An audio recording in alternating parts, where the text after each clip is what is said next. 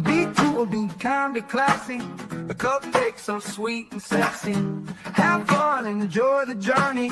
Or just have a good attorney. No big whoop, no biggie. She lives near New York City. And not just a YouTube show. When you know, you better grab a straw. Learn about the law.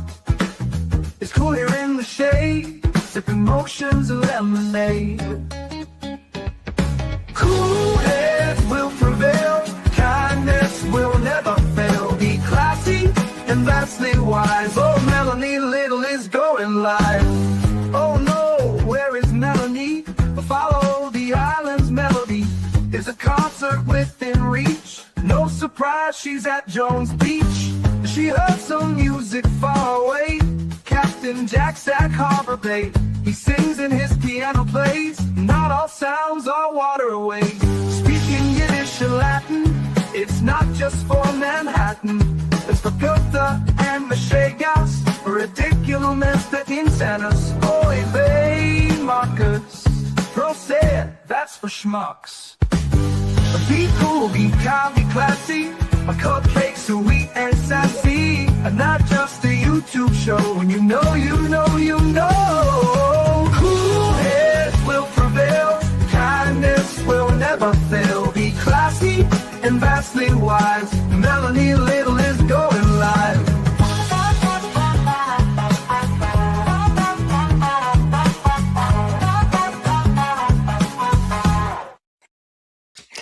Happy Sunday.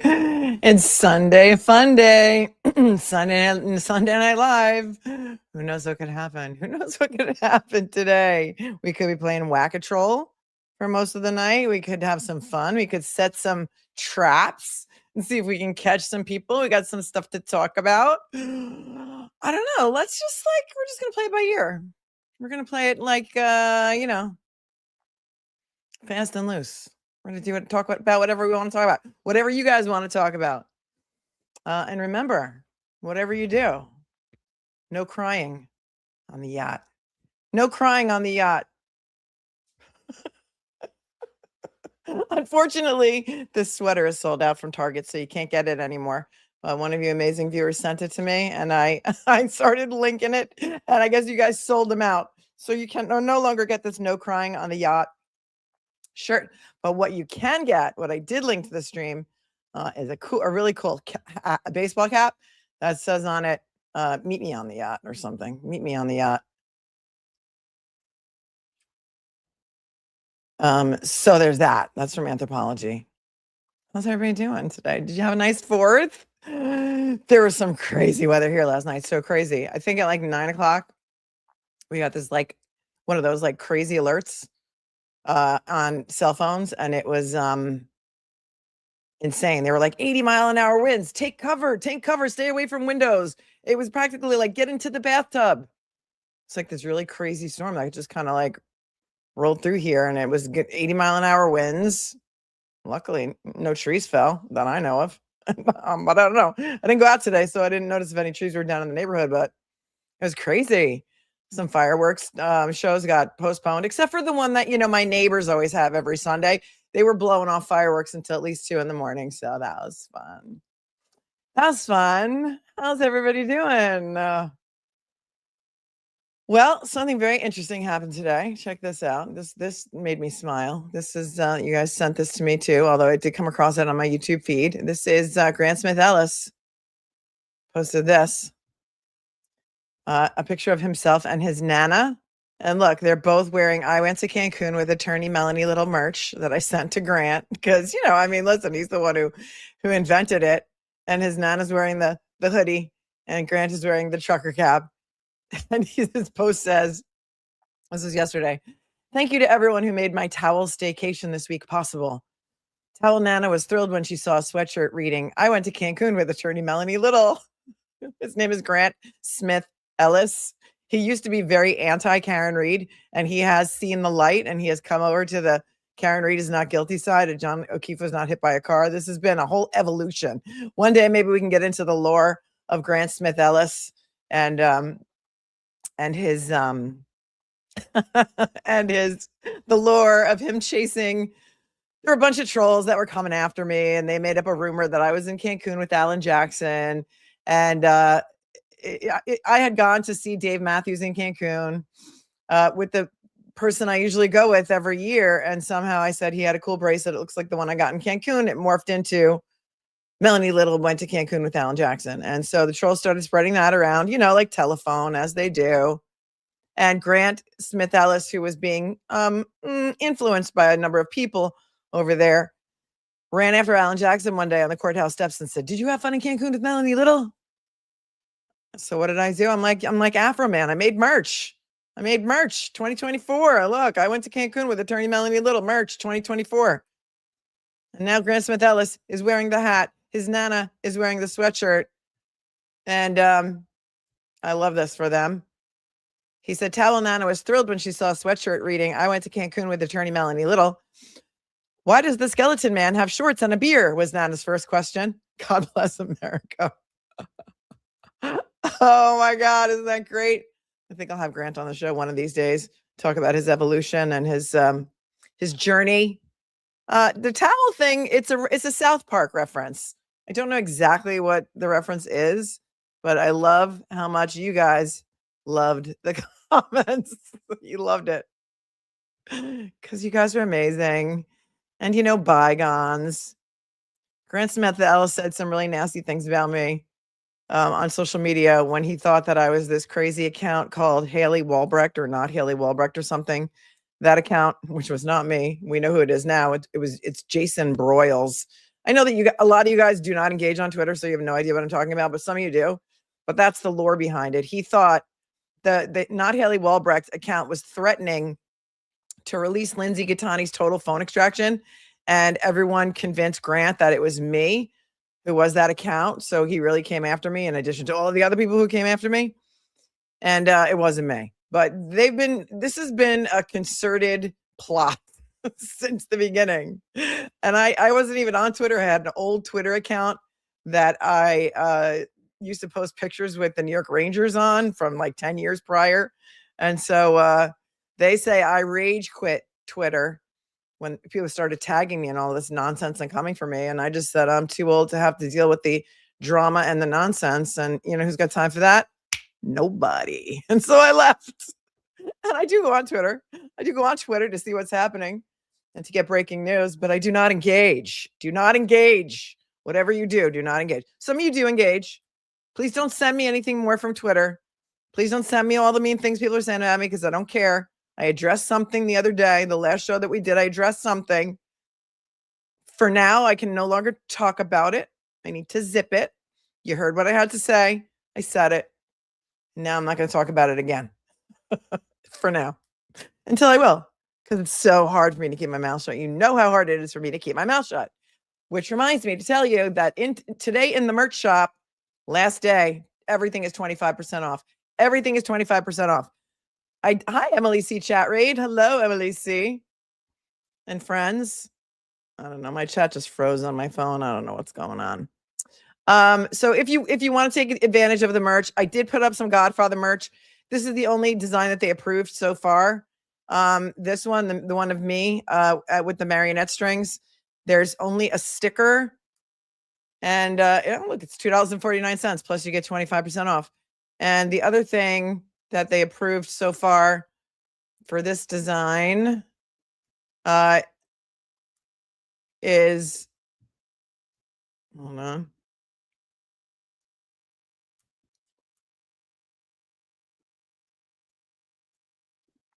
Let's see, we got, the tie-dyed hoodie. But here's the thing. So what I wanted to do, I'm not very good at like design. I'm creative when it comes to thinking. I'm not so creative when it comes to artwork. This was made by an amazing viewer named Brendan. He made this, and he also made the Clemenza's Meatball cartoon sketch, which has not been approved yet. And what I want to do, and what I did that has not yet been published, is this Melanie Little logo on the front left of the hoodie, and then the Clemenza's Meatball thing on the back. But the only hoodie that I could get up so far is this, and it only has on the back. The front does not have anything on it. So and they published it without me really even saying that I wanted it published, but they did it anyway. So it's a tie-dyed hoodie. It comes in a number of different colors. If you want to wait for the other merch that I'm going to put up with the reverse with the Clemenza's meatball on the back that says "I love you with all my heart. If I don't see you soon, I'm going to die." You can wait for that, and then this logo will be on the front left. But it's a third-party vendor. It takes about a week to get there. If you're going to use the coupon, you have to click this at the top in the pink banner. See, it says Independence Day 25% off of everything. You have to click it, and then it'll go to there. And you can also look at all the different products. We also have the I went to Cancun with attorney Melanie Little, of course. There's a lot of different products in that, including a mouse pad. And then there's the tour shirts, the attorney Melanie Little tour shirts that have the set list on the back with all of the sayings that we have crafted in our heads and allowed since I started this channel almost 3 years ago. We're almost having our 3-year anniversary coming up soon. Maybe like in a week or so. I forget the exact date. I have to go back and look. Maybe we'll have a big celebration. We'll have a celebration. So the link for the merch is underneath in the show notes below. I don't have the yacht merch that I want yet, or the yacht design that I want yet, because I really don't want anything that's AI. But there is a cap linked to the stream from Anthropology that says "Meet me on the yacht." And so I'm trying not to use AI. I mean, this, you can tell, was done by an artiste. All of the other stuff was made by me via Canva. But so there's that. Yeah, the Bella and Canvas hoodie is my favorite. I think that's it's a zip up hoodie. It's this one. It is so soft. So soft. It's like the softest thing I own. I have it in this color, in the white, and I have it. Oh, they took that other color down. It was like kind of like a rust color. But it's really wicked soft. It's wicked soft. And so if you like it, take advantage of a sale, because I like to tell you guys about the sales. Okay. Anytime there's a sale, I want you to know about it, because I don't like to pay full price for anything. I don't like to pay full price for anything. All right. Where do we go from here? The good ones are here. They get to 5 memberships. It's usually they're coming to watch me on a date night. So shout out to the good ones on date night coming to watch me for their date night. I'll allow it. Ergo Sun became a member, and also Maison Mignon became a member. Also, I feel duty bound to tell you that international pricing is going to go up, and it has nothing to do with me. It has to do with YouTube for memberships only. And it's going to go up in about 30 days, and they're telling all the creators to raise their prices. I'm not going to raise my prices, but I will tell you that if you're international and you do want to become a member, if you do join now, it's grandfathered in for a period of time. And right now it's like $3. I think the lowest tier is $3, $2.99 a month US. So there's that. I am ready for the Taylor Swift and Kelsey wedding talk on Billy Bush tomorrow. Yes, I am. I've been consuming every single piece of content that I could. I've been posting stuff on my Instagram about it. And I still don't have pictures of her in her dress. Every picture of her in a dress is fake. It's all AI slop. But there were a lot of celebrities there that we did see pictures of, or that I did on Instagram. My queen, Mariska Hargitay. Mariska Hargitay, an amazing picture that Chris McMillan posted. He's her hairdresser. He's also the hairdresser and from many, many years of Jennifer Aniston, her longtime hairdresser. And Mariska Hargitay is my everything. She's my Olivia Benson. I love her so much. And I saw Bradley Cooper walking down the street, and all the paparazzi were there, and they were taking his picture as he was getting into the car with his girlfriend. What's her girlfriend's name? Cara Delevingne. Megan sent me a picture in her new tie-dyed, I forget if it was a shirt or a hoodie, and he looks so adorable. Turtle Rider became a member. Welcome.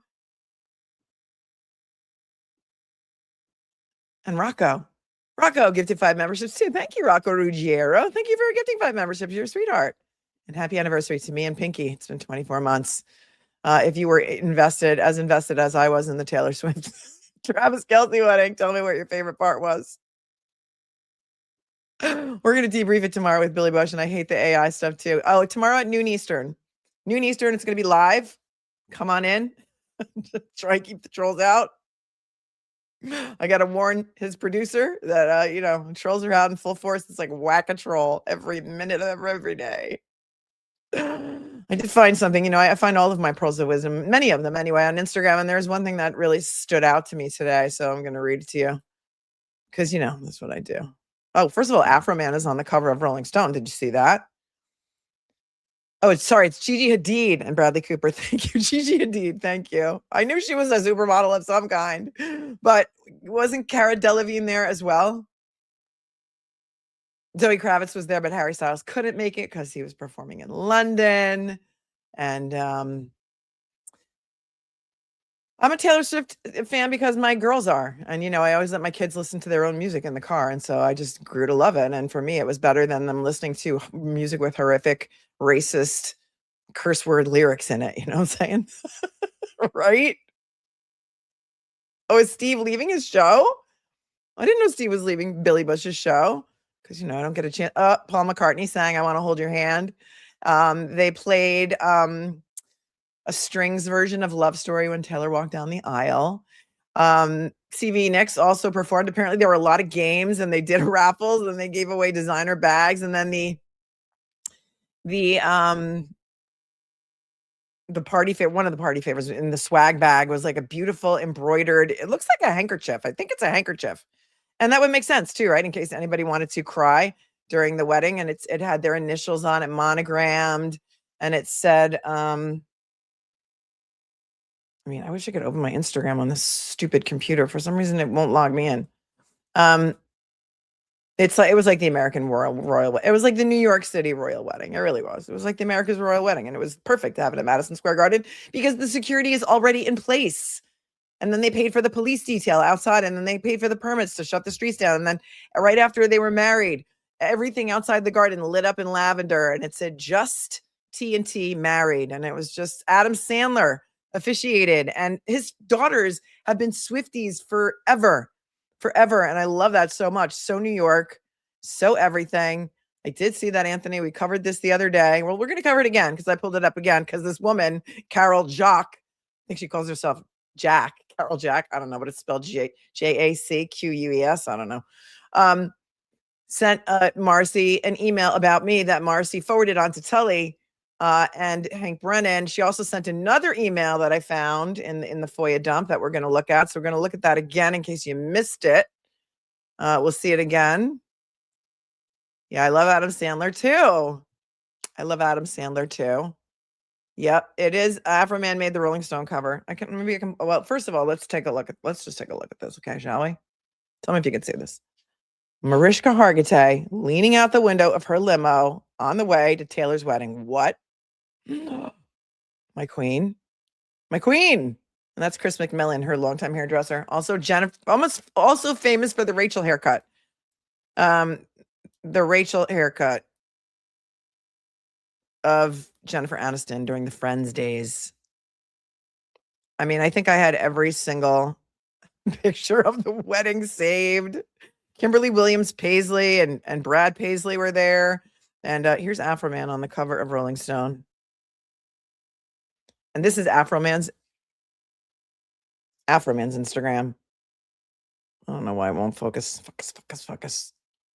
Afro Man wrote, "I'm good enough to be and this is all caps, of course. I'm good enough to be featured in the world-class, legendary, iconic magazine Rolling Stone in the July issue for America's 250th anniversary as a freedom of speech hero. But I'm not good enough to walk the BET red carpet." 3 question marks. Is BET bigger than Rolling Stone? That's wild. I didn't know that. I'm going to have to dig into that a little bit more. Billy Waterboy was like a movie that my kids watched over and over and over and over again. Over and over and over and over again. So, Adam Sandler is also, fun fact, Adam Sandler went to NYU with my sister. They lived in the same dorm at the same time, and they're still very good friends to this day. So there's that. Oh, is that where you said the first time my son watched Billy Madison, he looked at me and he said, "Oh, this is where all your quotes come from." Oh, that's interesting.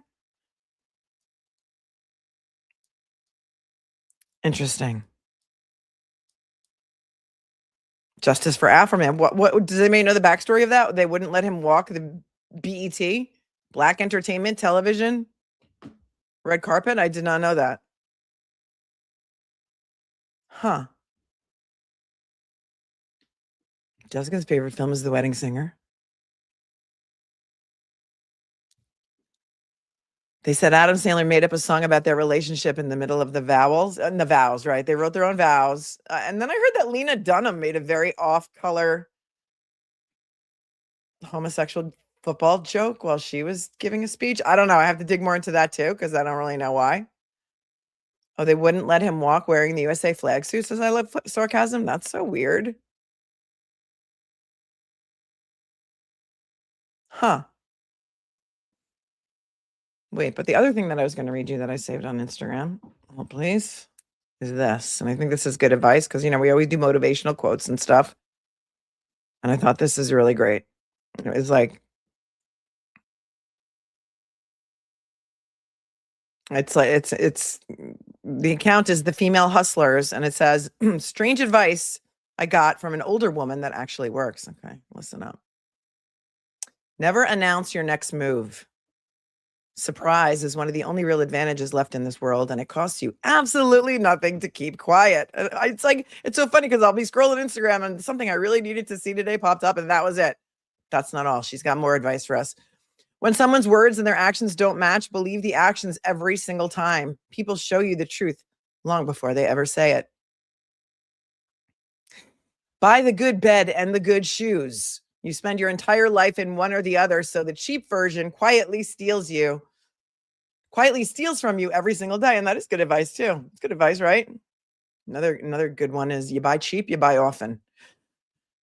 Cut people who drain you. Some people leave you with less energy every time you see them. Protect your peace by spending less time with people who constantly take and rarely give. One of the sad things is that givers attract takers. Many of you might understand that dynamic. Be the calmest person in the room. This is one I really needed to hear. Calm reads as quiet power, while panic makes you look like easy prey to everyone who is paying close attention. Never beg to be chosen by anyone at all. The right people, jobs, and rooms never need convincing to keep you because your value is obvious to them. Watch how a person treats a waiter or a stranger. That is exactly how they will treat you once the excitement wears off and year 3 arrives. That was good, right? Keep your own money your entire life, no matter who you're with. Independence is rarely romantic, but it is the purest form of freedom there is. I tell my girls that too. Always have your own bank account. Always have your own money. Bridget is here. She's gifting 5 memberships. Thank you. Thank you, Bridget.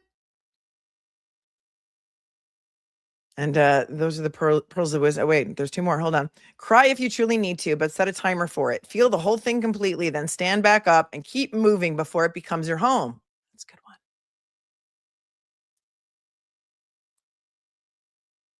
Half of looking put together is good posture. Oh, okay. I needed to hear that. Good posture. But I got this new chair that I can sit cross-legged in, which is what I'm doing right now. Crisscross applesauce.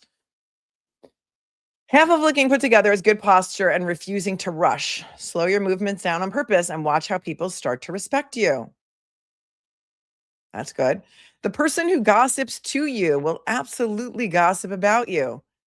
Always watch the mouth and not the smile, because the mouth tells the real story. Oh, that's so good. Stop shrinking yourself to keep smaller people comfortable. Let your light embarrass them a little, since their ego was never your job to protect. Say, let me think about it far more often. Your real answer, and usually your real no, tends to live quietly inside that small, honest pause. Keep one private joy that nobody in your life knows about. A self that is fully public gets exhausting fast and slowly stops feeling like your own. That's why I rarely talk about my family or my kids or my relationships or anything such as like that. There are some people who are way too free with that stuff out there on the webs of the tubes of you, and I just don't think it's a good idea.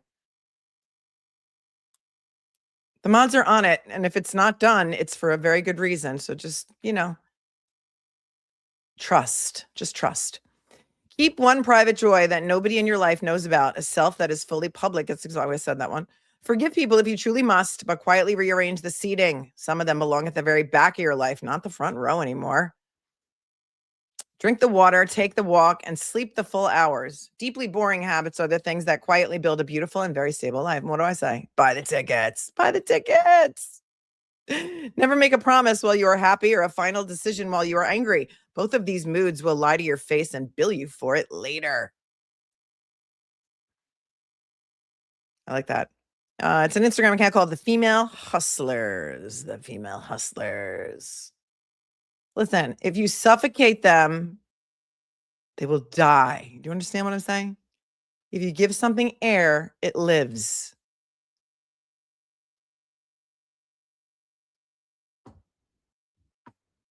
Everything is being handled offline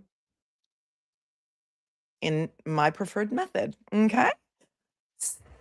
Still sleepless in the Onyx Night says, I also love that Taylor got her rainstorm right after they announced they were married, and then a rainbow followed by a golden sky. And it was like lightning and a rainbow and a sunset all at the same time. It was crazy. It was so crazy. Thank you, Babe's mom, for loving the show and for being here for a month.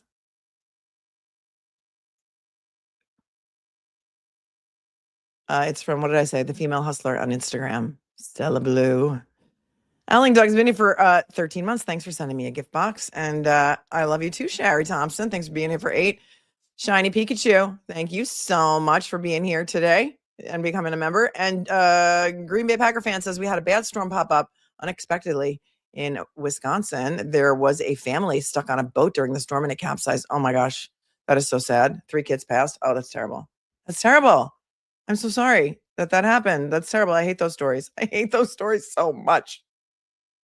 Yeah, and look at Overruled Sit Down is like, I'm going to see Tim McGraw alone because no one wants to go. You're going to have a great time. You're going to have a great time. Listen, nobody loves you more than you. If that's not true, make it true. If you can't keep yourself, if you can't be the best company for yourself, then you need to rearrange your life.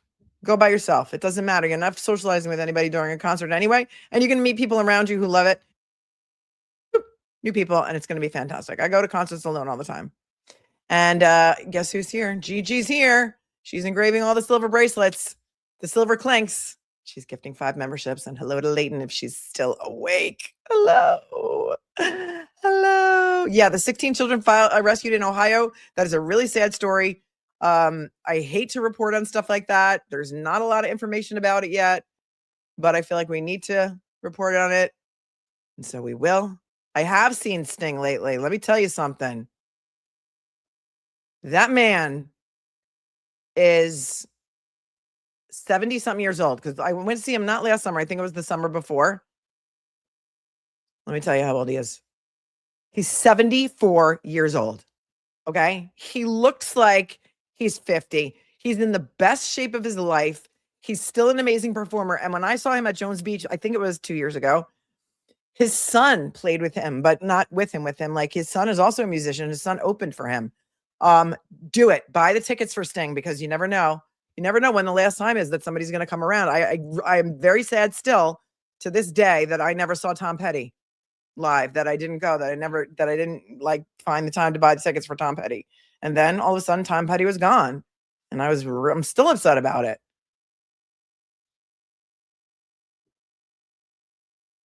So yeah, I would highly recommend Sting. I love it. I love it. I love it. I love it. Sting 74 doesn't look a day over 73. Well done. Thank you, watchers, for becoming a member. I think you're going to like it here. Sometimes I just tell you about all my favorite things. And sometimes we talk about music. And sometimes we talk about, being better people. Let's look at the motivational quote. Those were some motivational stuff. But let's look at, before we get into the HOS defendants and their pleading emails to everyone about Michael Proctor's to try and save his job and some other things I have pulled up for you. Motivational quotes of the day. Yesterday, July 4th, God bless America. Oscar Wilde said, "No great artist ever sees things as they really are. If he did, he would cease to be an artist." Thank you, Oscar Wilde. There's a lot of artists in this chat. A lot of artists in the chat. A lot of nurses in the chat. A lot of mail carriers in the chat. A huge amount of mail carriers, which is so cool. truckers, a lot of truckers. We have a lot of professionals of all kind in the chat. You're all here all the time, and you're really, really smart. Sting is 74. Oh, please. I remember seeing the Rolling Stones when I was in high school or in college, and Mick Jagger was old then, and I would still go and see him today. He is one of the greatest performers of all time. Harry Styles, also amazing performer. Amazing. They know how to do it, you know? I may be old, but I saw the Grateful Dead with Jerry Garcia. I don't know, at least 200 times or so. So there's that. There is a sweatshirt that says that, I know. All right, today's motivational quote of the day for Sunday, July 5th, 2026. Brian Herbert said, "The capacity to learn is a gift. The ability to learn is a skill. The willingness to learn is a choice." How about that?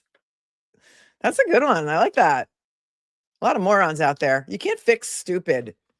You can't fix stupid. But let's read that one again. The capacity to learn is a gift. The ability to learn is a skill.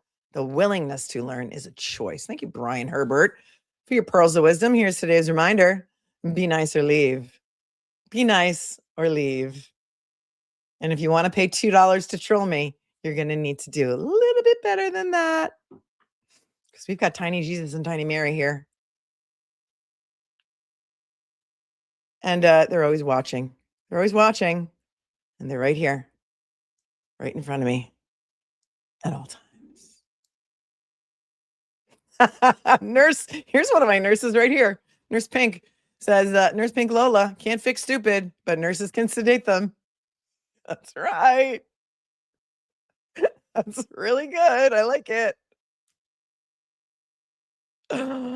Junior said, I've had tickets to Aerosmith 2 times and they canceled both times. Oh, let me tell you something. My twins had Billie Eilish tickets in 2020 and the world shut down and they're still upset. They're still upset about it. Julie used to go to Dead shows and sell toilet paper and Pop-Tarts out of my car and it would pay for a semester of college. I love that. How about, people that toilet paper and Pop-Tarts, great. Veggie bagels were another thing, like you to come out. Who's got my veggie bagel? Who's got my veggie bagel? The latest thing recently when I took one of my kids is, well, 2 of my kids are named after Grateful Dead songs, but when I took my littlest to her first Grateful Dead, it was Dead and Company show at Nassau Coliseum, which was so great because it was Nassau Coliseum was where I saw my first Grateful Dead show.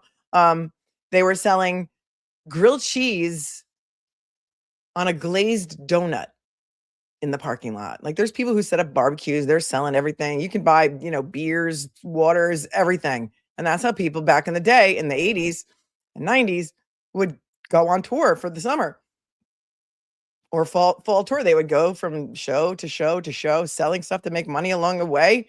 And look at Venus Blue knows what we're talking about. She's like, I sold $5 grilled cheese at widespread shows.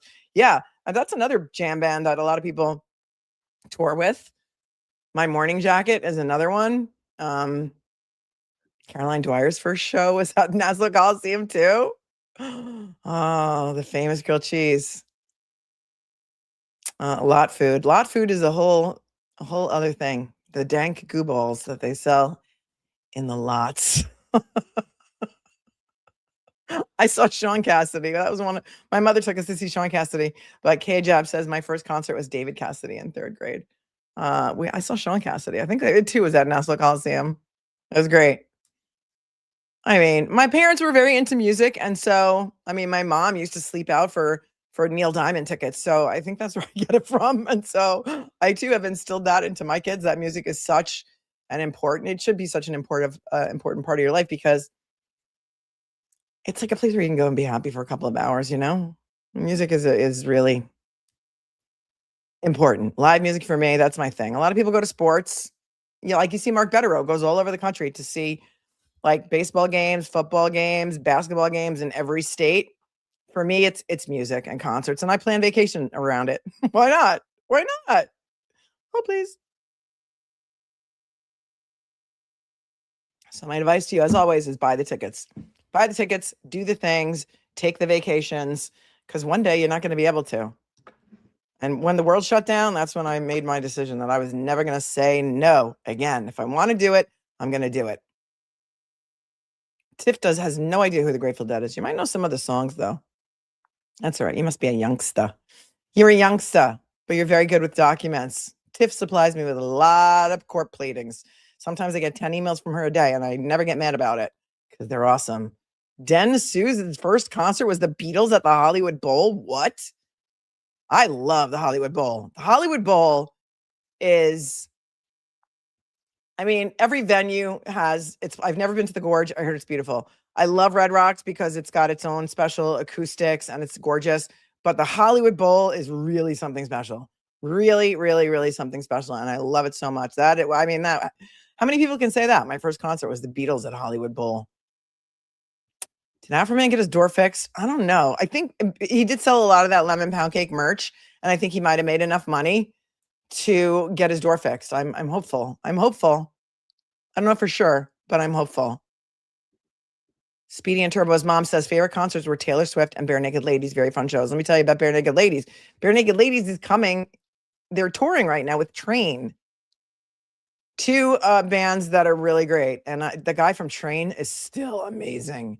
He's still amazing.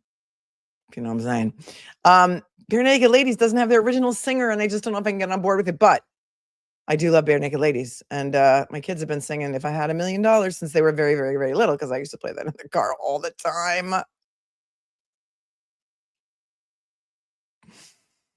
Teresa said I buy the tickets. I did, and I'm heading to Portugal. I love it. No House, No Faust says we went to Cabo to spend a week with Blue October last year. I heard about a lot of people doing that last year. Everyone knows their first concert, right? Kurt Smith says that the Hollywood Bowl brings out the best performances from artists. Yeah. I saw Dead and Company there a couple of times. So good. So good. And it's like you can buy a bottle of wine at the Hollywood Bowl and bring it to your seats, and they give you glasses. I mean, here in New York, you can't even they have to open up your drinks for you and pour them in a cup. You can't even have a bottle or a can or anything. Hollywood Bowl, they'll give you a bottle of wine and some glasses, and they're like, peace out.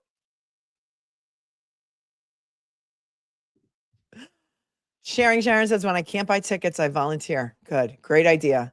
Thank you for being here for 32 months. I love you so much. A great organization that when my friend was the head of Headcount. It's an organization that signs up people to vote at concerts. And I started with Headcount when they first started. And they partner with artists. And I think they've got just about everybody right now. They register people to vote at concerts. And if your kids are in college, they can volunteer with Headcount to sign up people to vote. And they get to go to the concerts for free, which is a really great pro tip. Miracle tickets are the thing. Who's got my miracle? Who's got my miracle? Scott's first concert was 12/29/82. Billy Joel. Oh, he's such a Long Island boy. He's such a Long Island boy. I saw Billy Joel at the Paramount when he came. It's a very, very tiny venue here on Long Island, and he was amazing. Did he sell his house on Center Island? It's been on the market for a long time. I don't know if he's still here or not.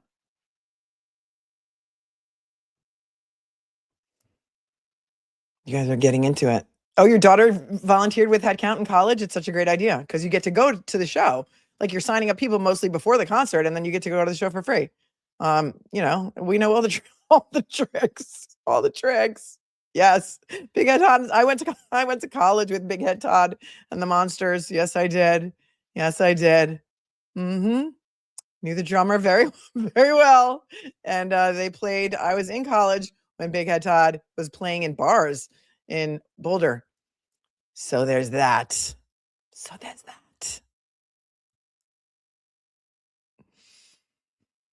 Very cool. You guys have lots of good concert stories here.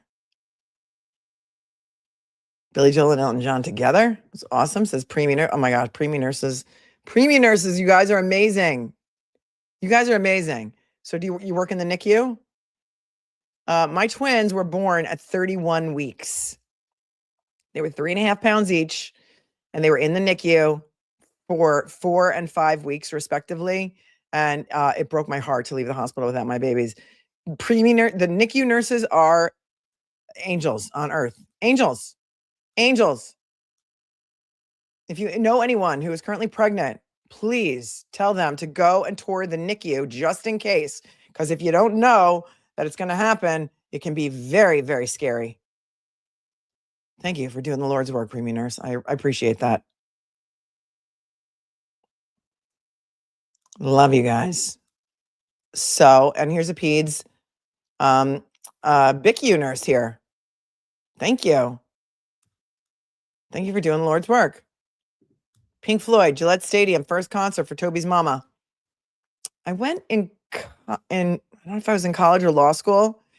Pink Floyd at, I don't know if it was McNichols Arena at the time, wherever it was, that was like the football stadium that the Broncos played at all the way back then.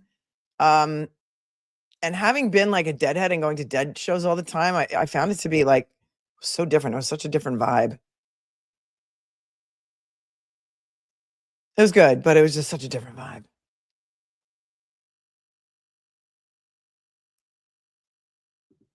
Adam Deitch is going door to door. Is he going to be charged with witness intimidation? Says overruled, sit down. Only certain people. You know how the law is weaponized in Massachusetts, right? Emily says, concerts are my thing too. I saw Pink 4 times on our last tour by myself. I treated myself in Florida to tickets last minute after a breakup. Best choice ever. Yeah, do the things. Do the things. Do the things. Miss Stone, welcome. Becca, welcome. Stella Blue says, the first time I saw Dave Matthews, he opened for the Grateful Dead with Jerry. I also saw Sting open for them. I remember seeing Dylan and the Grateful Dead together. I don't remember.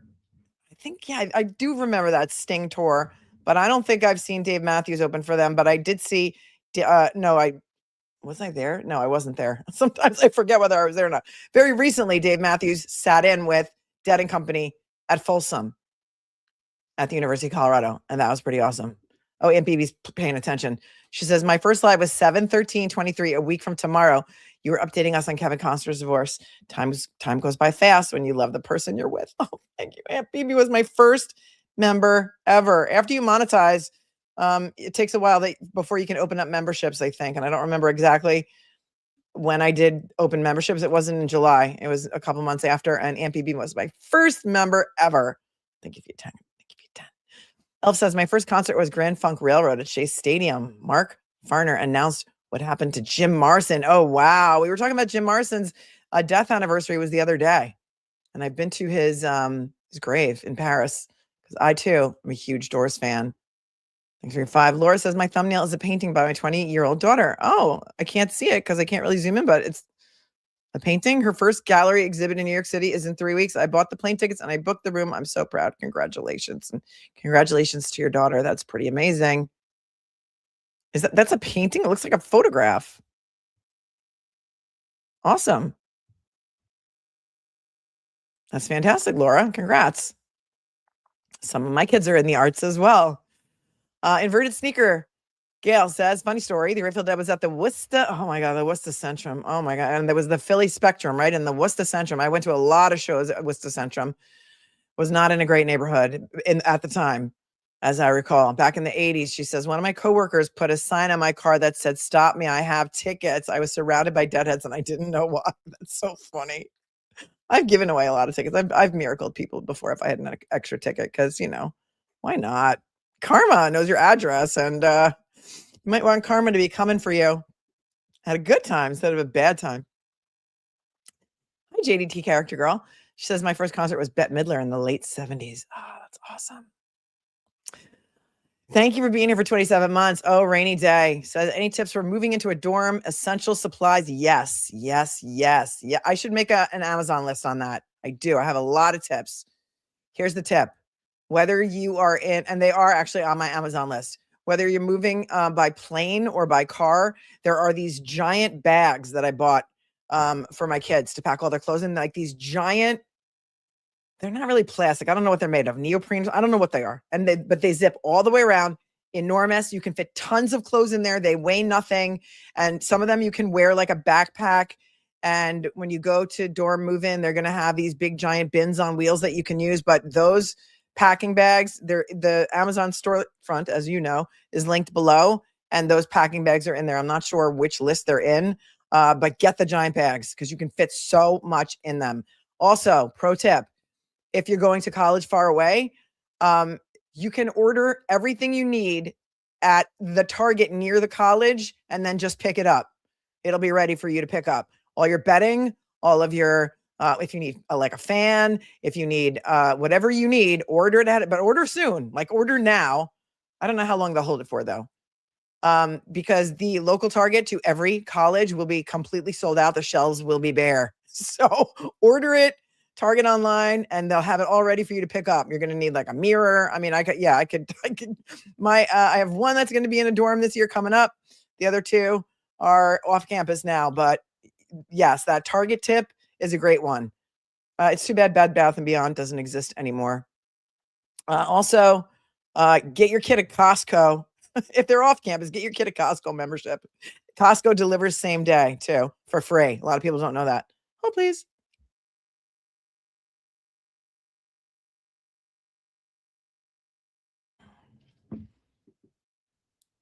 Ellen says, I went to see Leonard Cohen 3 times in Denmark. Never thought any of them would be the last time. It was great. That's awesome. So good.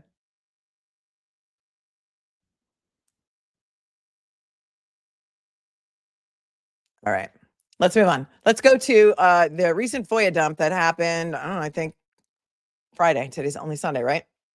So Friday, there was a FOIA dump of, I thought it was just Morrissey's emails, but it wasn't. It's a whole lot of documents that were exchanged from the prosecution to the defense in the Karen Read cases. And some interesting information in there, including, which if we have time to look at and you're interested, James Crosby's report with pictures of the alleged Chloe and her teeth. Did you guys see any of that? So that's interesting. You can Instacart without a Costco membership. I thought you had to be a Costco member to do it. That's how they have it delivered, but I didn't know you couldn't be I thought you had to be a Costco member. So I can't say that with 100% certainty, Sunny Moon, but if you've done it before, maybe it depends on where you live. Oh, you haven't seen the James Crosby report? Oh, good thing Mass Dad and I have, well, he has a Dropbox and he's meticulous that he shares. He's meticulous in his organization of said Dropbox. All right, let's take a look.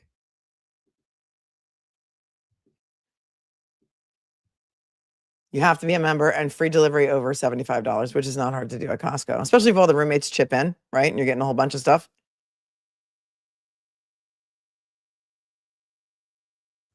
All right.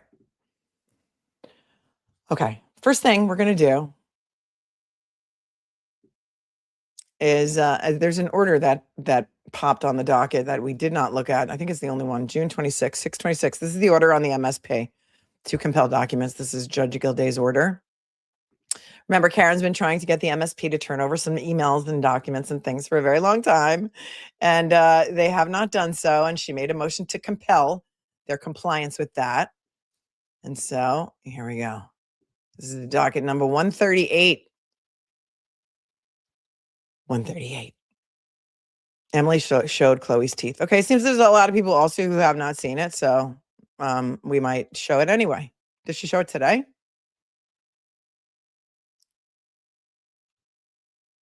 Mama MSN, good advice. Cleaning supplies to clean the door before they move in. Clorox wipes are the best. Thank you.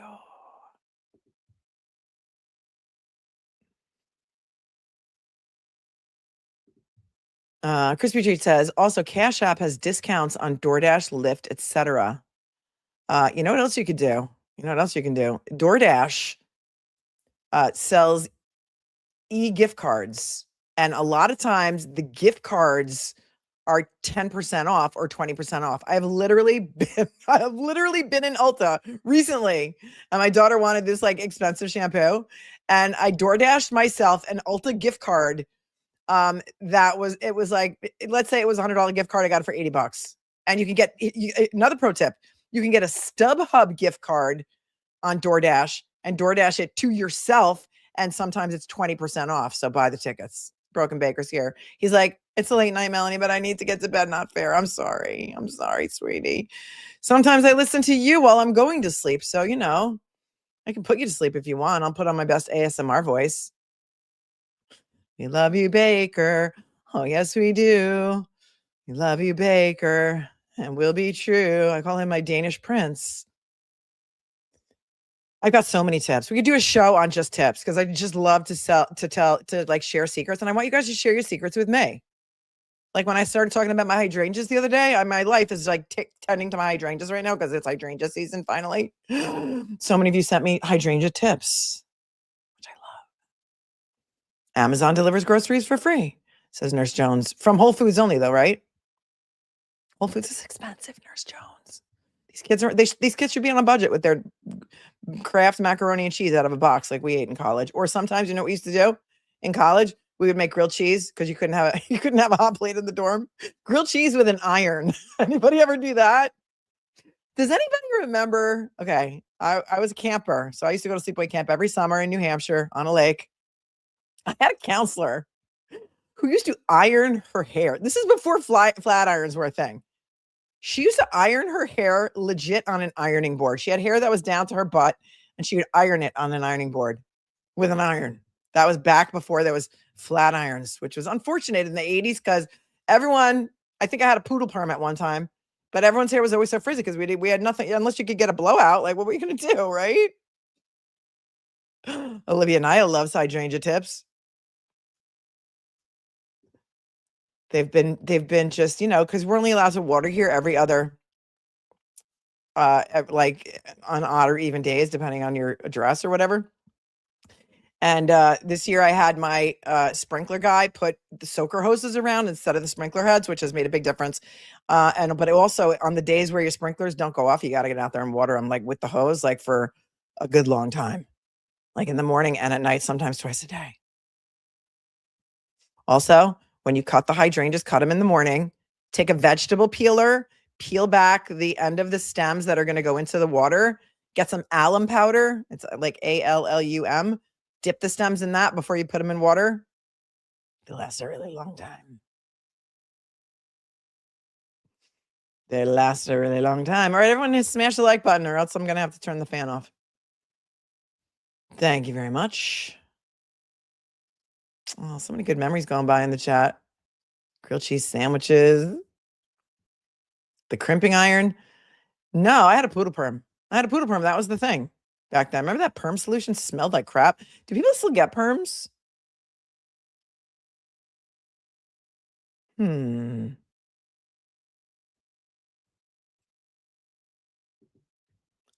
Jennifer ironed her hair. You guys knew it. You knew it. All right, here we go. Look at Ken is having such a good time that he just upgraded his membership. To floor seats. So notice how all the tiers of membership are concert related. It's like general admission, floor seats, VIP, and backstage. You know.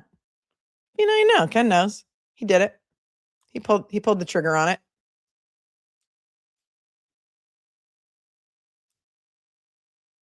All right. I get sidetracked easily, as you can see. Here's the order of Judge Gildea from 626 relative to the motion to compel Massachusetts State Police to produce documents. A review of the written submissions reveals that the remaining issue relates to 473 emails.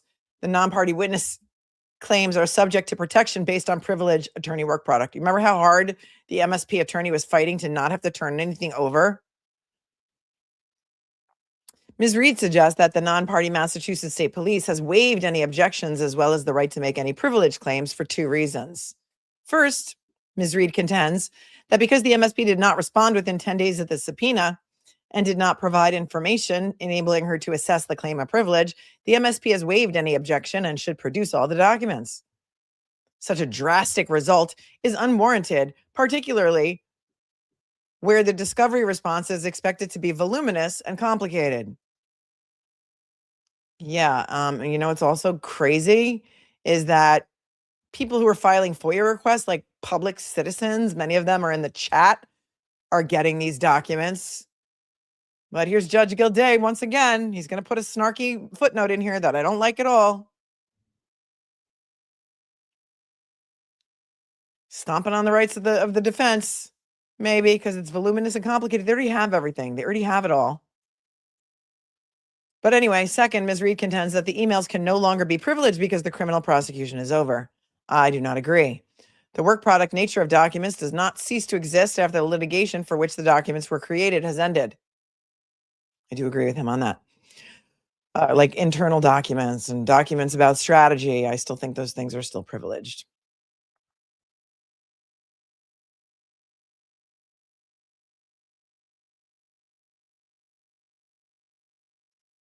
Where are we? And then he cites a couple of cases and then says, I am not persuaded by Ms. Reed's reliance on Ward versus Peabody. How'd you like that? How'd you like that pronunciation of Peabody? It's a 1980 case. The first three footnotes are merely indicating the rest of the parties who are in the case, which is ridiculous to me because why not just put the full caption up? See the caption? It just says Paul O'Keefe, footnote 1, et al, footnote 2. Like, really? Or can we not put the full caption? I've never seen this before, where they just put on a couple of extra parties in a footnote. I don't know what the hell that is. Like, and then they put C versus CNC Hospitality, DBA CF McCarthy's et al, footnote 3. Like, they don't even put Karen Reed's name in the caption, but whatever. Whatever. Ms. Reed argues that even if the emails are privileged work product, she's entitled to them in discovery because under Rule 26b3, she has a substantial need of the materials in the preparation of her case, and she's unable, without undue hardship, to obtain the substantial equivalent of the materials by other means. That might ultimately be the case, but the record before me does not provide enough information to assess the documents and draw such a conclusion. As a result, I am issuing the following order. The MSP is to produce a privilege log, as it should have a long time ago. Footnote 4, here's where it gets weird. Listen to footnote 4. I'll read that sentence again. The MSP is to produce a privilege log, as it should have done a long time ago. Footnote 4 reads, it's hard for me to get too worked up about the MSP's failure to produce a privilege log in this instance, given in another discovery dispute in this case, the plaintiffs claim Ms. Reed has not produced a privilege log in response to a request for production served in October of 2025. Ms. Reed did not dispute the claim, but rather points to Rule 9C, a Rule 9C conference that not yet occurring to talk about the timing of when Ms. Reed will give the plaintiffs the privilege log. What? It's hard for me to get too worked up about the MSP's failure to produce a privilege log. What kind of judge even writes that? It's hard for me to get too worked up. You know what you did get worked up about? Some anonymous communication by some anonymous random person who sent you information alleging that somebody breached your confidentiality order in the Michael Proctor medical record affidavits. You got worked up about that. You got so worked up about that, in fact, that not only did you not tell anybody what it was that you got from whom and what this alleged tweet was and who drafted it and how and in any way it violated your order sealing Michael Proctor's private medical information. You got worked up about that to the point, so worked up about that you called in every single attorney who's ever put in a notice of appearance in this case and all the parties, had them fly in on 4th of July week for a Wednesday, like 3:30 p.m. conference or whatever time it was, so that you could read a soliloquy drafted by a freshman at Brandeis University in large part, and then run off the bench and not let any of the attorneys be heard. I think Bob Motta called it a listening and not a hearing, because that's what it was like. It was like Judge Gildea's monologue. It was wild. He got worked up about that. And I want to know who sent it to him. and what it said and what the tweet was. And was it real? Was it fake? Was it Memorex? So many questions. Hopefully, one of the very smart people in the chat, I think it was Corey Hopkins, suggested perhaps they should make a motion. I forget. What did you say, Corey? A motion to reconsider? Or a motion for how about a motion for clarification? Judge, we need a motion for we need some clarification on what exactly it is that you say you do here. Another great quote from the movie Office Space, which is another favorite of mine. What exactly is it that you say you do here? You called everybody in. You read us the riot act. You quoted an unknown source that some very, armchair detectives found out was written by a freshman at Brandeis in the school newspaper.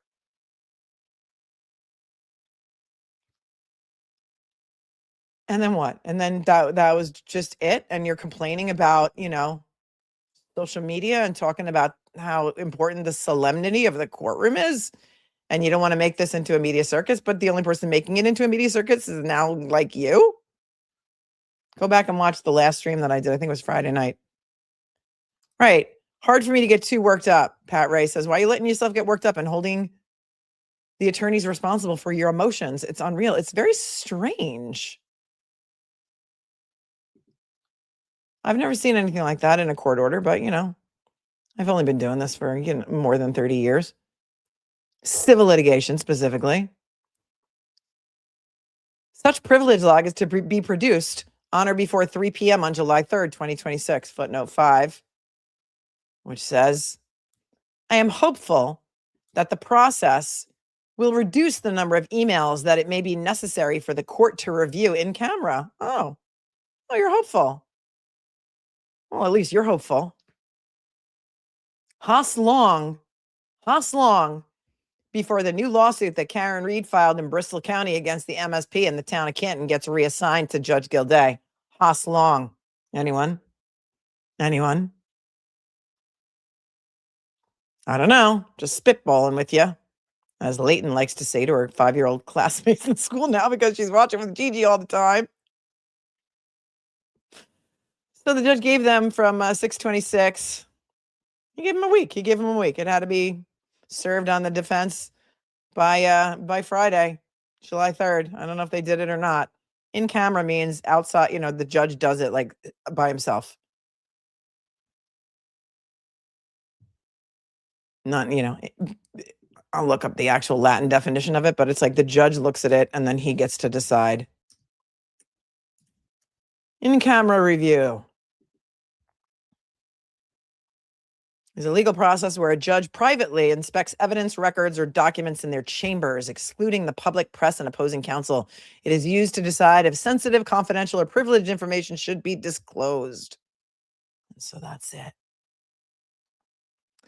No, I mean, I don't think the hearing could have been an email because I think that he wanted to get everybody in the room for a reason to read them the riot act and look at them while he was doing it, like going to the principal's office or the dean's office or something, but not allowing them to be heard after coming from far and wide is a little unusual, unfair, and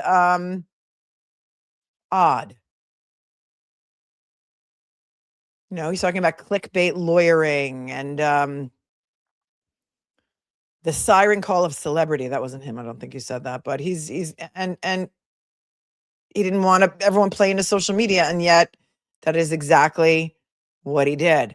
So a privilege log is where the MSP has to go through every single email that they don't want to turn over and identify it, by date and to who it's to and from, and say why they think it's privileged.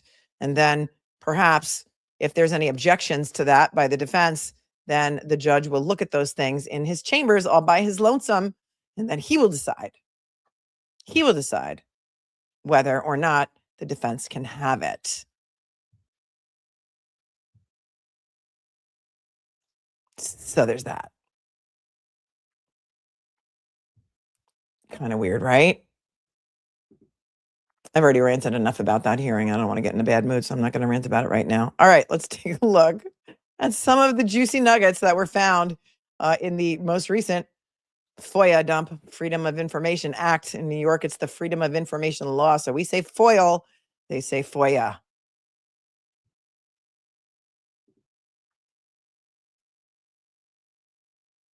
Bridget, thank you for 5, says, my mom used to iron her hair too. Watch her do it. Plus mascara was huge in the 60s and 70s. Yeah, great lash. It was great lash mascara in the pink tube, right? With the green top. Mama Loca says, when our now 20-year-old daughter was almost 10, I bought second row tickets to see Aretha Franklin for her birthday. Introduced her to the Queen when she was 2, and she instantly became her favorite. Aretha passed a few years later. Buy the tickets, says Mama Loca. Aunt Bibi says, in my opinion, Judge Gildea has done a 180 turn. Wonder who called him. I don't know. Remember the grave concerns of Judge Cannoni? Remember her grave concerns? She was literally shaking like a leaf, and she had to leave the bench for a timeout, and she had such grave concerns. And what was the sum and substance of her grave concerns? It was about Alan Jackson and David Yannetti having email communications regarding scheduling with the Archidaddies, Dr. Wolf and Dr. Rentschler. Which was a big nothing. There's over 5,000 of you here, and I would love it so much if you would take a second, just a second, and smash the like button, because it does help the algorithm. And YouTube is trying to push people away from long form content like this and towards shorts and AI type videos. So it does help if you can do it. I would be forever grateful. Even if you're hate watching, just smash the like button. Nobody's going to know you did it. Nobody's going to get your DNA, especially even if they did, the MSP or the CAMPD, they wouldn't know what to do with it. It was ARCA payment. I don't remember what exactly it was about. Had to do with ARCA. So here are some emails. This is interesting because these are emails written directly by some of the 34 Fairview HOS defendants and family members of HOS defendants, or even those who were not there that night, but were just may have had a son who was there that night. Interesting. It was the payment to ARCA. Thank you so much for hitting the like button. And you said thank me for the reminder. Well, oh, there's Alpha Man. Alpha Man sometimes goes, I meant to play the video. You're welcome. Wait. You're welcome. Man here. Whoever thought Afro Man would become the face of the First Amendment in 2026? Anyone? If you didn't watch that trial with me, go back and watch it. It was fantastic. Everything about it was great. It was about the payment.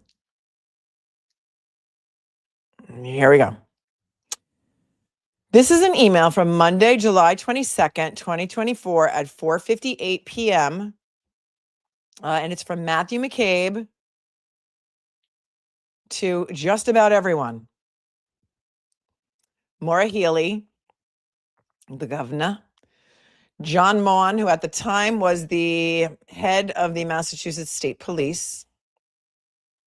And then he CCs just about everybody. William Galvin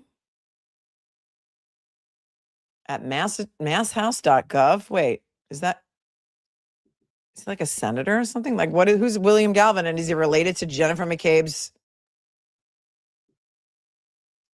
family? Because Jennifer McCabe's sister's name is Denise Galvin. Huh. I don't know. I have questions. At masshouse.gov. Sounds like a government email. Norfolk Clerk's Office. Walter Timilty at the Massachusetts Senate. Andrea Campbell, we know who she is, Attorney General. Michael Morrissey, District Attorney. Nick Collins, Kimberly Driscoll. These are all like politicians. David Traub, who was the mouthpiece for the Norfolk DA's office. He was the press officer and director of communications. He jumped ship after trial 1, but more in the fall. This was in July after trial 1. This was right after Karen Reed's mistrial.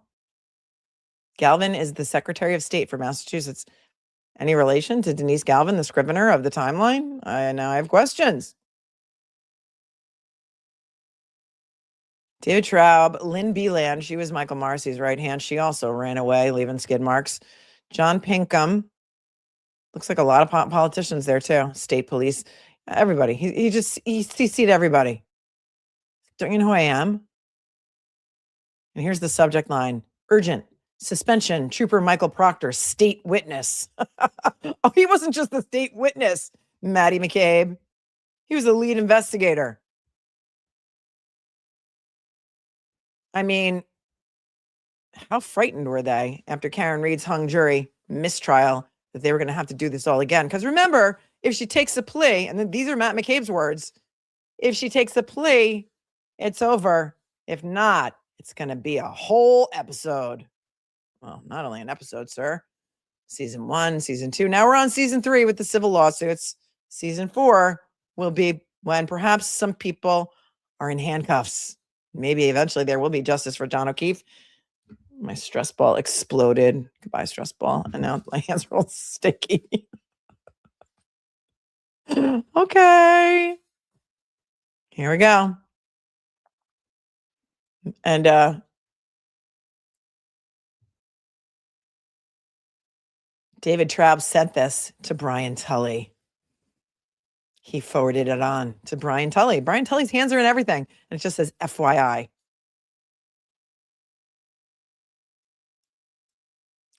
Dear Governor Healy and Colonel Maughan. Or we watched a news piece recently where instead of saying Colonel, they said Colonel. Colonel, I forget what case we were watching, but the news reporter said, who's the colonel now? It's like Noble, right? Colonel Noble. Don't you know who I am? Well, you don't have to understand the Taylor Swift fandom. It's because of my kids, because I love what my kids love. It's not me. I'm not a 60-year-old woman who's a Swiftie, but my kids love her. So, I love her by proxy. All right. Here we go. Oh, look at Kerry was just down the William Galvin rabbit hole. All right, let's go. Here we go. Dear Governor Healy and Colonel Maughan. I can't unsee it or unhear it. I am writing on behalf of the current unpaid suspension and investigation into Massachusetts State Trooper Michael Proctor. My name is Matthew McCabe. I am actually one of the state witnesses in the Karen Reed trial. Actually, I guess he didn't have AI write this. We know that he really actually wrote it or someone wrote it on his behalf. I do not condone the private text messages that Trooper Proctor shared with his friends and colleagues, but in no way do those text messages warrant a termination of Trooper Proctor. Well, that didn't age well, did it? Right. Matt Asian House McCabe. He could be worse than Proctor, says Caroline.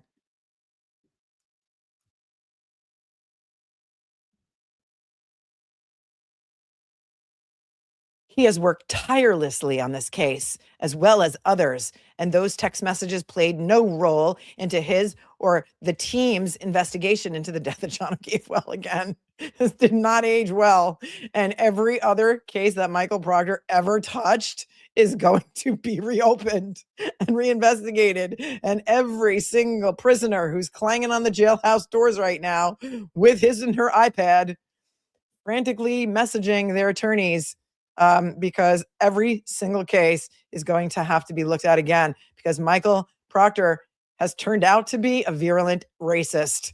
He hates all races equally and women. And his buddy Sean Good might even be worse. But with Sean Good, even special needs people weren't safe. Revolting, disturbing. And these are the people who swear to serve and protect Norfolk County. I know many of you are here and many of you are outraged. But according to Matt McCabe's email to everyone after that mistrial, because they probably got really, really, really, I don't know, fill in the blank. Nervous, afraid. Why do they want Proctor to keep his job so badly? So if you don't recall, right after the mistrial was when Proctor was suspended. And he was suspended because many of his his text messages came out during the trial. But what had really happened was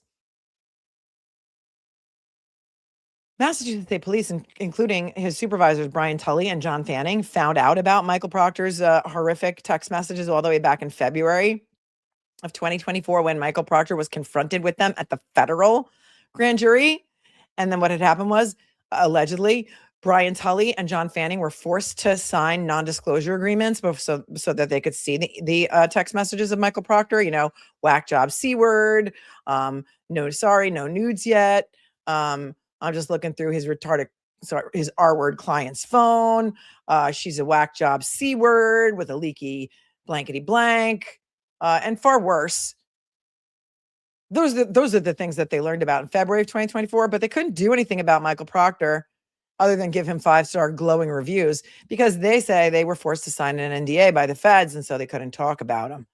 So despite the fact that the Massachusetts State Police knew about Michael Proctor's misogyny and racism and bigotry all the way back in February, they could not suspend him until after the mistrial, because they really still wanted to pin it on the girl so badly. And so it wasn't until after the mistrial that he was suspended. And then what had happened was he filed his appeal to get his job back with the Post Commission. I forget what it stands for. Police Officers Standards and Training, something like that. Oh, Secretary William Francis Gavin lives in Canton. Well, I don't want to dox anybody. Don't dox anybody. That's not good. That's not a good thing to do. What had happened was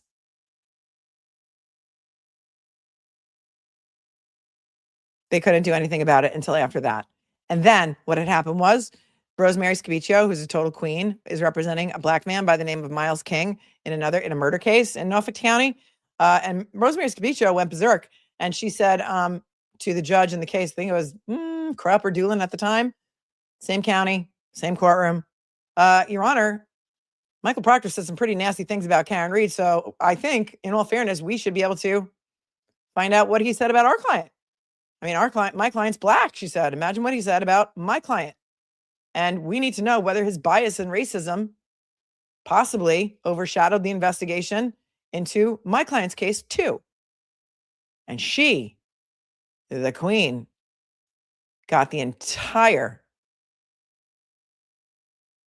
phone extraction of Michael Proctor. And then it was turned over to Michael Proctor's union attorney. And the day after it was turned over to Michael Proctor's union attorney, the union attorney dropped him like a bad habit. Michael Proctor signed off withdrawing his post-commission hearings. Remember, there was supposed to be something like 3 days of hearings for the post-commission for Michael Proctor, and I think they only did one, and then he withdrew his appeal.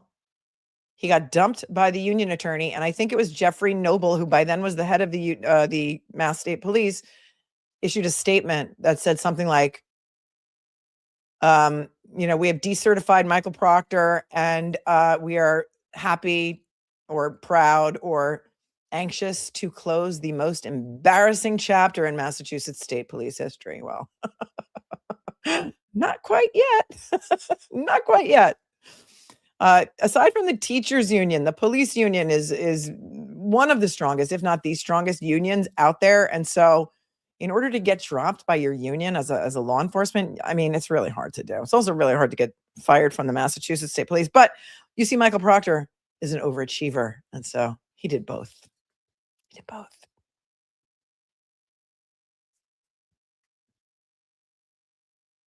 Yeah. Wasn't it the post-commission hearings to get his job back? Aren't they called post-commission hearings? Music to my soul. I think that's who the hearings were in front of. I mean, if somebody knows the real answer and my answer is wrong, but I'm pretty sure that's what they were. The post-commission is the one who holds the hearings to get your job back. So there's that. Back to Matt McCabe's email. Trooper Proctor and his wife. All right. Now he's sticking up for Lizzie Proctor. Why are they protecting him? Protecting him. My page was featured on YouTube today. Thank you, Lisa. I don't know what that means, but I'll allow it. Trooper Proctor and his wife, Elizabeth Proctor, along with myself, my wife, Jennifer McCabe, my family, and friends have been attacked and vilified in the media and on social media platforms.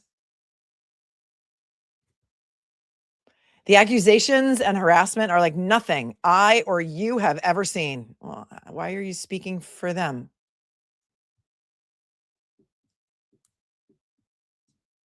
Tell him the guy never went in the house. Thank you, Zoe. Zoe knows. It was post-commission hearings, and we were able to view one of the early hearings online before his hearings started for recertification. Thank you.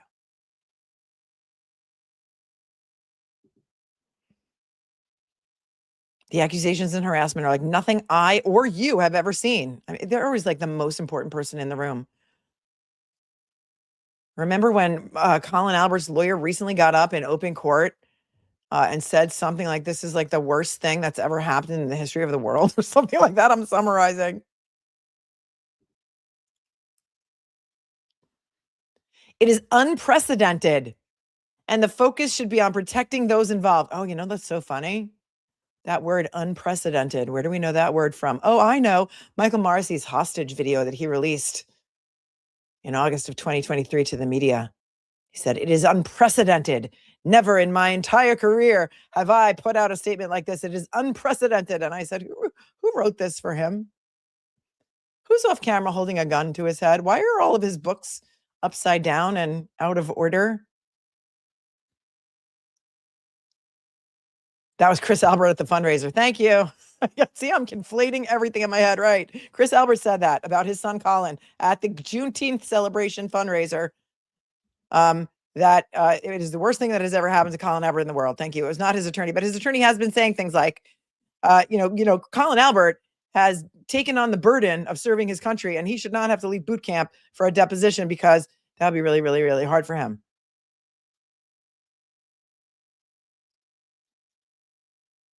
Pat, that's a great comment. I'm going to star that for later.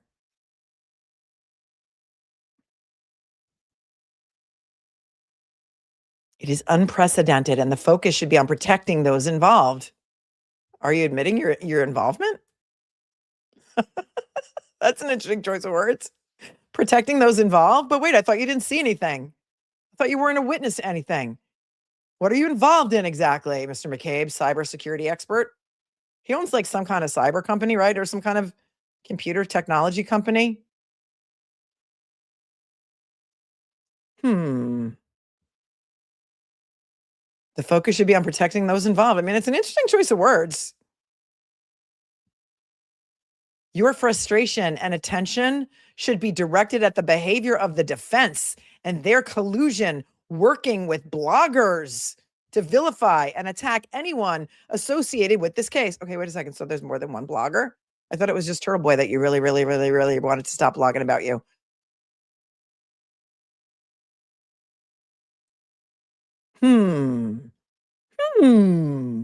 Who gave Michael Morrissey the idea to try and indict Karen Reed and Aidan Carney for conspiracy to commit witness intimidation?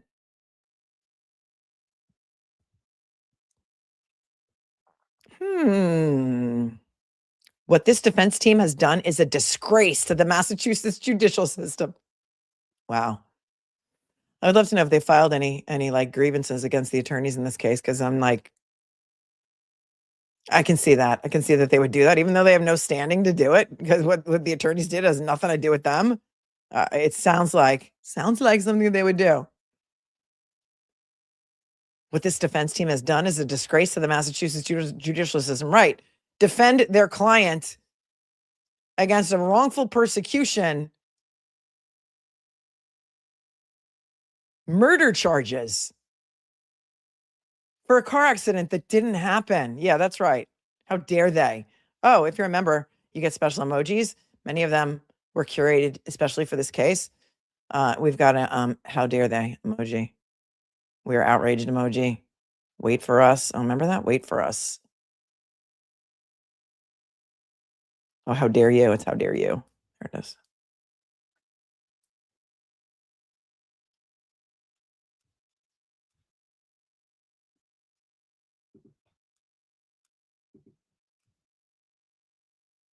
He's telling them where their frustration and attention should be directed. Who even said that Maura Healey and John Maughan are frustrated at all? Like, what kind of information does he have?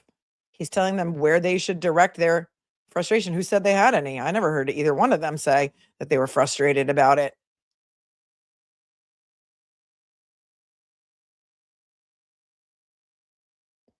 What this defense team has done is a disgrace to the Massachusetts judicial system.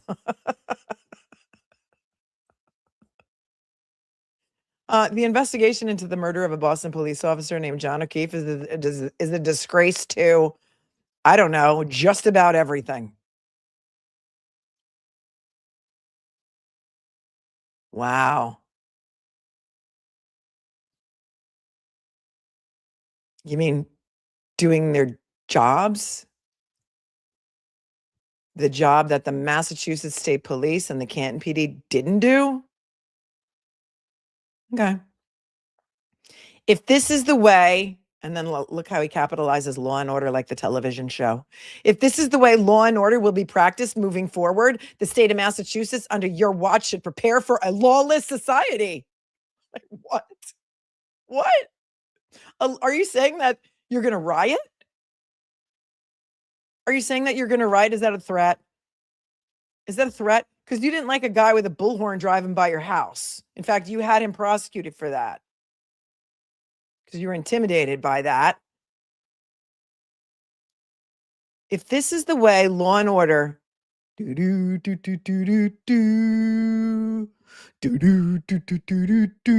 be practiced moving forward, the state of Massachusetts under your watch should prepare for a lawless society. Okay.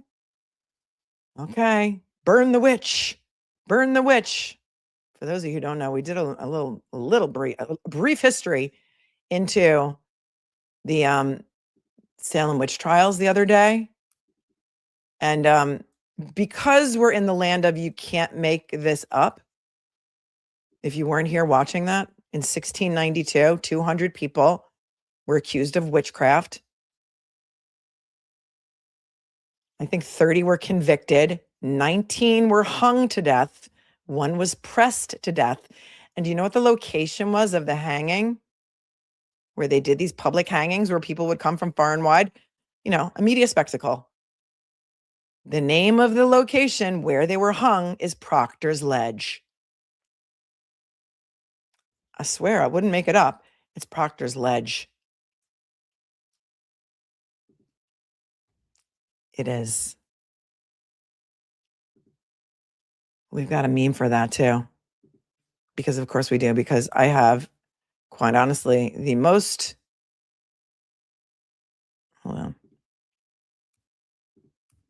talented chat on the internet. This is by Allie. There it is, Proctor's Ledge. As interpreted by Allie. If you're not watching and you're just listening, it is Proctor standing on a giant cell phone that's cracked in the corner on top of a ledge like he's about to walk off of it. Don't say Proctor's Ledge 3 times. But it's there. There's actually there's like a memorial there with all of the names of all of the people who were executed on Proctor's Ledge near Salem, Massachusetts.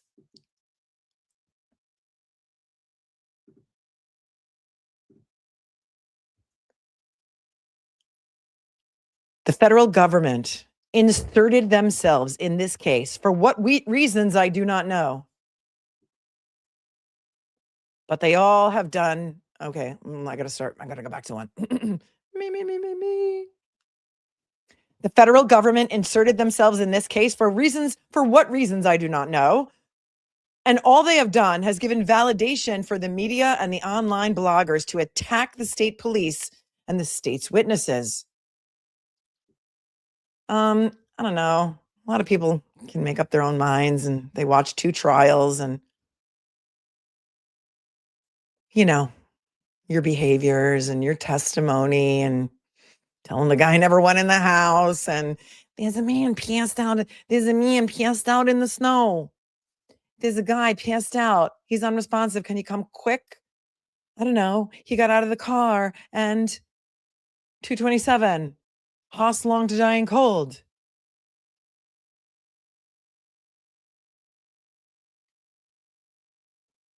If somebody told you to Google hypothermia, what would you Google?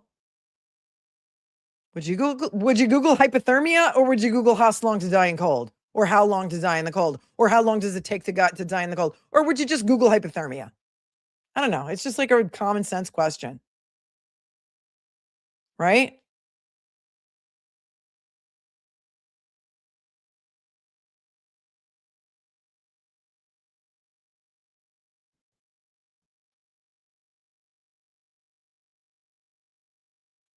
Oh. Barry Garcia just joined YouTube a couple days ago. And then subscribed for 3 days and waited to put this comment in here, which is so interesting that you brought this up because I wasn't going to do it, but I think I might. Thank you, Barry Garcia. I'm so jealous and I'm so intimidated of Loophole Lawyer. He really scares me. And I'm really jealous of him and his how many subscribers does he have? Like 185,000 subscribers. And he has recently shown his racism on several channels and his misogyny. Did you know that he had his co-host attorney Judy appear in a bikini on a live stream about 5 months ago? That he forced her to appear in a bikini 5 months ago. Do you guys know that? Why are you afraid to take a lie detector test to prove you really believe Karen Read is innocent, you lying effing fraud? I don't know how my lie detector test would serve you. You forgot to put in there that I'm racist and I live in an all-white neighborhood. So go on with your bad self. Take your toys, get out of the sandbox, and don't let the door hit you on the way out.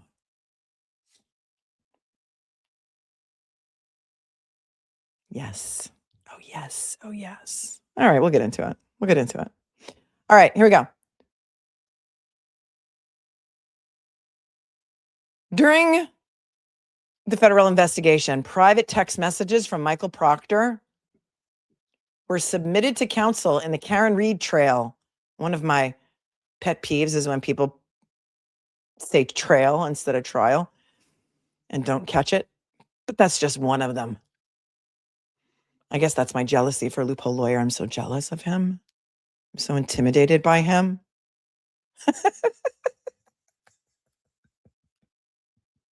You know how many sock accounts that guy has?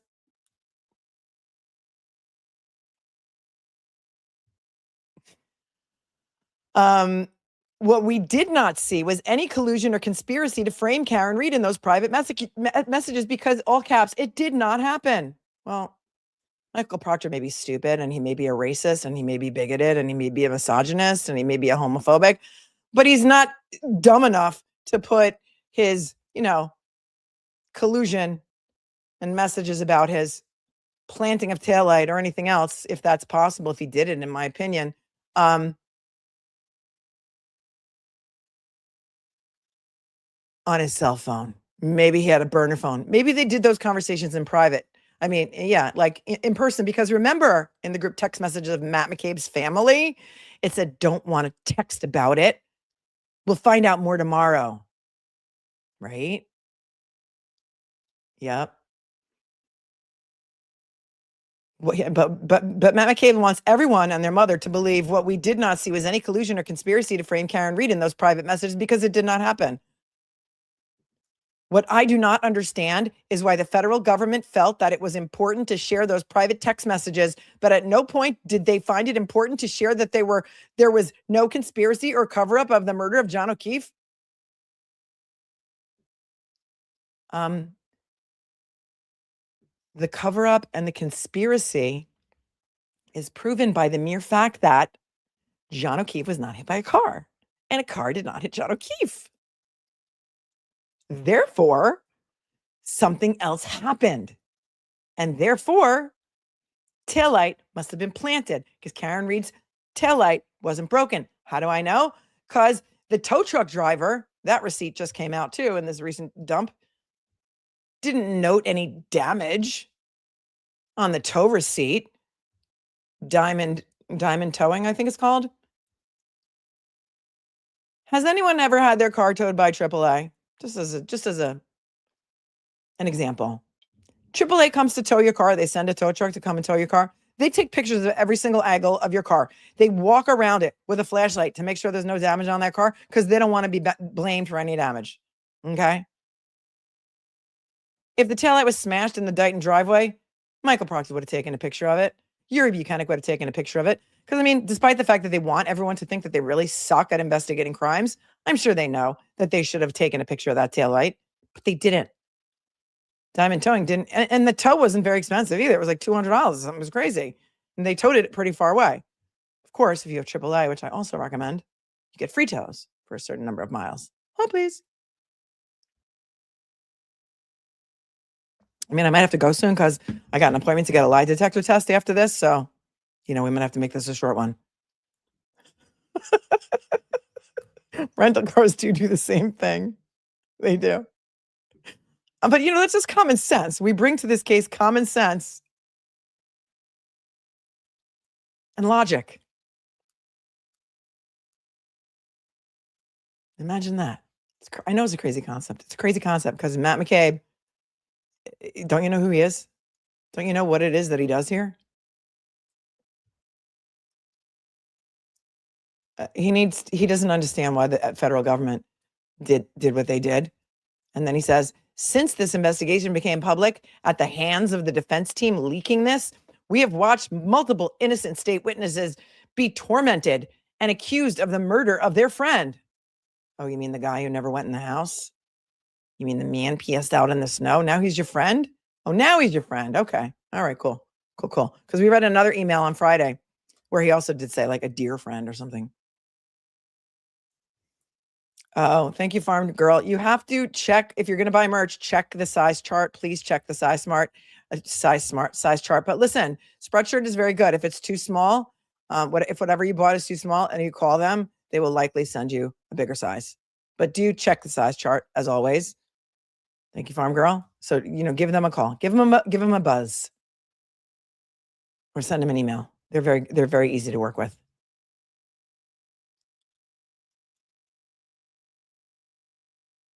And it wasn't the defense team who leaked the FBI investigation, was it? I mean, it was discussed in open court.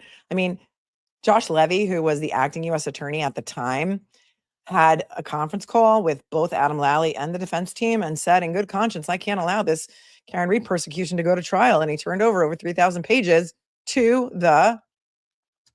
both sides, thinking, well, obviously, the DA is going to look at all this evidence that John O'Keefe was not hit by a car and he's going to drop the charges. But no, they doubled down. Then they paid hundreds of thousands of dollars to hire a guy who used blue paint in his experiments.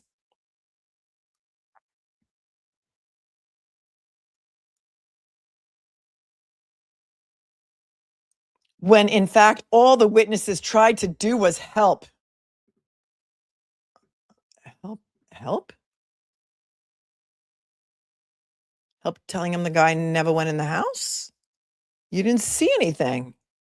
In fact, Matt McCabe, if I recall correctly, and I think I recall this correctly, in your witness statement, you told Michael Proctor, or whoever it was that took your witness statement while you were all in the same room together, I know, family meeting and whatnot, you told Michael Proctor that you were curtain twitching and that your wife also said she was curtain twitching, which means, you guys are looking out the windows all the time, like curtain twitching, and you saw Karen Reed's car for the last time outside 34 Fairview at 12:45 a.m., which is so funny and weird because Karen Reed was back at One Meadows by 12:36. It's crazy, right? If I put this up, can you still, oh, wait. Okay, it's a background now. This is the Worldwide Privacy Tour on South Park. It's the Worldwide Privacy Tour, season 26, episode 2. Meghan Markle, Meghan and Harry of Canada, because, in South Park, they have to say they're from Canada, went on a worldwide privacy tour. And on their worldwide privacy tour, they went on every single morning show they could go that would have them. And then they moved across the street from Kyle. And if you come to your screen, you can see what they did. They put big banners all over their house. Go away. Leave us alone. Respect our privacy. Respect our privacy. This is like the Worldwide Privacy Tour. And then we have another little, wait, let's see if I, oops, move over here. There they are, curtain twitching. Look, Meghan and Harry looking out their window, curtain twitching to make sure that everyone's paying attention to them. Right? But Matt McCabe wants everyone to know that he's outraged. He's outraged. He's outraged. We want our privacy. We are outraged. All we did was try to help. Okay, cool. It is so fitting. If you have not watched season 26, episode 2 of South Park, you can get it. It's out there. It's on a streamer. I forget which one. Oh, wait. Let's see which banner. Which background did I have up already before? Oh, Moulin Rouge, because of course. Okay. Let's get it back up here.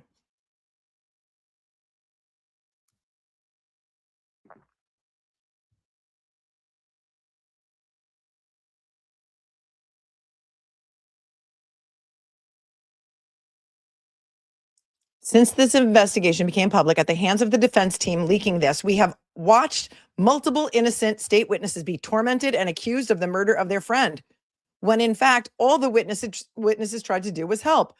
Our justice system is broken, and this case shows that nobody will want to be a state witness in the future. Oh, they were concocting their organization all the way back in November. Or when was this? July. This is in July 2024, right after the mistrial. They were concocting their plan all along.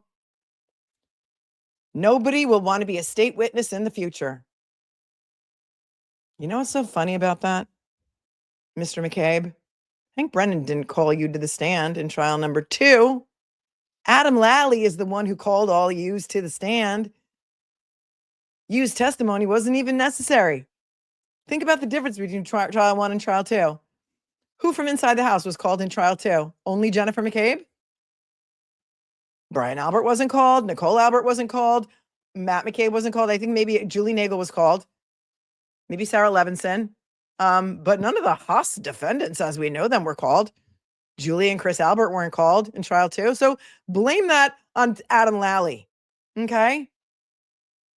You were so eager to be a state witness because you really, really, really wanted to pin it on the girl? Interesting. Oh, please.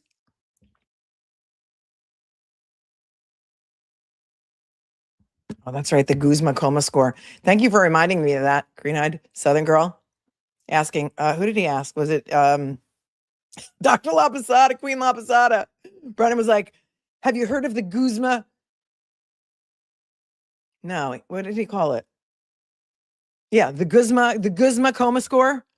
And she's like, the Glasgow coma score? She's like, no, Guzma. And it was right then that Hank Brennan outed himself as a Pokemon fan. Meet Guzma. He's in the corner now. I think he's right above me. He's in the corner now. That's Guzma. He's like king of the Pokemon or something. I don't know. He's in charge of monsters or something. How fitting. Yeah, it was the Glasgow coma score, not the Guzma coma score. But he was so convinced that it was the Guzma coma score. Thank you. That was a laugh. That was so good. No Julie Nagel in number 2. Only Sarah Levinson. Thank you, David's girl. Oh, are you David's girl for real? Is your boyfriend's or your husband's name Dave? in my Amazon storefront, which is linked below this video. There's a shirt that I wear to Dave Matthews concerts. In fact, it's the same shirt that Julia Roberts wore to the induction of Dave Matthews into the Hall of Fame because she's good friends with Dave Matthews. And it says Dave, Dave, Dave, Dave 5 times. So you might like that shirt. Check it out. It's in one of my Amazon lists in the link below. Laposada schooled him. She was like, yeah, no, never heard about that because it doesn't exist.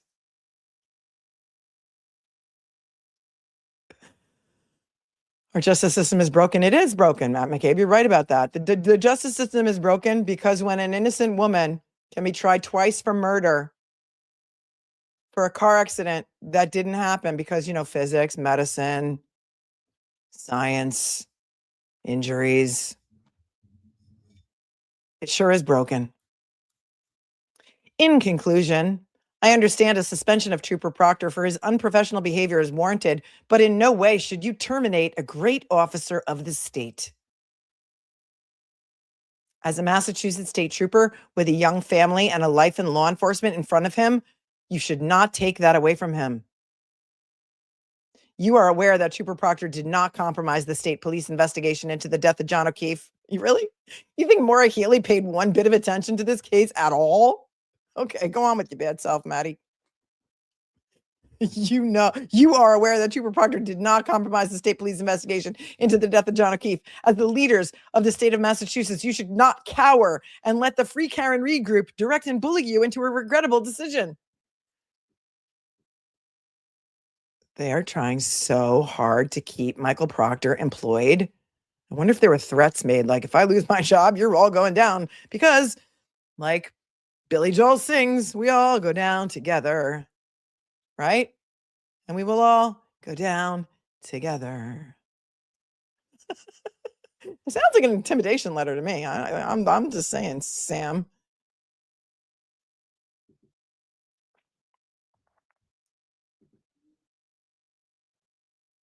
You should not cower and let the Free Karen Reed group direct and bully you into a regrettable decision.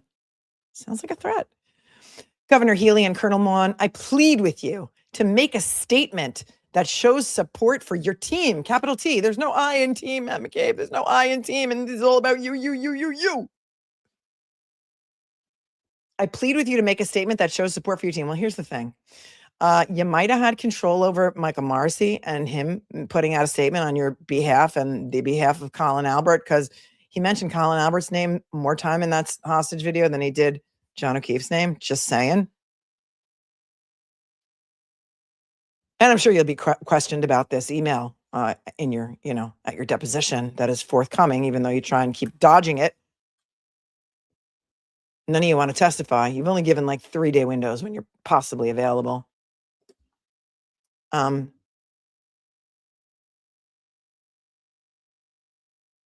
You might have been able to bully Michael Morrissey into making a statement, but you didn't. Did they even respond to this email? I don't know.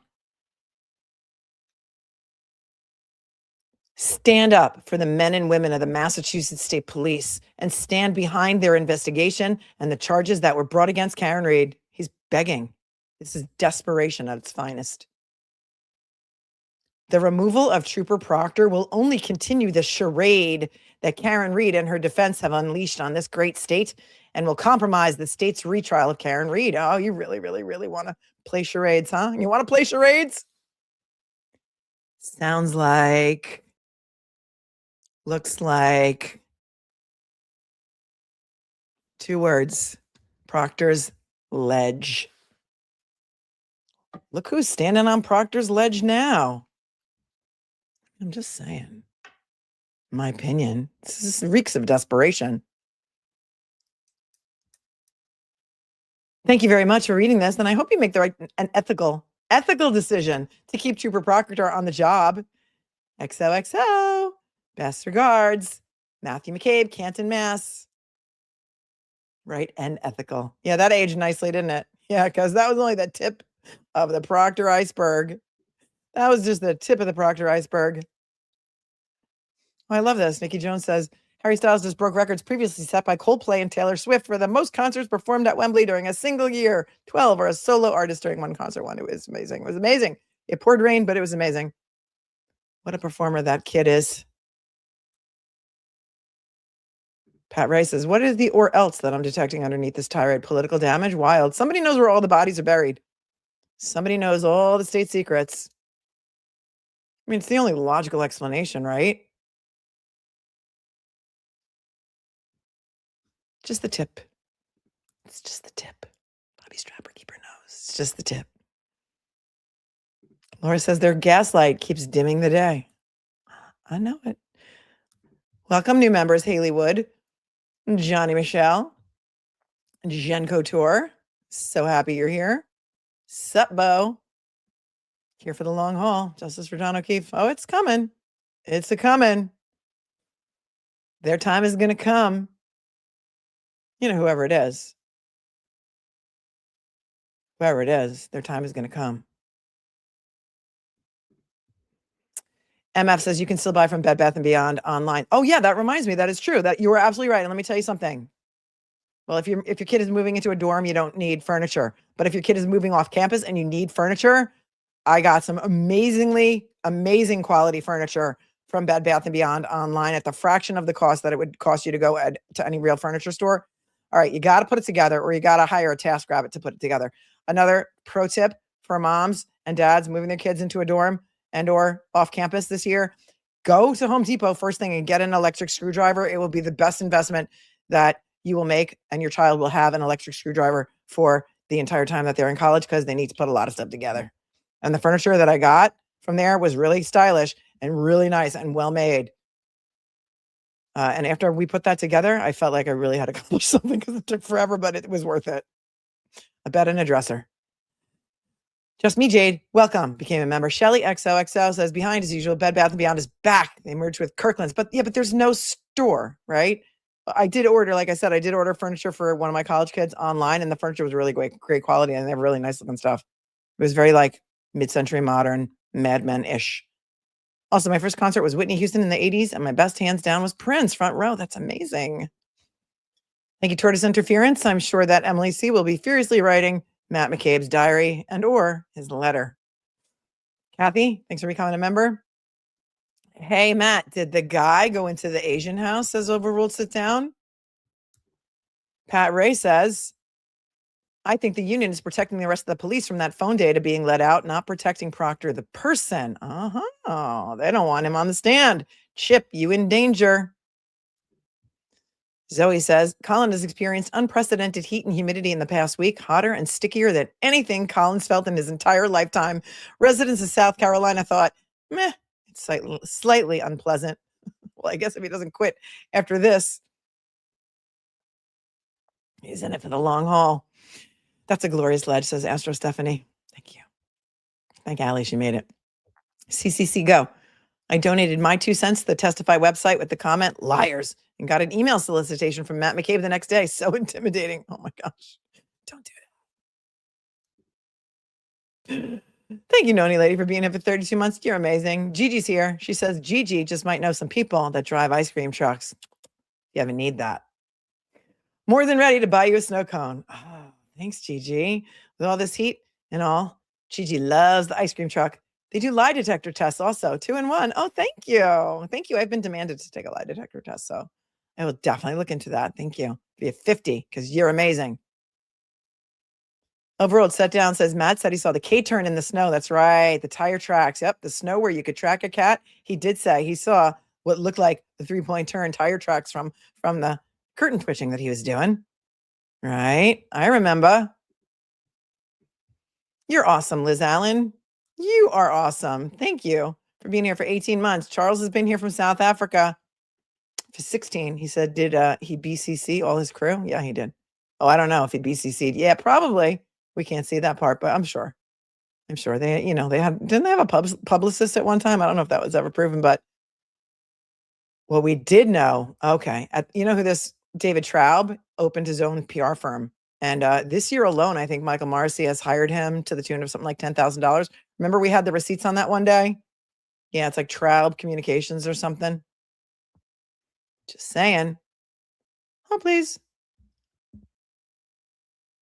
Kathy wanted to know the date of this letter. This letter was Monday, July 22nd. 2024. But wait, there's more, because on July 15th, which was a week before this, Jennifer McCabe's dad wrote a letter. That's the one we're going to read next. Jennifer McCabe's father wrote a letter.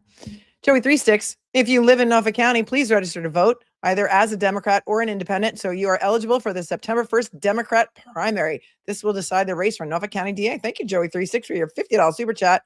Remind everyone, there are a lot of Norfolk County people in the chat. They don't always like to chat or, they like to remain anonymous. They like to remain anonymous in Norfolk County with good reason.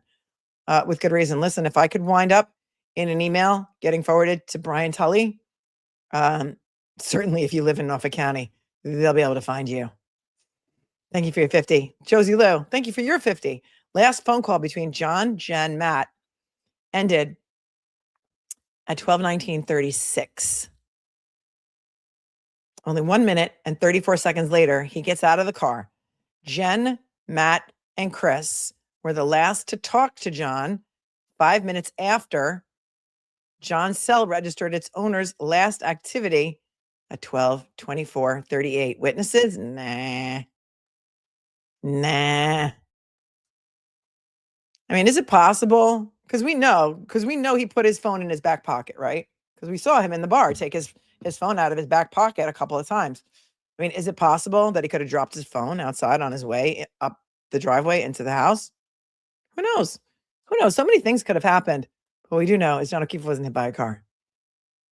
Thank you for your 50, Josie Lou. You fall into rabbit holes even deeper than I do, and I love it. MN Mom says, I'm so happy to be a cupcake. I love you, Mel. I love you more. Venus Blue says, off subject, so save till the end. Yes, I did see this. I won't save it till the end because they pile up and it stresses me out. The Long Island serial killer therapist, her name is Allison something, the one who interviewed him and treated him and was there when he disclosed to his wife and daughter and son that he was the Long Island serial killer. That woman who was in the documentary is not licensed. She's also been brought up on criminal charges. Yeah, it's wild. I haven't had a chance to dive into it yet. I saw it like in passing in a headline, and then because of my self-diagnosed ADHD via Instagram, I never got back to it. But it's wild. Also, what's wild is that she was referred to the family by defense attorney Michael Brown, who knew her for years. It's crazy. But it's wild. Yeah, that's crazy.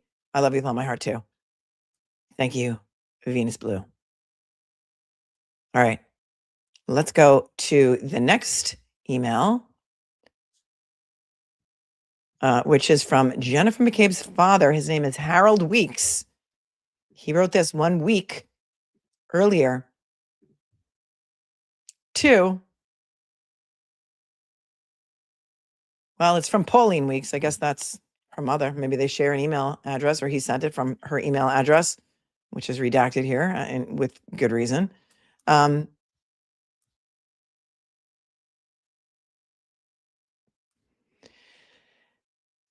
it says, subject, immediate action required. State witness Jennifer McCabe and MSP.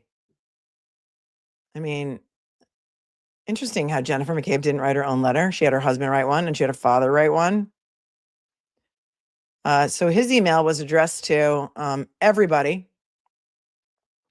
Joshua Levy, State Police Association of Massachusetts, Bethany Brown, the Attorney General's office, Maura Healey, the governor, Kimberly Driscoll, John Mon, who's the head of the Mass State Police, Carissa Hand, don't know who that is, William Galvin, Norfolk Clerk's Office, David Traub, Lynn Beland, Andrea Campbell, James Eldridge, Michael Morrissey, there he is, Michael Morrissey. They're going over Michael Morrissey's head. John Pinkham, Terrence Reedy, and John Melander, and Gerald Collins. And David Traub forwarded this to Brian Tully on July 15th, 12:25 p.m., which was a little over an hour after he received it from Pauline Weeks' email, but it's written by Harold. Hello. My name is Harold Weeks, and I am the father of Jennifer McCabe, a witness in the Karen Reed trial. I am writing to bring things to your attention regarding this case and the investigation into the state police trooper, Michael Proctor. Due to being a witness in this case, my daughter's life has been destroyed. The defense team, Karen Reed, and social media bloggers have made it their mission to attack her and her family. Attorney Alan Jackson has stated in open court that he had already done enough damage to her regarding her testimony. That's not what he meant. He meant he didn't want to call her back to the stand because he already got out of her what he needed to do, and that is discredit her. Sir,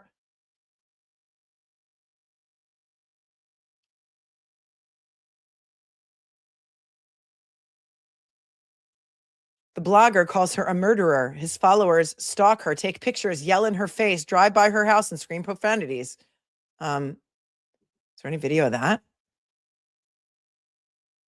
I'm just wondering if she's collected any video of people driving by her house and calling her a murderer. That's terrible. They should not do that. They should not stalk her. They should not follow her. I would not ever suggest anyone do that ever. It is different when a reporter asks questions and knocks on doors. Listen, sir, I'm sure you've watched 60 Minutes your whole entire life. It was a big deal, 60 Minutes was, when I was growing up in my house. The TV would be brought over to the dinner table and 60 Minutes would come on Sunday nights. Anybody else remember that? Oh, please.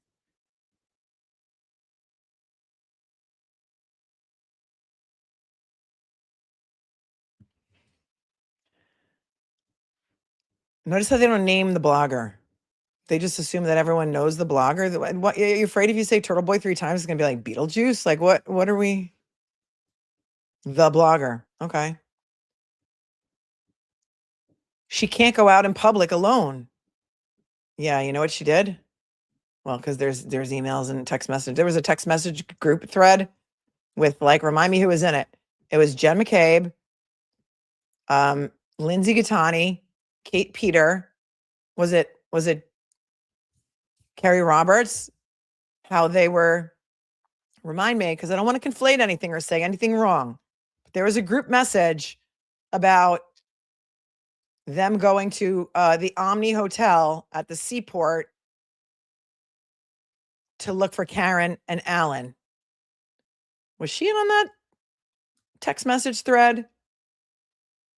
Anyway, he wants us to believe that she can't go out in public alone. One individual stated that she wanted to put a bullet in her head. That's horrible.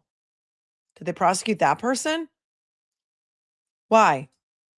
3 question marks. All because she's a state's witness in the Karen Reed trial. She has begged and pleaded for help. Yeah. Can't you get him to stop blogging about me? She tried to get a restraining order, or an HPO, as they call it up there in the Massachusetts, against Aiden Carney, and it didn't work out. Chris Albert tried too. That didn't work out either. And there's text messages between Michael Proctor and I'm sure Jennifer McCabe that we have not been allowed to see yet, in which perhaps she was pleading, maybe. Maybe she's begged and pleaded for help to Michael Proctor in text messages. Arrest him. Arrest him already. I don't know, but you're telling us everything, Harold. She's begged and pleaded for help via text message. We know she also texted Michael Morrissey on his phone because he was stupid enough to attach a screenshot of her text message to him in an email that he sent to Stoughton court judges, threatening the judges in Stoughton because he said that a citizen has lost faith in the Stoughton court judges and things need to change. And it was Jennifer McCabe's screenshot in which she said, I know it's late, but I just found out that Chris didn't get it. They had a direct line to Michael Morrissey. More of that is going to come out in the phone extraction. A lot of it is sealed. A lot of it's going to come out in Aiden's case, I think. Aiden has said that. He knows things that he can't talk about. And we will see soon how she has been begging and pleading for help, because now you're admitting it. And I don't think he's talking about the victim witness advocate. Her daughter, my granddaughter, was admitted to a mental health program. And that's horrible. That is horrible.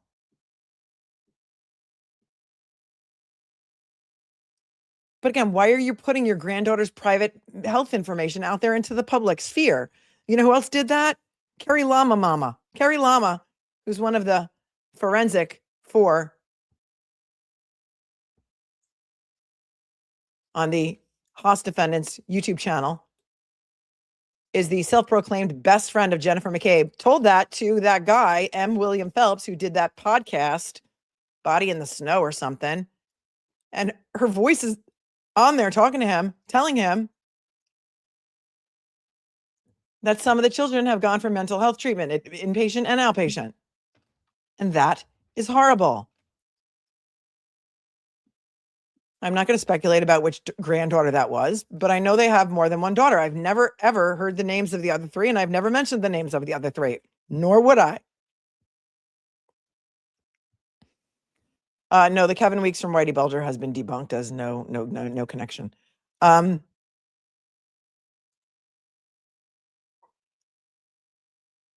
That is horrible. Allie is the only one that we've ever talked about because she has testified. And as I said before, if it turns out, because we found out in a recent dump or motion, or I don't remember where it came out, that Allie McCabe's Life 360 data does not have her going to or fro 34 Fairview or Collins House at all, at any time on January 29th of 2022. And if that is true, and that can be borne out and proven, Allie McCabe might have some splaining to do. Because I said from the beginning, I said, why are they involving their children in this? Because they needed an alibi for Colin, or Colin needed an alibi. This is written by Jennifer McCabe's father, Harold.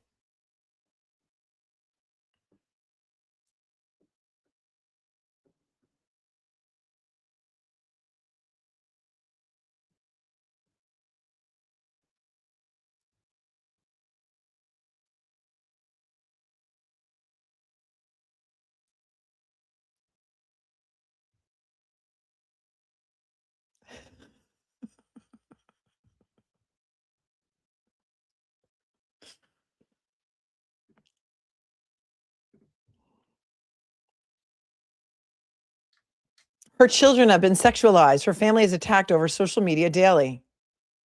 Horrible. You know who else is? Me. You know who else is? Everyone else who thinks John O'Keefe was not hit by a car. There was some talk of some picture that had like, I don't know, sperm or something on it. I don't know that was ever proven. I don't know if that was a rumor. I really don't know much about that. I don't know if that, where it came from. I don't know. Yes, he's Nicole's father too. You're right. So if he's Jennifer McCabe's father, he's also Nicole's father. That's right. Why doesn't he say, I'm the father of Nicole and Jennifer McCabe? All he says is, I'm the father of Jennifer McCabe. That's very interesting to me. That makes me think that maybe he didn't write it, because Nicole Albert is also his daughter, and she is also a witness. Is she only? Was Nicole Albert not being attacked? I mean, listen, it was Jennifer McCabe's phone that Googled how's long to die in cold at 2:27 a.m. But that is an interesting choice of words. Thanks for pointing that out. I highlighted a quick snapshot to hopefully get your attention. After seeing what has happened to her over the past 16 months, I do not wish this on anyone. The Department of Justice intervened in a state murder case. The reason why, I don't know, but I welcomed it. It sounds awfully familiar to the email that Matt McCabe would write a week later. I figured that our government had a reason to do what they did. In the end, they would clear the witnesses' names. Well, you know what would have been really good? Is if Michael Proctor did a proper investigation. That would have been really good. But apparently her own father wants her cleared. That's kind of interesting too, right? You thought that the federal investigation was going to clear your daughter? Huh. They cleared Karen because she's the one of being accused of murder.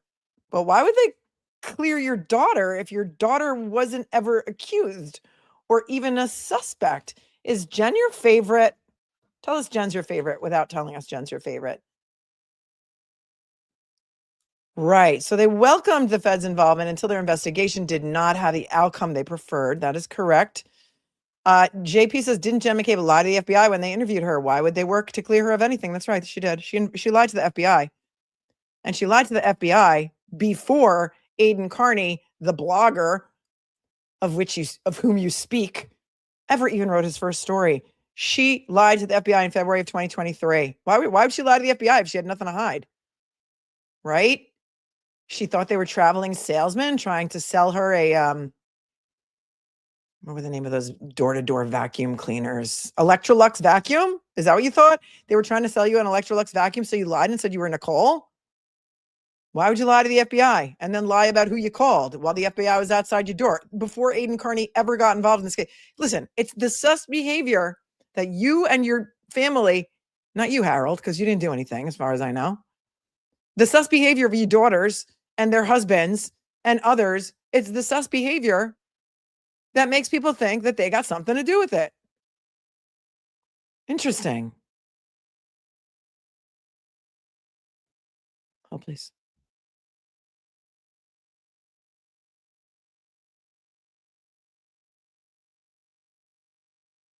And nobody here has been brainwashed by a blogger named Turtle Boy or by me or by anybody else on the Tubes EU. Unless if you have been brainwashed, just raise your hand in the chat if you've been brainwashed.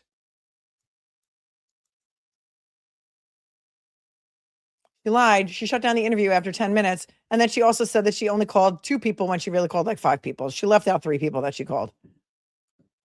Cutco knives, maybe. Remember people used to sell the Cutco knives? That was like an MSM. It was like not an MSM, an ML. What do you call that thing? An MLM pyramid scheme? MLM? Cutco knives. Emily C is here. She says also, don't they love to say the federal investigation did clear the witnesses because there were no charges? Yes. They got to twist the narrative when it suits them. Here, let's see what he wants. We haven't gotten to him pleading for Proctor yet. I'm not sure if he does because of the cold read for me. Let's keep going. I figured that our government had a reason to do what they did. In the end, they would clear the witnesses' names. Well, that hasn't happened. Not only have their names not been cleared, but the investigation by the DOJ has only made things worse on her family. Maybe she shouldn't have lied to the FBI? Maybe she shouldn't have changed her testimony to all of a sudden say, I hit him for the first time ever. And again, what did they have to clear her from? Right. You guys are asking all the right questions. Ask it differently, Mr. Jackson. Says, I didn't even know who Turtle Boy was until Jen said it on the stand. Cold Docket True Crime has Cutco knives. I didn't even know they still made Cutco knives.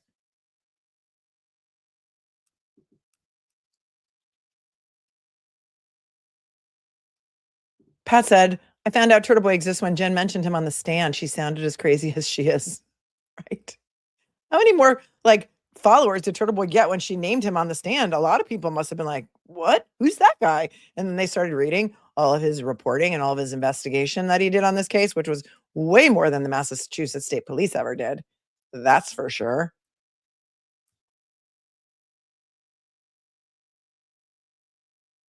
She is a state's witness to the charges that the state brought forward against Karen Reed, but she is being treated as the villain. She is taunted daily that the feds are coming to get her. Feds is all caps.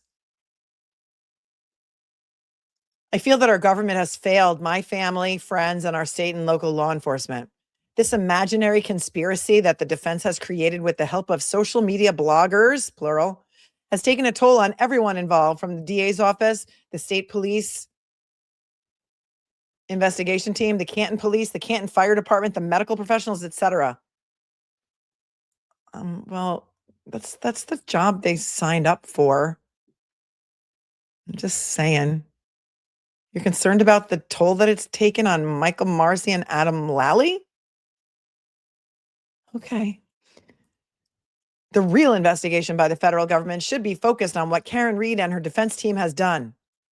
Like, defend their client.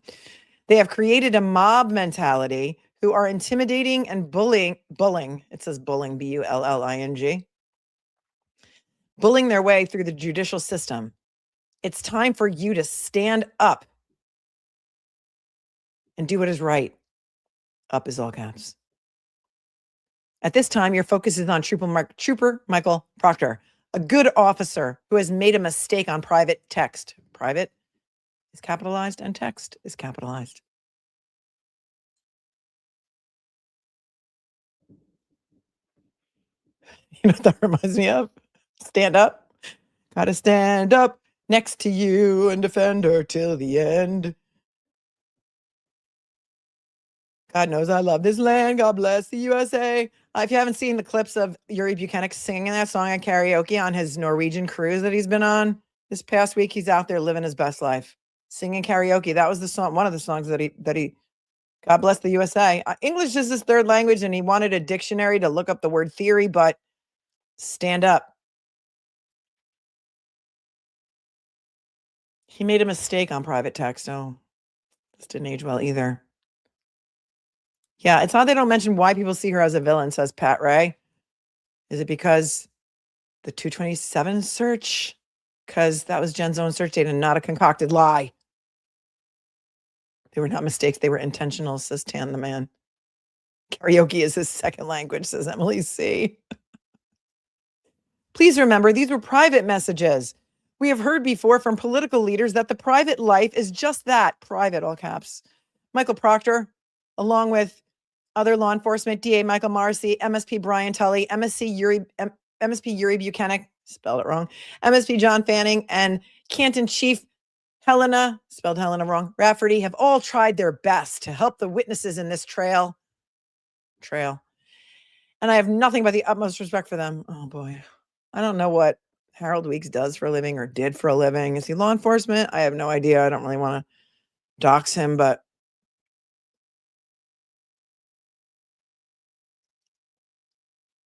they're all just they've tried their best. They tried their best to find out who murdered John O'Keefe. It just wasn't good enough. Because of their investigation that just wasn't good enough, will there be justice for John O'Keefe? No mention of Higgins. No, they don't care about Higgins until they need him on their side with the same attorney. I wonder if Harold Weeks still has the utmost respect for Michael Proctor. Yeah, Trail was also in Matt's email. Yeah, I thought it was in this one, but I think you're right. Different font, I think, in this one. Misplaced anger.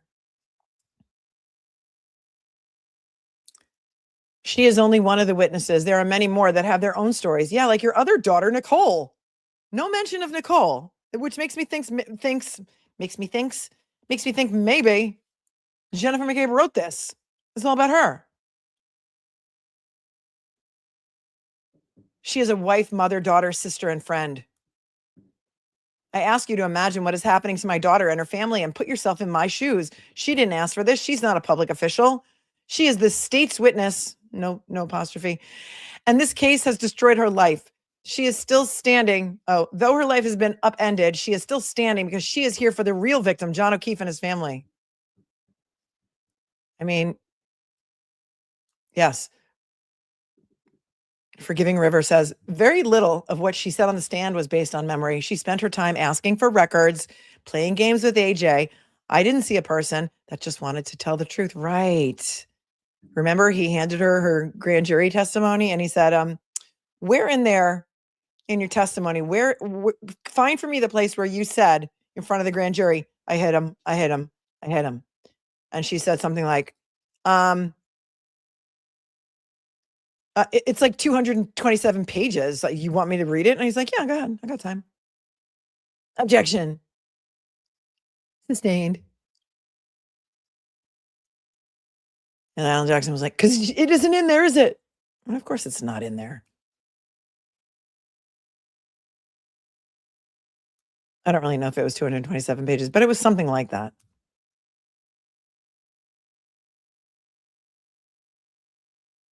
Many of you didn't know who Turtle Boy was until it came out of Jen's mouth. That's interesting. The capitalization is making me crazy too, and it's not just you. I ask that you put your focus where it should be, and that is to stand up and support the Massachusetts State Police, the Norfolk County DA, and the state witnesses. The state has worked diligently in charging the person responsible for the death of her friend, John O'Keefe. Your efforts to terminate Trooper Proctor will only undermine the great work that the state police did with charging Karen Read and will continue to feed into the mob of Karen Read supporters who are harassing and pushing a false narrative to the public to circumvent the legal process. I mean, I don't know if it's 227 pages. I think it might have been 222, something like that. 222 also is the time when the Bryans butt dialed each other and butt answered each other. 222 was the butt dial and answer. 227 was the HOS long done cold search. I mean, it's crazy to me that Celebrite changed their whole entire software after this case so that it wouldn't show a timestamp. So crazy, right? Thank you, Harold Weeks Jr. And then his private information is redacted as well it should be. You're a mob. You're all a mob. He did great work, though. He did great work.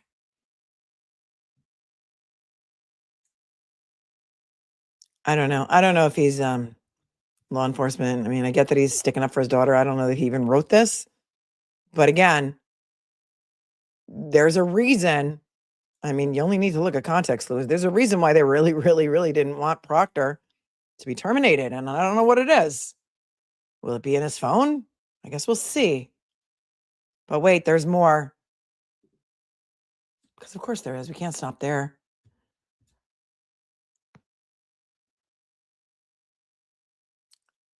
Kerry Roberts also wrote an email. She did. She did. That's why she's on the thumbnail.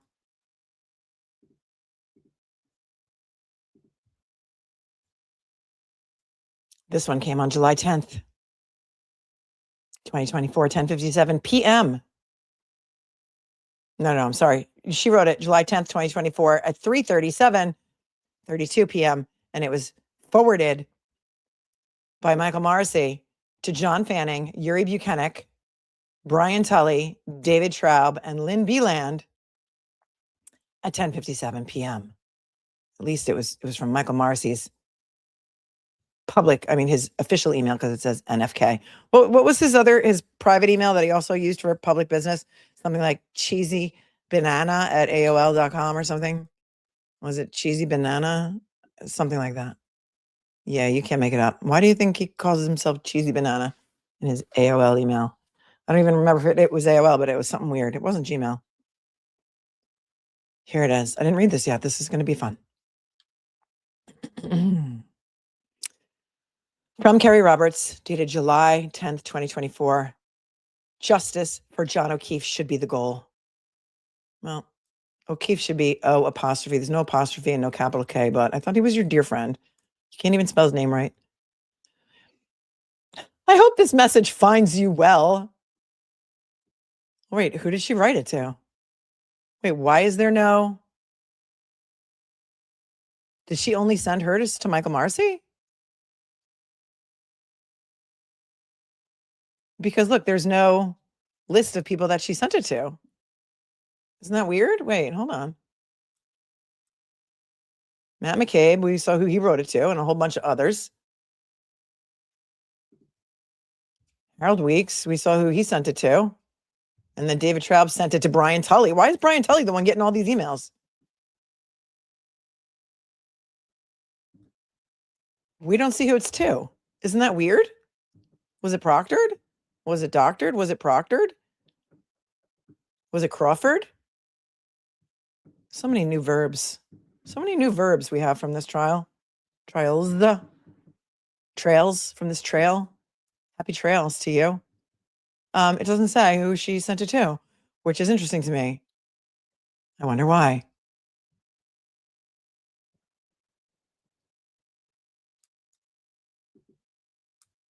I hope this message finds you well. I'm writing to bring your immediate attention a matter of serious concern regarding a criminal murder case, Commonwealth versus Karen Read, that appears to be compromised by witness intimidation, frivolous investigations, and potential political interference. Ooh, those fighting words. Well, if she only wrote that to Michael Morrissey, she would not have to bring Commonwealth versus Karen Read to his attention, because we know that he knew all about that case. In fact, he hired A special prosecutor. Well, he didn't hire him yet. This is just right after the mistrial. But I'm sure Michael Morrissey had egg on his face. Yeah, Morrissey is forwarding Kerry's email, but it should also say who it's to, shouldn't it, down here? Because why would she need to bring it to the attention of Michael Morrissey? No, I understand that. This is the same way all the other ones from Michael Morrissey to John Fanning. He sent it to all them. He forwarded it from Kerry Roberts, but ordinarily, isn't there also a to down here? Right. Does it say who her original email was to? That's what I want to know. Brandon Hunt is the guy at the Norfolk DA's office that's in charge of public record requests. That's why they got, because this is a public record request. That's Brandon Hunt.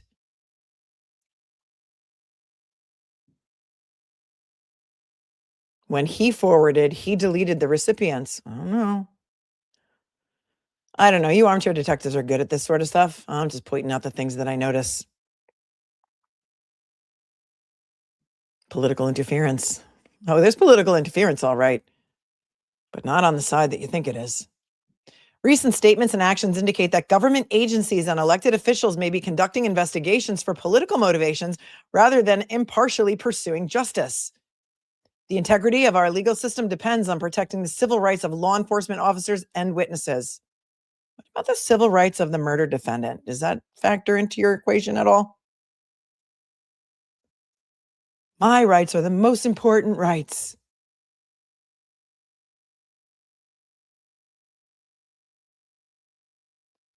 As a citizen of Canton and witness in this case, as well as a friend of the O'Keefe family, I am disgusted at the lack of intervention on behalf of the victim's family, law enforcement officers, and us witnesses over the past year and a half. What kind of intervention do you need? They could do a whole TV series on that. There was a TV series called Intervention. I don't know if it's on anymore, but that would make a great reality show. Intervention for all of these people. The level of harassment, intimidation, and slander suffered is horrific. Rather than protecting the victim's family, witnesses, and law enforcement officers, the Norfolk Superior Court, Attorney General's Office, U.S. Attorney, and Governor Healy have allowed and chosen to conduct frivolous investigations that include violating Michael Proctor's civil rights and allowing communications from his personal cell phone to be publicized. Well, here's the thing, Kerry. When a public official or somebody who's on the public dole, the government payroll, uses their private cell phone to conduct company business, it becomes discoverable. See? It's not a violation of his civil rights at all. The fact that he was discussing the case with people and the investigation with people is a violation of Karen Reed's civil rights, as is the things that he was saying about her and the potential things he did in this case. She, too, lied to the grand jury when she told the grand jury that she heard Karen Reed tell Jen McCabe to Google hypothermia. It was finally borne out in trial 2. She didn't really hear Karen Reed say Google hypothermia. She just knew that it happened. Right. The Fourth Amendment does not protect Michael Proctor. Interesting, they're all trying to protect Proctor. Why do you think that is? Save your thoughts for later, because I'm not watching the chat right now. Historically, there have been far more severe incidents of police misconduct that have gone unpunished. Oh, really? Well, let's keep going. The termination of an otherwise upstanding law enforcement officer for using a few choice names for a murder suspect during private communications on a personal cell phone sets a dangerous precedent. Oh, Kerry. Oh, Kerry. You lied to the grand jury, Kerry. Kerry. You're a talker. You're a talker. You remember what else it says? A few choice names for a murder suspect. He called the medical examiner, Irene Scorti-Bello, a whack job. He told his buddies that he was looking for nudes in Karen Reed's phone. And I said when this first came out, I said, do you think that's the first time he's been looking for nudes? I bet there's lots of nudes out there. Come to find out, sure as hell are lots of nudes of people in Michael Proctor's phone. We don't know who yet. And I hope they find out who these women are. And I hope they tell them. It could be men too. We don't know. He had a few choice names for a lot of people, not just a murder suspect. Now she's an acquitted murder suspect, by the way. Furthermore, Norfolk Superior Court failed to adequately protect court proceedings from outside influence and allowed a blogger charged with the intimidation of witnesses inside the courtroom during proceedings. Well, isn't that very telling about why they wanted him charged with witness intimidation? Because they didn't want him in the courtroom. Is that just one of the reasons? They also wanted to shut him up.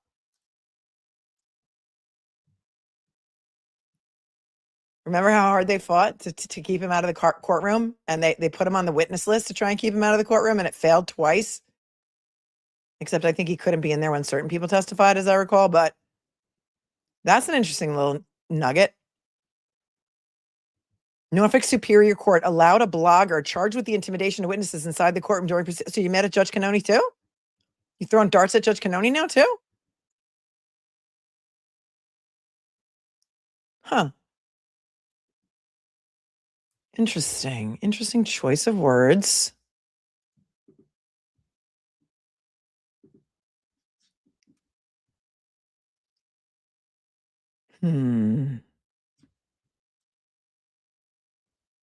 His presence, along with the protesters, in quotes, who were allowed to create a disruptive and disrespectful environment outside the courtroom, directly influenced the jury and contributed to the outcome or lack thereof. Well, you know, it's kind of funny about that too.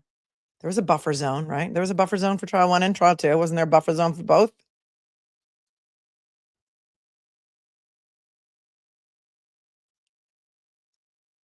How do you know they directly influenced the jury? How do you know that?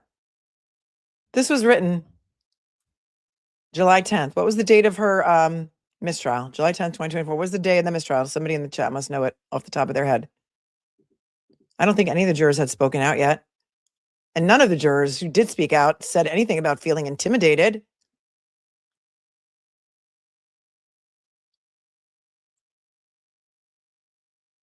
The buffer zone came before during trial 2 only. There wasn't any buffer zone. I thought it was just made bigger for trial 2, but I don't remember. It was July 1st. How does Kerry Roberts know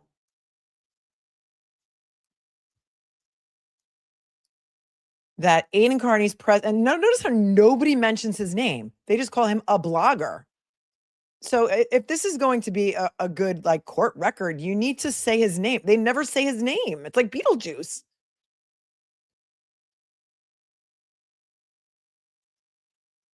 But remember what we also went over again on Friday night, Friday afternoon, whatever time it was. I don't remember now. Everything blends together. Friday, we were here for 6 hours all day. The shenanigans with the jury, right? And the information that Fanning told a court officer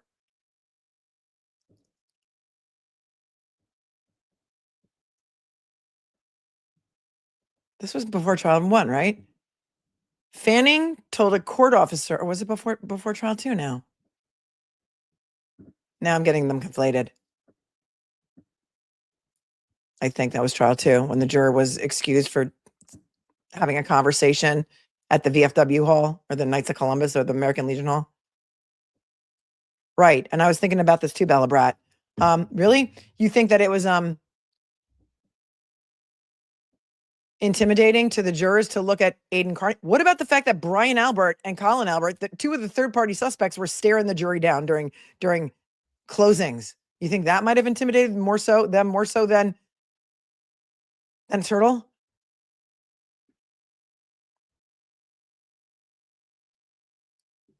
That's what it was. Okay, thank you, JP. Thank you for that, helping my brain, which is all over the place. It happened in trial 1. The fight about it came out in trial 2 when they made the motion to dismiss. That's right. So what happened was, for those of you who don't know, right before closings, I think it was right before closings. We just went over this the other day. It was like a juror named Juror A. Juror A, who they tried to, the Commonwealth fought to get out before the day that she finally did get excused. There were some sidebar conversations where they called her in and they said, I heard from a friend who heard it from a friend who heard it from a friend that you were talking at the American Legion Hall or the VFW about being a juror in this case about a month ago. Do you remember that? And the juror A was like, I don't know. I mean, I was drinking, but I don't know. It came out that it was John Fanning who told a court officer that, who brought it to the judge, and they wanted an evidentiary hearing about it. They didn't get one. This juror was like a clear pro Karen Read juror, and the judge dismissed her right before closings.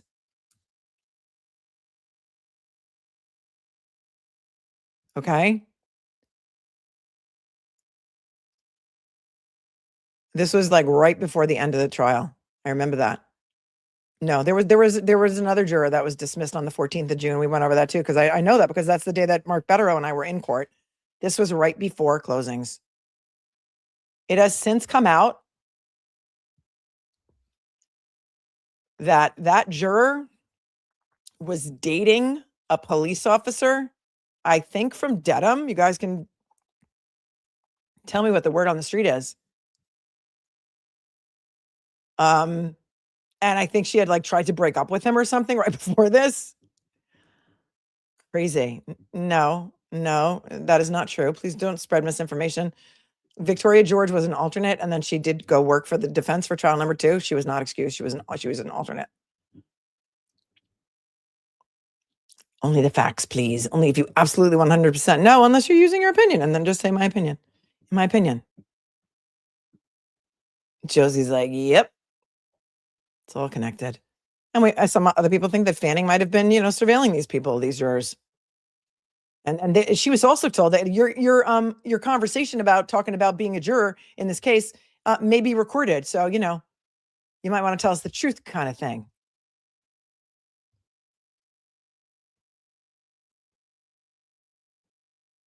Yep.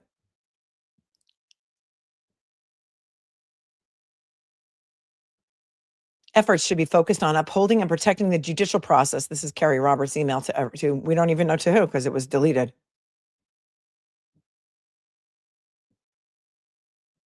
But instead, your focus is to launch a public relations campaign for political benefit targeting upstanding state troopers. Well, she did not send this only to Michael Morrissey. And so I have grave concerns about who she sent this to because look, the forwarded message says from Kerry Roberts. She's got an iCloud email, July 10th, 2024. It has a subject, justice for John O'Keefe should be the goal. And then Michael Morrissey forwards it to Fanning, Buchanan, Tully, Traub, Beeland, but it doesn't say. I wonder if she sent it to Michael Morrissey's private email. He forwarded it to his public email. I don't know.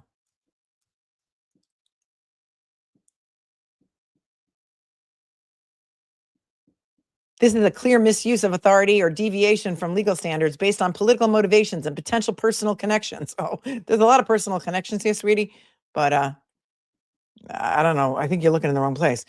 This questions the intentions and motivations of the offices of the Attorney General, U.S. Attorney, and Governor Healy. Oh, are you threatening them too? I mean, for people who all you wanted to do was testify, you have merch. You sure are threatening people. Did they really think this was going to work, this email campaign? The wrongful termination of Michael Proctor and the senseless, oh, wait a second, it gets better. The senseless investigation of John Fanning, Brian Tully, and Yuri Buchanan directly compromised the retrial of Commonwealth versus Karen Read, undermining the district attorney's case and tainting the potential jury pool. How dare you? How dare you discipline cops who really, really, really deserve it? Because we really, really, really, really, really want Karen Read to be convicted. What? Notice she doesn't mention Sean Good's name at all. Didn't Sean Good and Kerry live in the same neighborhood or something? I don't remember. Right.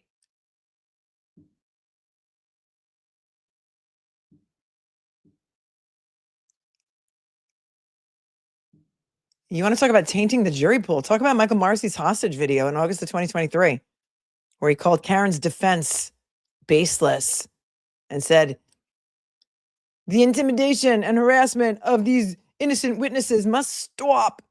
It must stop. Oh, Corey Hopkins, the queen, is here. I can always tell because she's got an octopus thumbnail.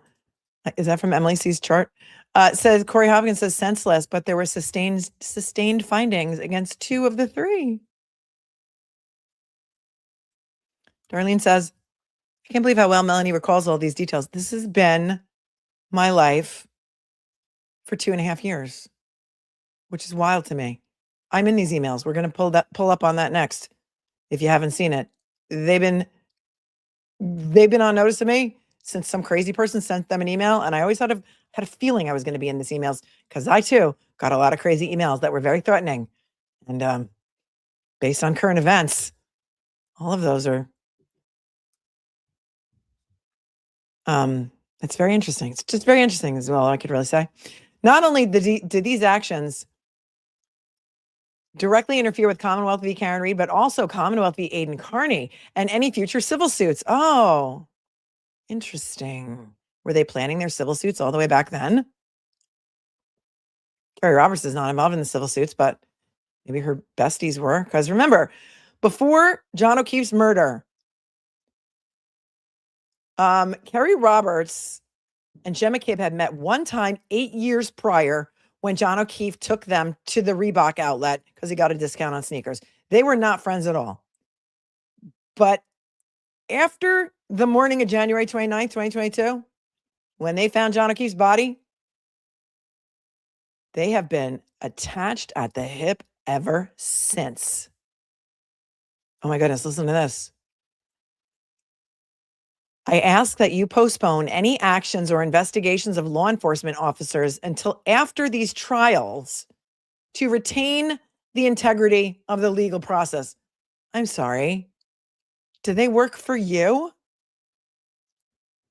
Until after these trials, like all of your civil cases that your friends are going to bring now, they became besties.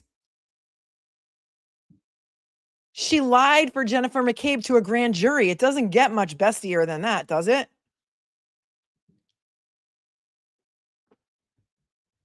Look the other way. Maybe it was the EMT. Thank you, Lindsay. You might be right. She said, I thought Kerry lives in the same neighborhood as the EMT. Was it Nuttall or one of those guys? Flamati? Yes, thank you for jogging my memory. Like they had block parties together or something. Because she was crossed on that, right? She was not crossed at all, remember, in trial 1. She was only crossed in trial 2.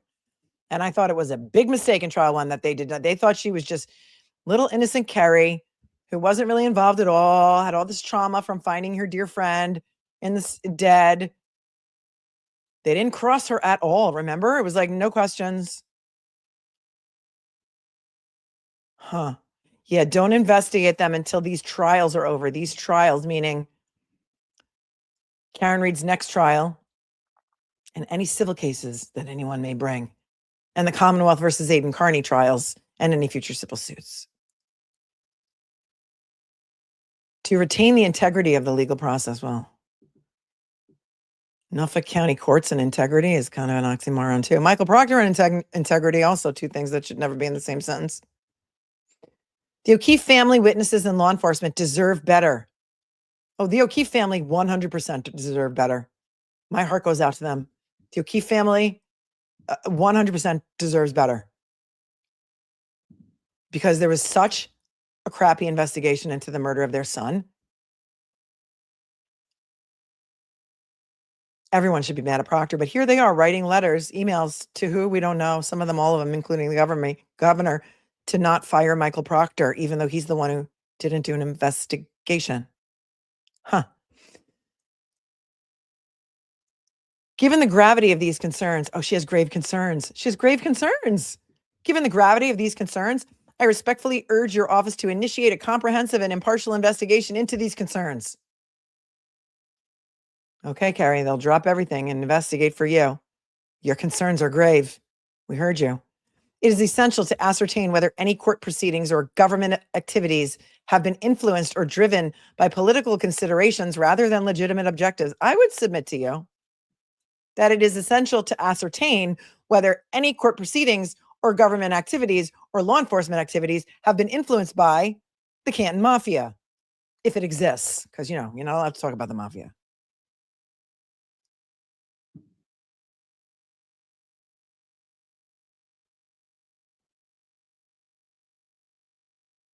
Becker or Whitley is what Corey said. Thank you, Lindsay. I didn't see it pass by. Right. One of them had gone to block parties with Kerry. Everyone's related there. It's like 6 degrees of Kevin Bacon, you know? Additionally, measures must be taken to safeguard the integrity of the Commonwealth versus Karen Reed and Commonwealth versus Aidan Carney. Oh, see, she's one of the few people who does not have witness intimidation charges against Aidan Carney because he didn't do anything to her, allegedly. He didn't do anything to anybody, in my opinion. That warrants felony prosecution, but she's the only one who mentioned Aidan Carney's name.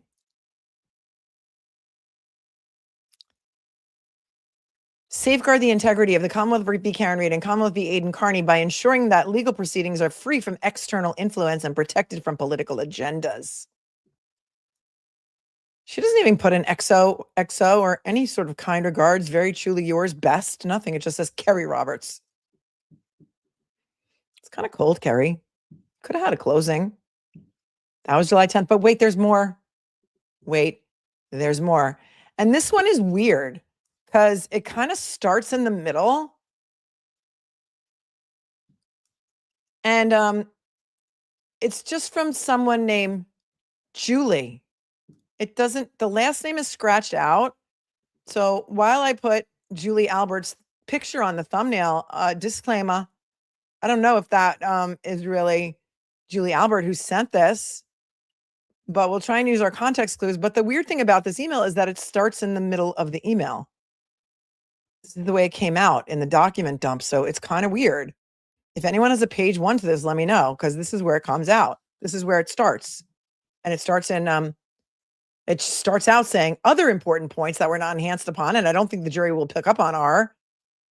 And then it goes into pink font. So it begs the question, where's the first page to this? Why is Moulin Rouge in the background? Because I took my daughter to see Harry Styles in London last week, and I went to see Moulin Rouge in the theater district in London, the West End, and it was amazing. And I loved it so much that I made it my background because I love Moulin Rouge. But we do know that this one is written by somebody named Julie, whose last name has been scratched out. See? So it's weird. But let's read. 3 asterisks. Karen told Yuri and Mike. Oh, Yuri and Mike. Oh, we're on a first name basis. So therefore, this person is close to Yuri and Mike. Remember, Michael Proctor. Michael Proctor's mother called the Alberts her second family. Julie Albert is the wife of Chris Albert, who's the brother of Brian Albert, and Kevin Albert, who's a Canton PD detective. Okay. Karen told Yuri and Mike that she had broken her taillight the night before in front of her parents, who are not refuting it, but didn't know how. This is extremely important to the case. Karen also told people her taillight was broken that morning on the phone before she left the house to search for him. I believe both the niece, Jen, and Matt heard this. This proves she did not crack her light on John's car. This is weird because there's no first page, so we don't know who Michael Morrissey forwarded this to or who this was written to. Chris Albert is the father of Colin Albert. Yeah, that's right.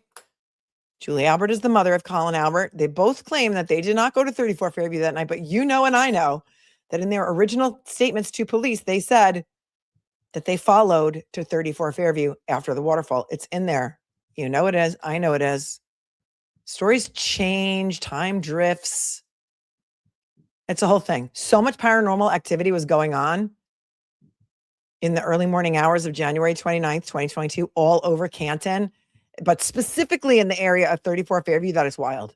Like cell phones didn't register, steps, all kinds of things happened, including time drifting. Celebrate not working properly. Mysterious butt dials, butt answers, butt dials before voicemail even picked up.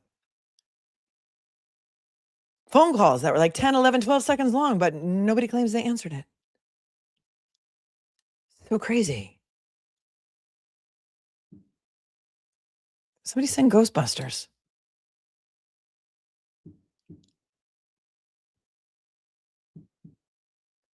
I believe both the niece, Jen, and Matt heard this. This proves she did not crack her light on John's car. Kerry Roberts testified to the tail light looking exactly how it did that night in relation to the Sallyport pictures. Emphasis needed to be zoomed in on all three pictures side by side, the 8:23 a.m., 5:07 a.m., and the Sallyport. 3 asterisks. Karen had Brian Higgins's number, 2 exclamation points. If she was so concerned if John got in the house or if he was missing in the morning, then why in God's name did she wake up the niece and say John was missing and that maybe she did something when she already had a number she could reach out to that was present that night and in the house?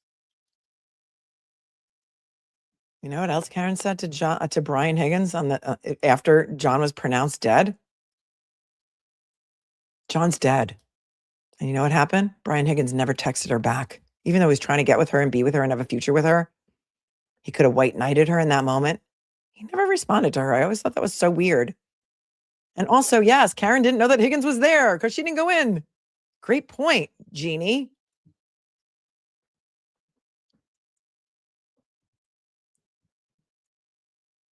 John's dead. He never responded to her, even though she thought he was hot.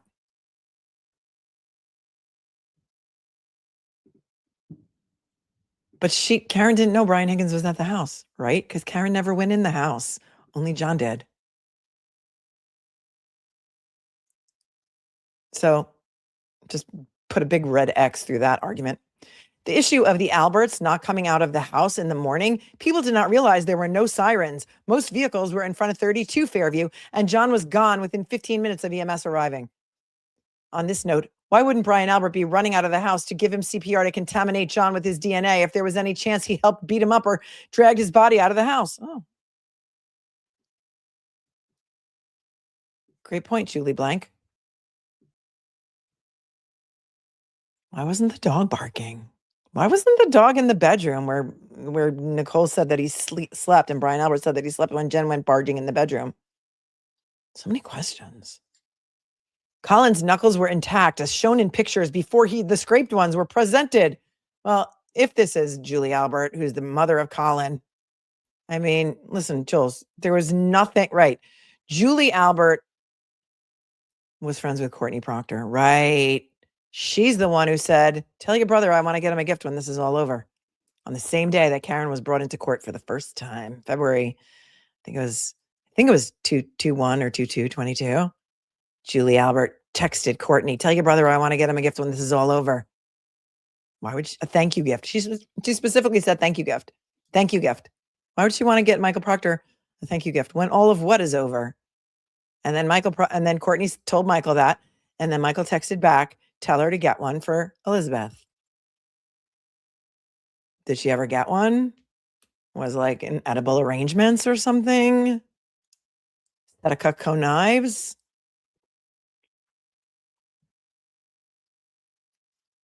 She was like besties with Courtney Proctor. In fact, Julie Albert was going to babysit for Michael Proctor's kids. That came out too. Amazing.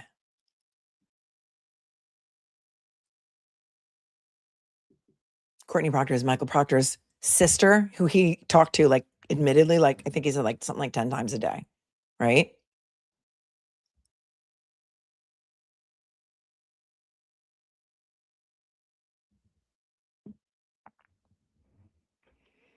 Karen, and then it switches from pink font to black font, but this first sentence is in bold font. Karen asked 2 people how long it takes to die from hypothermia. Oh my God, this is fantastic. For some reason, I just don't think Julie Albert wrote this. Barometric pressure and shaking of the phone affect the stare and step data on John's phone, especially if he was yelling and shaking his hands at the same time. I'm sure Apple would love to hear your thoughts on that. When was this taillight supposedly broken and planted? The tow driver was in full attendance until 5:36 p.m., if not longer, when it pulled into the bay. The first piece of taillight was found at 5:45.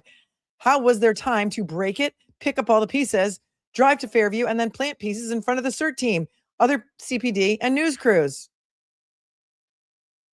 In between taillight, glass, a shoe, and a hat, there were over 40 pieces that would need to have been planted throughout the week.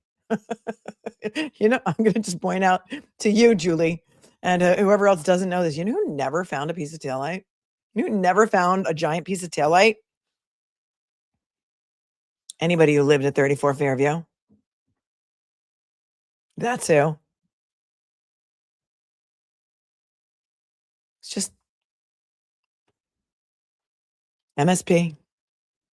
Driving to and forth back to work.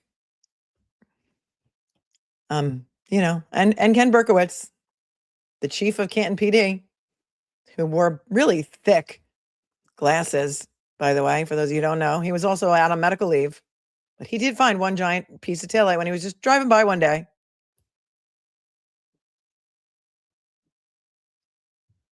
Oh, Mally Mcom says this has to be Julie Carpenter. And Olivia Nile, love you, Olivia, says, this email is incredible. You got to love how this random person magically is an expert in 20 fields and also happens to be a firsthand witness to many of the events that night. I know she came to drop off the box of Joe and the donuts, but she was just going to leave him in Beej's car because that was the family tradition. She was going to leave a box of Joe and some donuts in Beej's car in by all accounts, a nor'easter. You're going to leave hot coffee in a cold car? How does that make sense? And then she says, Brian Albert just saw her and said, come on in. You got to come in. We're having a family meeting.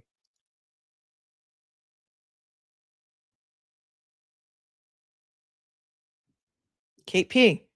Not the Kate P. says, and after the first pieces CERT found, they didn't even have to be at the lawn because there was no documentation. All they had to do was say they found it on the lawn. Yep.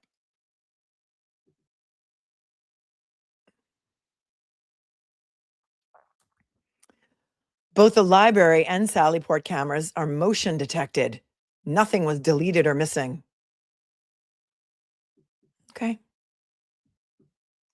Karen went Pleasant Street home. Where was the pescatide footage? I don't know. There was a lot of talk about this pescatide farms, which I'm not an expert on pescatide farms, what it is, where it is. They had a camera. A lot of footage went missing. A lot of footage, never happened. The specific footage that also did not appear from the library camera was any footage that would have shown Allie McCabe coming to and fro, picking up Colin Albert at 34 Fairview that evening. That didn't exist either. The taillight fairy is here, and the taillight fairy says, and she would know, technically, the taillight wasn't planted on 34 Fairview. They just claimed it was found there. Right. And Kitty reminding us that Julie said on the stand, she found out at 4:55 a.m. that John was gone, right? Libra Robbins here. She says, way to ruin Beej's birthday from 2022 on, guys. I know. And he already had anxiety. I feel very sorry for Beej.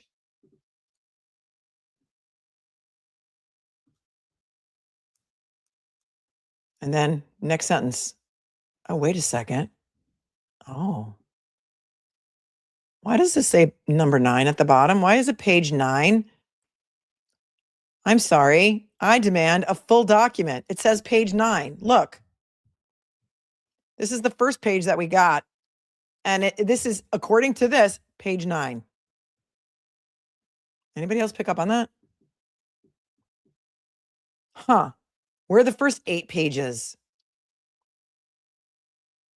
of this?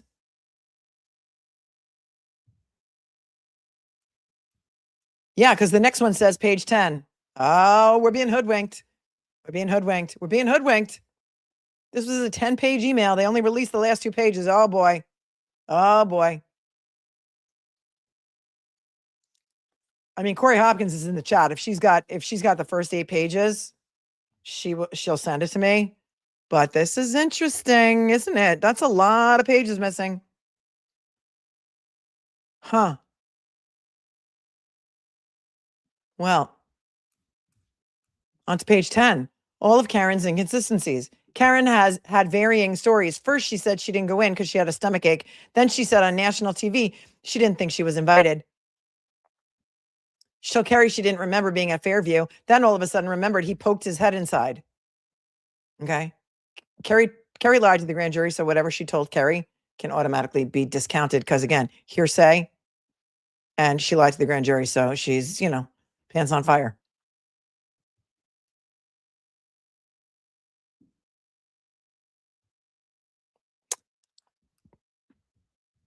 Secondly, Karen Reed never testified.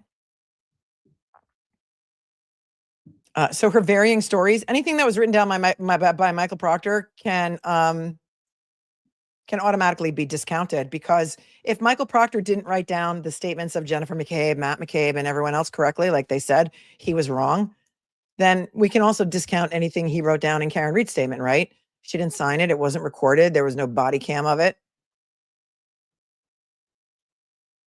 He did what he did lie about was on his search warrant paperwork. He lied about what time they picked up the car in Dighton and what time it got back to that. He lied about that. He said it was a scrivener's error and it was just a cut and paste job to all the other search warrants, but no big whoop. Look the other way. Look the other way. What's wrong with you people? Just look the other way. Corey says, I think Corey said, she says, I've never seen that one. Let's ask Norfolk County DA's office for their redactions log. I mean, it's just like they just put this out in the FOIA request without the first 8 pages.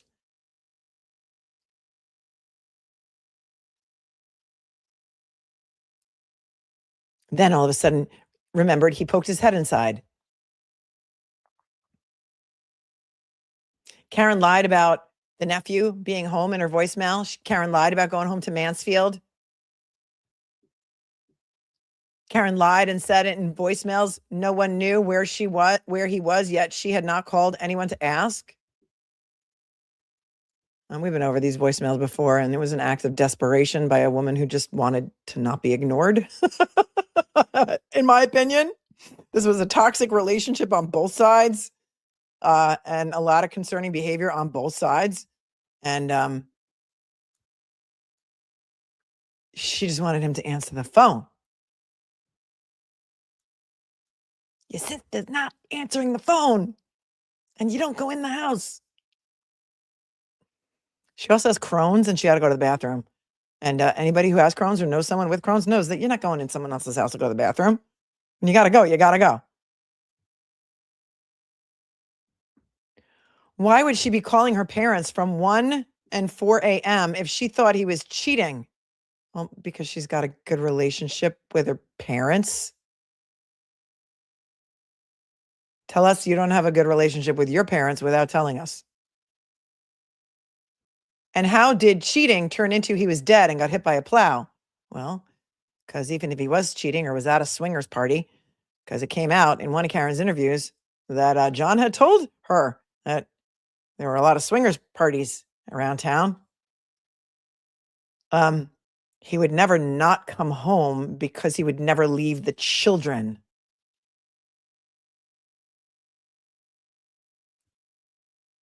Karen knew he was dead and hurt before she called anyone. Well, if she knew he was dead, why would she call his voicemail? And if she knew he was dead and she knew that she killed him, why wouldn't she call his voicemail and say, hey, babe, it's getting kind of late. Can you call me back? Do you need me to come pick you up? Maybe your phone's dead? Okay, I'll try you back in a little while, babe. Love you. Click. Wouldn't it be? Wouldn't she be saying that if she killed him? Instead of you're a pervert? Hence the pervert comments, right? Because of this swinging party. Swing, swing. That's a great song, too. All American Rejects, Swing, Swing. Here you go. I 100 agree, and there's the 100 emoji, with Trooper Proctor in his thoughts about Karen Reed. She is psycho, evil, and a liar. Oh, somebody get her in for deposition. We need to know who sent this email. Those were his personal texts that should never have been allowed into the courtroom. Well, when you're discussing a case on your private, we've been through this before, Jules. He is entitled to his opinion in a free country with free speech, right? So is Aidan Carney. Funny how things change when you're on the other side of it, eh, Jules? No, he's an investigator who's supposed to be unbiased. Okay? Not a virulent bigot, misogynist, prick, because that permeates his investigation. Every single case that man ever touched is going to come up for review.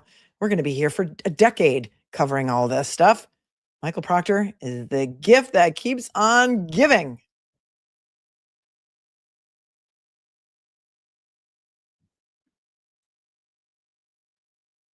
His thought to be protected private life was unnecessarily invaded by the FBI because of false allegations of corruption made by the defense team themselves. Oh, this didn't age well either, but oh, I get it.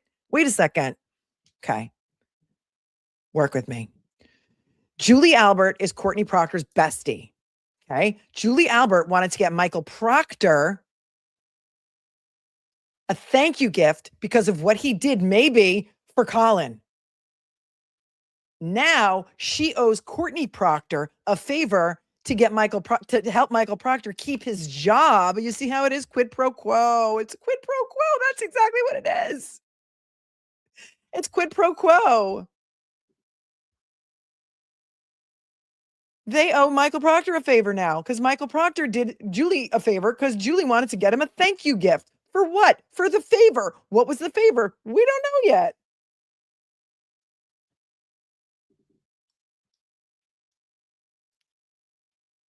Sharayish says, Melanie, we were circling to try and land at JFK, finally diverted to Boston. What do you mean, last night?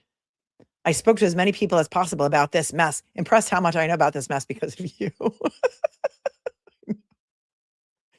Oh, thank you. I think that's a good thing, right? Listen, nothing outrages me more than injustice. And I've covered with you, not just the Karen Reed case, so many other cases of injustice. Some people we have seen acquitted. Brian Camp, Penny McGee, Ebony Parker.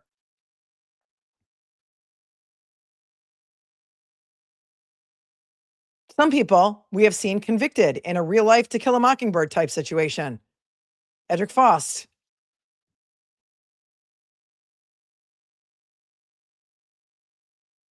This I can't get myself out of because John O'Keefe was not hit by a car and a car did not hit John O'Keefe. And I knew it from the very time that I first started looking into this because I've handled car accident cases for over 30 years. Okay. I'm a retired plaintiff's lawyer. That's what we did.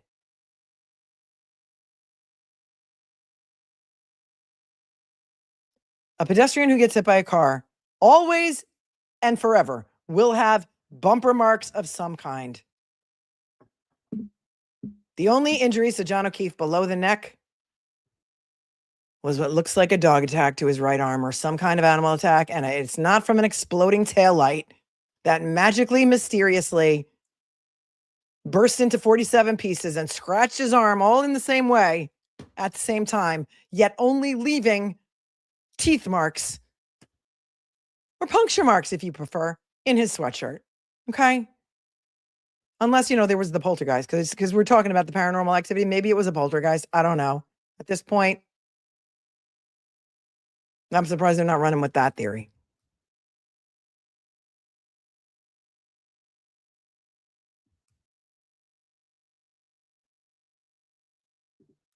His thought to be protected private life was unnecessarily invaded by the FBI because of false allegations of corruption made by the defense team themselves. Oh, that didn't age well. We all know they did not find anyone other than Karen Reed responsible. And those findings, again, should have never been allowed in the courtroom. Will anyone ever be held accountable for that? I'm sorry. Do you know how much the FBI paid ARCA? Do you know how highly qualified they are? I would put them up against Judge Judd the Dud Welcher any day of the week. The FBI was not trying to find out who murdered John O'Keefe. They were looking into, we don't even really know what they were looking into. Okay? Maybe the district attorney's office as a whole. Maybe the Massachusetts State Police as a whole. Maybe Sandra Birchmore. Because remember what happened when the FBI was investigating. whatever it is that they were investigating, all of a sudden the feds arrested Matthew Farwell, the Stoughton police officer who was quickly cleared by Fanning and all of these other mofos for the murder of Sandra Birchmore and her unborn child. Because he, again, another cop,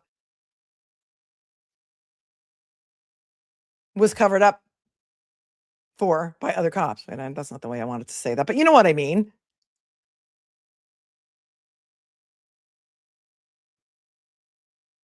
And they still have not brought state murder charges against what the hell's his name? Matthew Farwell. And the federal case could be tricky. It could be tricky. I don't want to scare you, but it could be tricky. A state murder charge would be much easier to prove. And they still have not charged him. And if I was a resident of Norfolk County, I'd be screaming to know why. If Adam Deitch gets elected, I bet you they will. Oh, please.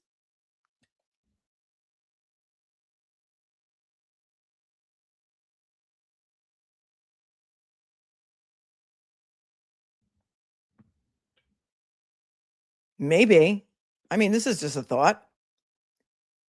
Maybe when the feds were investigating, they got Michael Proctor's phone records for some other case.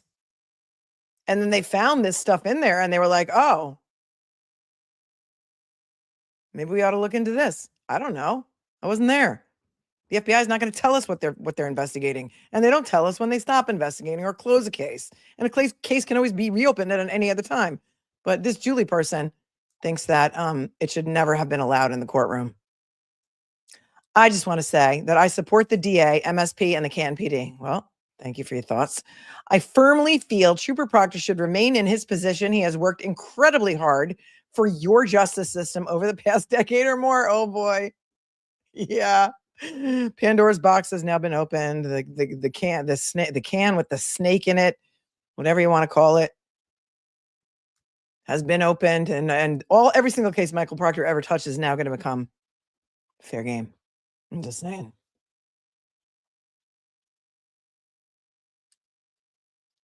Stand behind your Trooper Proctor instead of backing down due to how it looks logistically to the public. Oh, yeah. So you agree that the whole public agrees that Michael Proctor is a slimeball, scumbag, misogynistic, anti-Semite, what did I forget? Homophobe, racist, and that it permeated every aspect of his investigations, that you're admitting that even back in 2024, when you wrote this email right after the mistrial, that the public was outraged? At least you admit that. We're more outraged now, by the way. There's far worse that has been done by employees that did not result in a termination or resignation. You're right, Jules. You're right. They've been getting away with this shit for decades. We all know it. People who live in Norfolk County know it. And that time has now come to an end because the world is watching. Like it or not, the world is watching.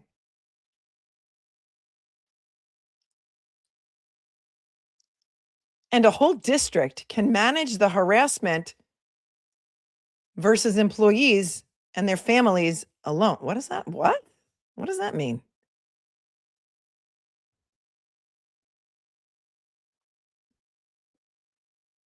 Hold on a second.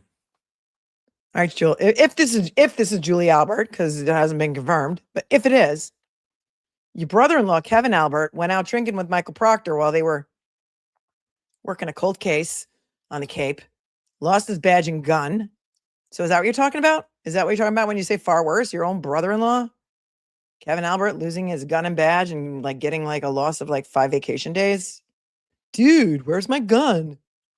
Dude, where's my gun? I'm still so hammered. I'm summarizing.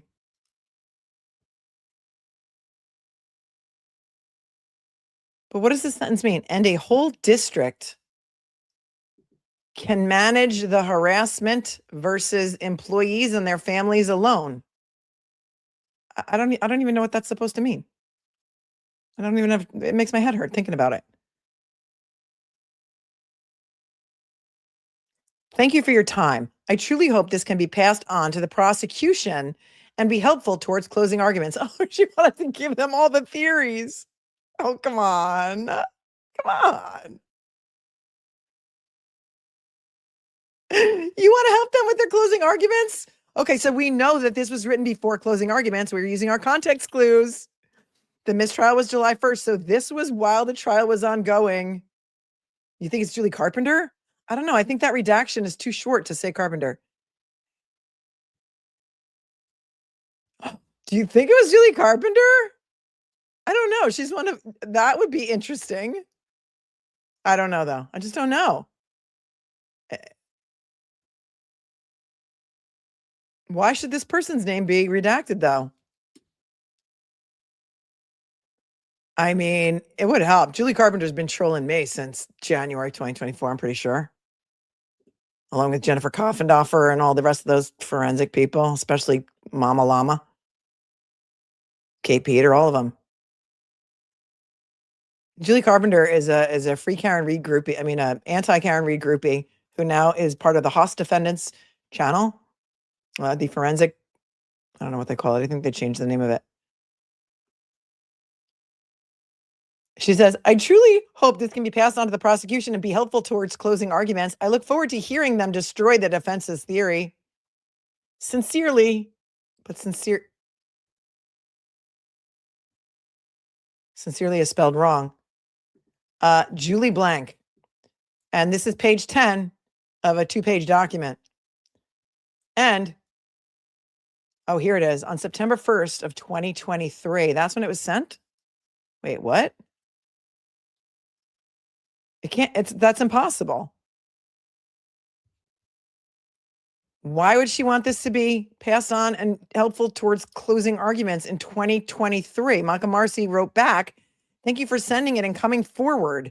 I wish there were more people out there that thought like you. What? This person came forward about what?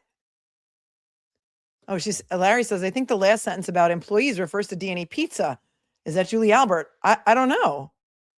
Okay, now we need to know what the hell's going on, Darlene. This is somebody who came forward, but Michael Morrissey wrote back to them September 1 of 2023. The trial didn't even start until spring of 2024. This was right after Michael Morrissey did the hostage video. Okay, the hostage video was also suggested by someone named Julie. Okay, work with me here. Because we found an email a long time ago. David Traub wrote to this person, Julie, and said, it's so interesting that you're writing to me right now because he's currently recording that video that you suggested. And Julie Nagel wouldn't have anything to do. I just don't think Nagel would have anything to do with that. Right. I think it's the other Julie who sent the email about the hostage video. And remember, the hostage video was something like August 18th. I want to say it was like August 18th, 2023. I don't know why that date stands in my memory. Thank you for sending it and coming forward. Somebody said that the employees might refer to the employees of D&E. I don't know. No, the employees that didn't result in termination or resignation. She's talking about MSP. But he thanked her. But we don't know. Proctor's sister's name is Courtney. Zoe says Proctor's personal text messages hadn't been publicly released, nor was Proctor's job on the line in 2023. Yeah, so you know what? I think I know what's happening here. This 10-page email was responding to Michael Morrissey's email of September 21, 2023. That's why this is at the bottom. So she was responding to his email. That's why it's there. That's why it's a chain. That's what it is. I'm a genius. I should have been a PI.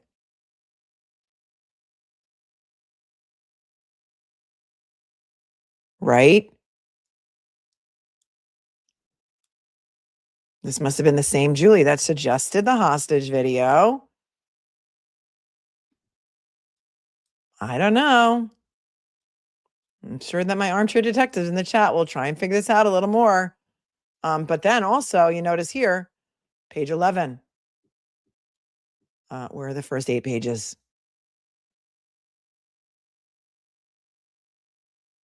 This is someone who's been corresponding with Michael Morrissey, who suggested him making that video clearing the HOS defendants.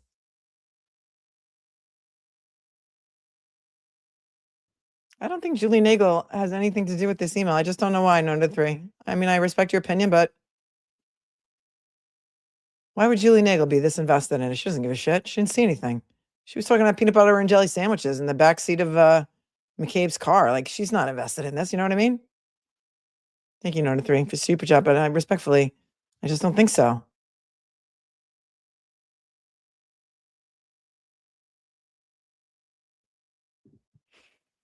Joey36 says, did Jen call her dad in the middle of the night in question? I've heard he refuses to even say a word about the entire thing. I don't know. Thank you for your 10, but he wrote that email that we just read. Lady Kit Kats became a member. She knows what's up. Technically perjury. It's technically perjury. Says, yes, Jen's grand jury testimony was 227 pages. It really was. I was kind of making a joke, but that number keeps creeping up everywhere. Discovery in this case has to be finished by 2/27, February of 2027. It's crazy. Thank you, technically perjury. Julie Bag of Donuts. Julie Bag of Donuts. Big Petey, Little Petey, Repeaty, Joey Bag of Donuts.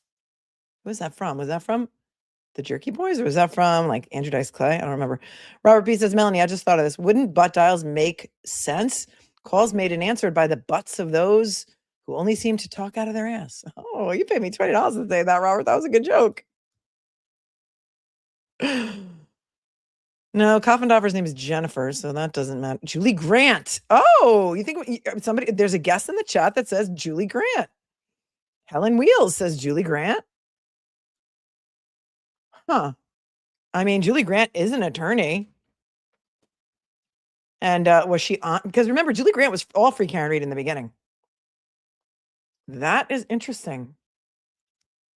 But he does say, I wish there were more people out there that thought like you. Thanks for sending it and coming forward as if this person was afraid to speak for some reason. So that's what makes me think it wouldn't be Julie Grant. But I don't know. But if Julie Grant was sending, of Court TV, was sending emails to Michael Morrissey, how improper is that? I mean, you think Diana Rossini breached the code of ethics for reporting? That would be wild. Has she gotten a new job yet? Kiwi Crypt Keeper says, we really need Adam Deitch to become the new DA. He definitely knows more than he can say. I hope he can lift the lid off all this BS and corruption. Thank you for tuning in from New Zealand and for your hot 5. Noodlin became a new member. Look at John P. Ryan upgraded to floor seats. He's awesome. He gets it. Jojo's grave concern says, I thought it apropos to chime in with grave concerns. XO, Chad and Melanie. Thank you for your 10, Jojo. MF says, this morning, Brother Council approved how Aiden's tweet time at 10:52 a.m. was changed to 2:52 p.m. Something rotten in Denmark. I haven't watched it. Thank you. I don't think this has anything to do with Aiden, because he, on his presentation, his YouTube presentation on June 6th, had already been contacted by the person, the source, who gave him the information about Proctor's whereabouts in Florida, mental health crisis, whatever. He already knew about it before the papers by the defense were even filed. And Larry Foreman, DUI guy, got a very similar email, if not the same email from the same person. I wonder if they've spoken to each other to coordinate the timeline and see if it's the same person. Thank you, though, for pointing that out. John Ryan upgraded. Thank you. Amanda says, what's the company that made stickers for the ducks? Makestickers.com. Makestickers.com. Tell them I sent you. I'm going to order some stickers from there, and then I think I'll give them out. Glamour Sue says, what a great surprise. I thought this was a recording. Happy Sunday night. Happy Sunday, Suze. Happy 4th. Happy 4th. May the 4th be with you. God bless America and all of the things. Gigi, thank you so much for your 100. I appreciate you so much. I'm going to keep that between us through Cash App. Betsy, XOXO, as usual. Love you, Bets. Oh, Deborah through Venmo says, took your advice. I'm taking my daughter to Miami for the New England Finns game. Also, Bruno Mars. And oh, good. Buy the tickets, do the things, spend time with your children while you're healthy and able to. And before they have, like, kids of their own and they don't have time for you anymore. Thank you, Suze. I know Ozzy did a video on it, UTC time, the whole bit. All I want to know is who sent it to the judge. That's all I want to know. How did the judge come across this information? I mean, we could all speculate into Kingdom Come that it was Aiden's tweet, but we don't know that for sure. We don't know it for sure, right?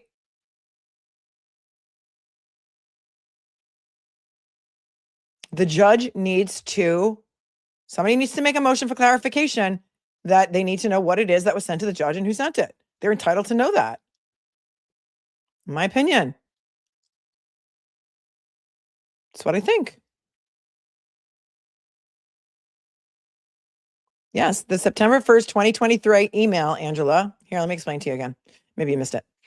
The September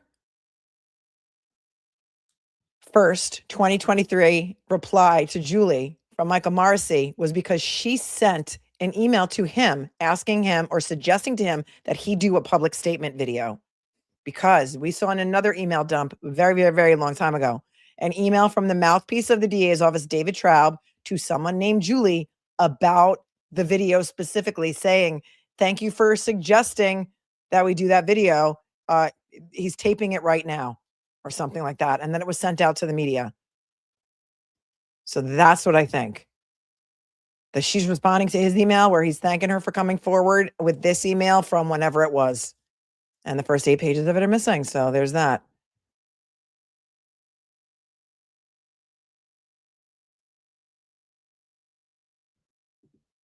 MF, same thing. Tweet time changed. Again, unless we know for sure what it is the judge was referring to, it's like wasted effort, in my opinion.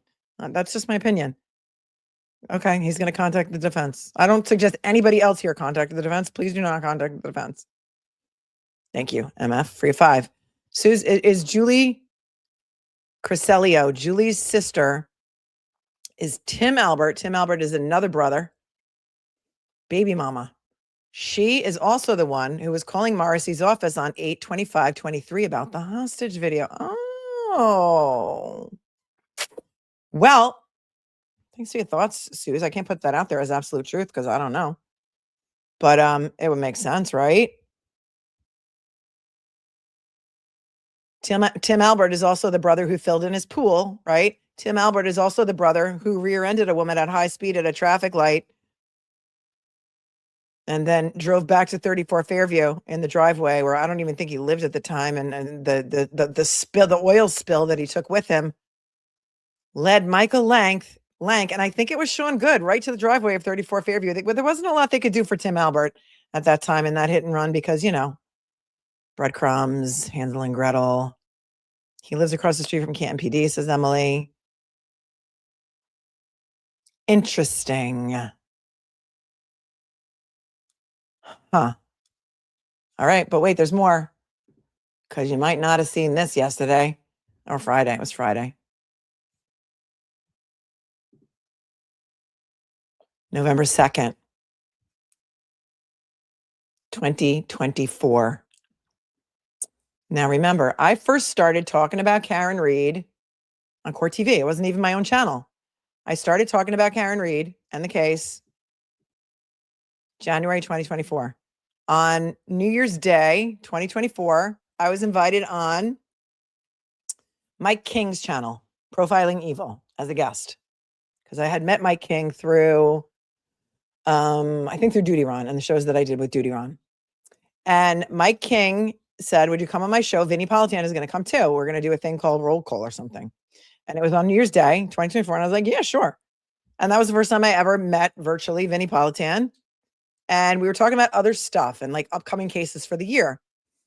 And I said to Vinny, I said, listen, if you ever want to talk about Karen Read, call me. Because I have a lot to say about Karen Read because I had been looking into it behind the scenes on my own, specifically staying away from anything that Turtle Boy did because I wanted to do my own research. And he was in jail at the time. And so Vinny's producer called me like the next day or a couple of days later, I recall, and said, would you come on Court TV and talk about Karen Reed? And I was like, sure. I didn't know what I was in for because I went on Court. Oh, that's so funny. Vinny Politan just popped up on my phone. There's a premiere. I was on the show with Jennifer Coffenduffer. Now, when I started voicing my opinion about how this man was not hit by a car because, injuries, dog attack, Jennifer Coffenduffer came for me. Everyone thinks that they're a medical professional because they can say what the injuries look like, blah, blah, blah, blah, blah, blah. And that's when the trolls started coming. And I went on Court TV twice. Both times, I think Jennifer Coffenduffer was on that. She really tried her best to make me look like a fool.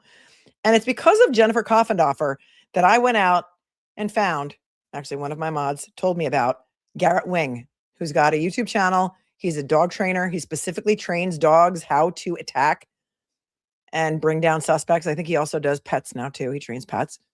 And I looked at his content and I said, I sent him a picture of John O'Keefe's arm and I just said, would you come on my show? I didn't tell him anything about the case or anything. He's like, sure. And that's when I did the show with Garrett Wing. If you haven't seen that, go back and watch it. He said 100% these are dog bites. He had a prosthetic arm, everything. And it is because of Jennifer Coffenduffer that I started screaming about this case, which is so wild because there's another troll out there. Her name is Wendy Murphy. She's a lawyer. Jennifer Coffenduffer used to work for the FBI.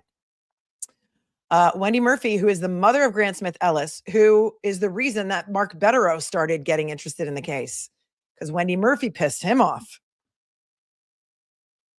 So we can thank the trolls for a lot of things, but you want to come for me? Just watch out. Because if you think you're going to quiet me, that is just completely the opposite of what's going to happen. Let's take a look right now at the November 2nd, 2024 crazy email about me to Michael Morrissey.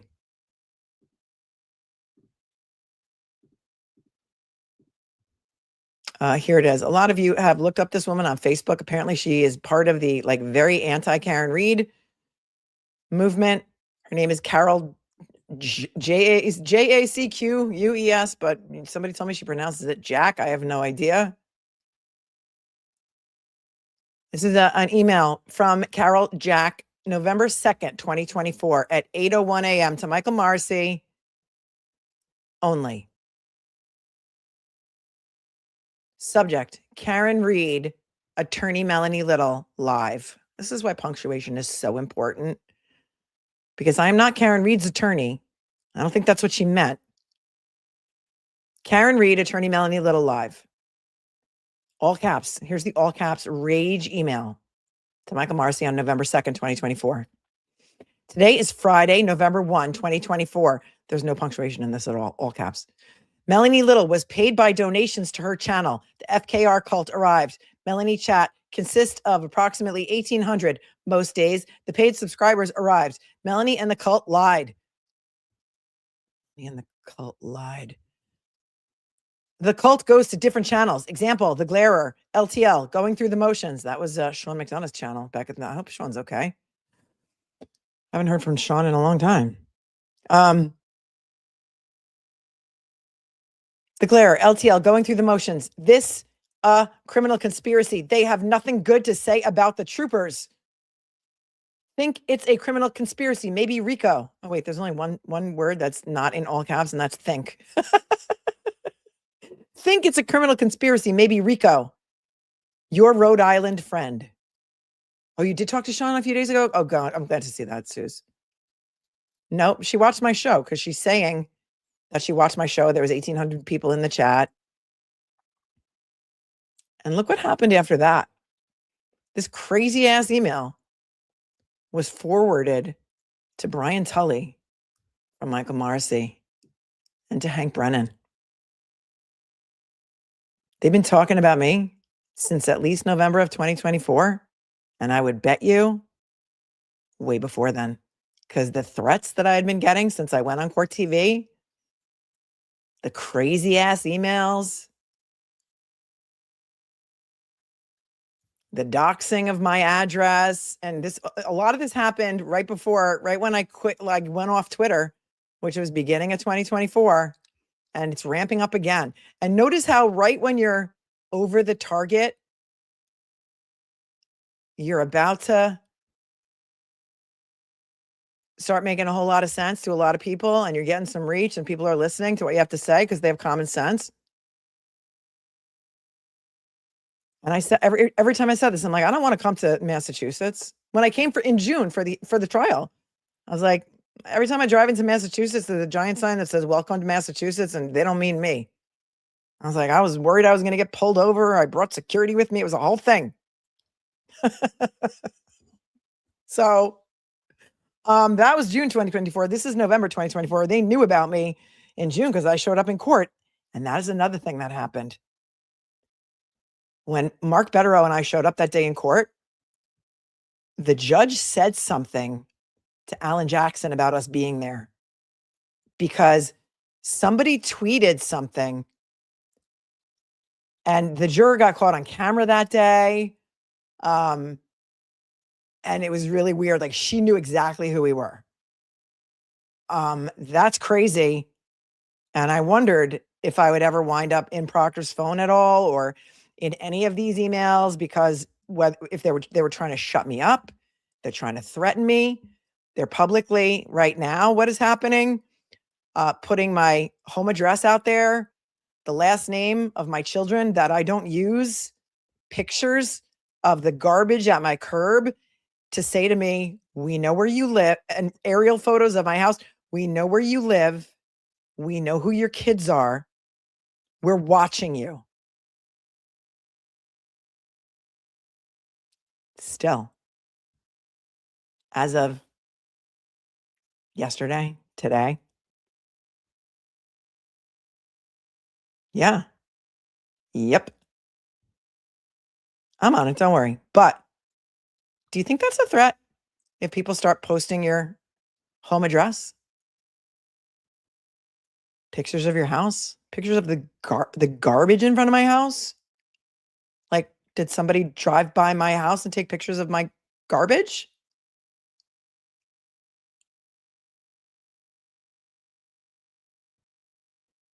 Yeah.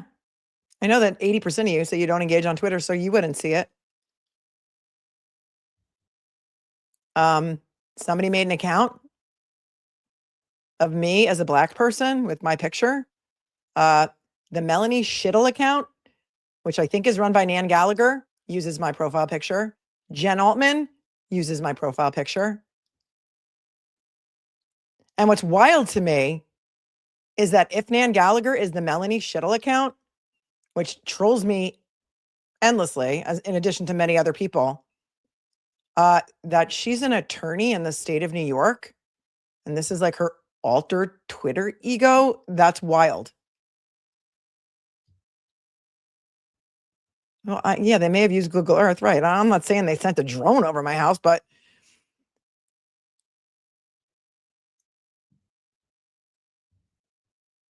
yeah, it's crazy. Nonsense. No Nancy. Yacht today, Satan. Yacht today. Okay, so Michael Morrissey's talking about me to Tully and Brennan. I wonder if they did any recon on me. I wonder if they looked at my address. I'm wondering a lot of things now.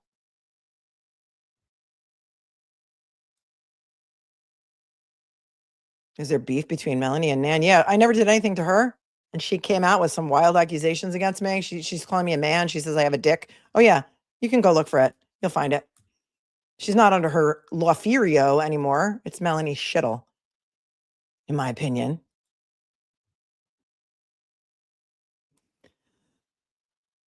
But wait, there's more, because Carol Jacques, she didn't stop there. She wrote another email. She wrote another crazy email to Michael Morrissey.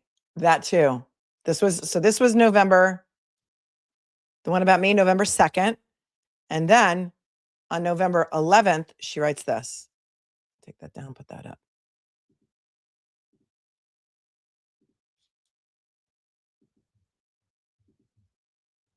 She must have been a frequent flyer over there. To Michael Morrissey from Carol Jacques. Monday, November 11th, 2024. Watch Karen Reed spills the beans on YouTube. Would you like to watch Karen Reed spills the beans on YouTube? I had to cut and paste this. It's not hyperlinked. It was a whole thing.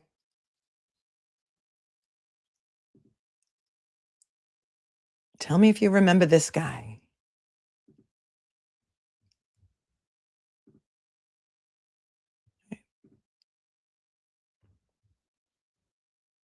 Did anybody do the deep dive on this like I did?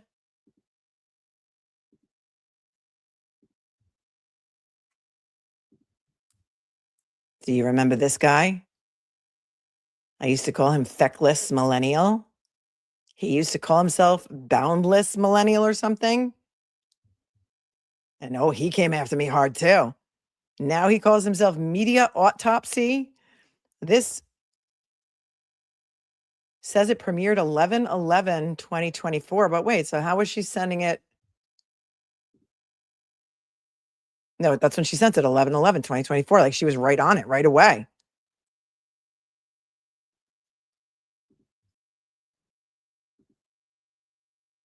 Do you remember this guy? Listen to what this guy has to say. Then he kind of disappeared. And now his videos are getting like, I looked because he's this one only has 5,277 views, but his most recent videos have like 274 views, 271 views. He was like a Chris Albert, who was not. And then he kind of disappeared. You guys remember, right? Let's listen to what he has to. Let's listen to what he said that Carol thinks that Michael Morrissey should know. Press missing Fairview right here, and then turn back around and then come to the house. Somehow there are still people out there that are going to say that John O'Keefe went in the house or he went in the backyard or something. The problem is you're not using your brain. Julie Nagel, who is unrelated to the Alberts, was waiting for her brother to arrive, standing by the door looking out the window. He pulled up a car with his girlfriend and his friend. Julie Nagel comes out to the car, talks to her brother, and goes back inside the house. There's no chance in hell that John O'Keefe just slipped by them and went in the house. Furthermore, his phone data shows he never. Furthermore, John O'Keefe was dropped off at the driveway. He ran up the driveway. There were some big ass cars in the driveway. And then when Julie Nagel's brother pulled up behind Karen Reed, she had to pull up. Pointless millennial. Went further than the spot that he was found. This is GPS point number 345. So whether you like them or not, these are facts. John O'Keefe and Karen They're facts according to who? You know who the finder of facts is? The jury. Reed never entered my house. There's no any plotted points anywhere other than right in this area for the rest of the night. This is where it stays. Oh, I just love the dramatic music. So dramatic. Nobody put John O'Keefe anywhere but where he was found. Oh, Gallagher, aren't you the guy who went over to Tom Kelleher's house to get the solo cups or something? And you say that you looked at his video cameras or his Ring cameras, and you know that they only pointed down at the porch and they wouldn't have got anything in the street or the crash or anything because, you know, you knew that his camera only looked at Amazon packages. Isn't that you? And then you came back for trial 2, all tan after your retirement. Because you've been playing golf a lot, maybe in Florida, and you're the only one that was called to. I think he was the only one from Canton PD called to testify in the second trial. Looks like it's trial 1. Gallagher made over $300K his last few years on the Canton PD. Yep. Suze knows everything about the payroll over there. She's got all the public records. I know where they are. I've picked up his packages. That's right, Melanie Fox. Melanie, such a great name, isn't it? And that included his girlfriend. At this point, you have to believe that John O'Keefe was wearing an invisible cloak and he went into the house and nobody saw him. But then when he got inside, a select group of people, I guess Colin Albert, who wasn't there, and Brian Albert, beat him mercilessly. And really, it only would have taken one punch. It really only would have taken one punch, a sucker punch. You know who likes to sucker punch people? I mean, I'm not telling you this because I'm making it up, but there have been prior incidents where Brian Albert had been known to sucker punch a guy or two. I think there was a guy named, remind me of his name, Eddie Hernandez. He was like another cop or something, right? Remember? But this is what Carol thought was really important for Michael Morrissey to see. Boy, this guy used to come for me endlessly. I remember. I hope I'm not invoking him like Beetlejuice. Everyone inside that house decided, you know what? We should turn this into a murder, not just a beating. This should be a murder. So we should put him unconscious out on the front lawn. Next, to make it look like he got hit by a plow. Yeah, exactly. They knew Lucky. In fact, I think Lucky was supposed to be the fall guy for this, maybe, in my opinion. Lucky had been plowing that street for a long time. Lucky testified. He was like the patron saint of Canton. He testified that he, in fact, did not go down there to plow the road because there was a Ford Edge parked outside the house. And he knew the Alberts from growing up. He didn't want to get them in trouble because there's a prohibition against parking on the you can't park on the street if there's a blizzard or a nor'easter coming or snow at all because they got to plow. So he didn't go down there because there was a Ford Edge there because he didn't want them to get in trouble. Okay. I think he's on TikTok. I don't know. How about people will do anything to protect their family? How about why did Julie Albert want to get Michael Proctor a thank you gift the same exact day that Karen Reed was being hauled into court to be arraigned for what was at that point a vehicular manslaughter case? And then how come they upgraded it to murder when she didn't take a plea? I have so many questions, but some people will do anything to protect their family. Some cops will cover for other cops. We've seen it before. to his phone. Hopefully he doesn't come to and call the cops, but I guess that was Unless he was dead for a really long time. We saw a video the other day of one MSP trooper beating the bejesus out of another one at a Quincy restaurant. The news won't tell us who these guys are. And I don't think they're going to, I don't know that they're going to press any charge. I think the assaulter got suspended or something. I'm not really sure. But it happens. That guy was like unconscious. That was a crazy beating. And it took literally 3 seconds. 3 seconds, like 3 punches, and the guy was out. Oh, the name has been released. Sue says the assaulter's on paid leave, of course. Yeah, you know, the union and all. the best plan to come up with. So they just lucked I out. don't know. Drunk people have to come up with a plan. They had a lot of hours to think about what to do. They could have called 911. Could have been an accident. The Karen Reed came back to the scene, recognized the mound of snow in the shape of John O'Keefe, and said, there he is. Because that's what she was looking for. How many people left the house that night that never saw a body on the lawn? People that have been to that house tell me that front lawn is really small. How come all the people that left that night didn't see the body on the lawn when there was only enough snow to track a cat? Riddle me that. Especially when he was wearing a sweatshirt that, if I recall correctly, only the sleeves were navy blue. The body of that sweatshirt was like a gray. You would definitely see that with enough snow to track a cat on the lawn. But they were joking about peanut butter and jelly sandwiches. There was no mound of snow. Emily knows how much snow there was on the ground at 6 a.m. Maybe an inch or two. And started saying, could I have hit him? Did I hit him? And she also had an unexplained broken taillight, and they just lucked out. Like, what are the odds?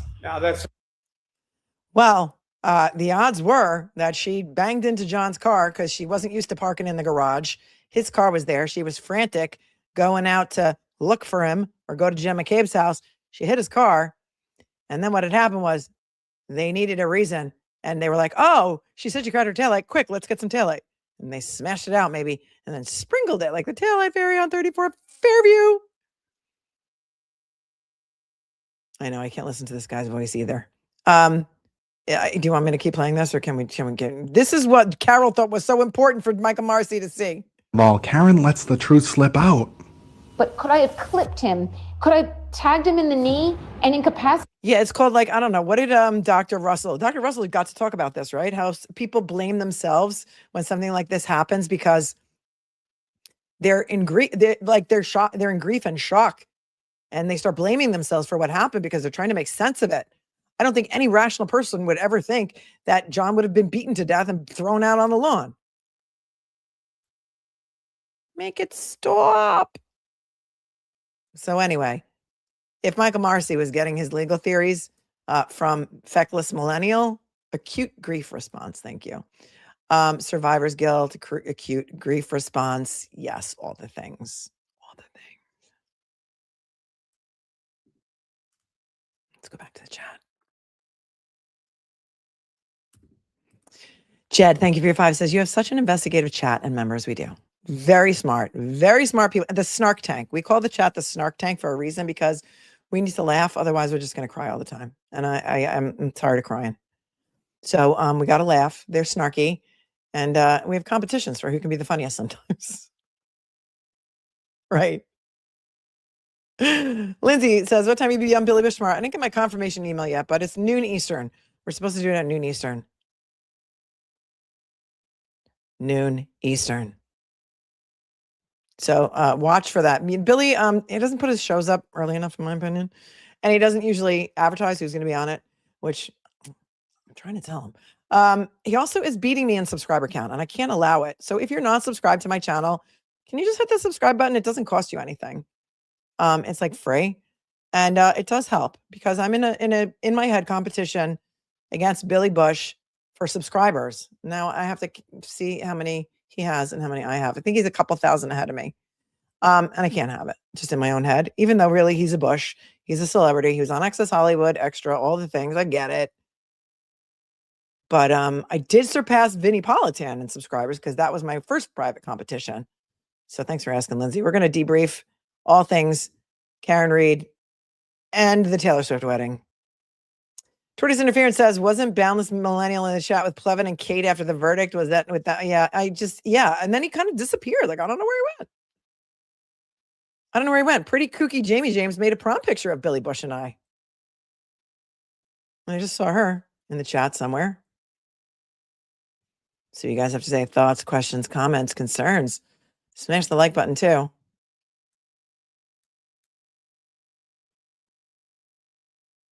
Gigi, I did thank you. You're amazing.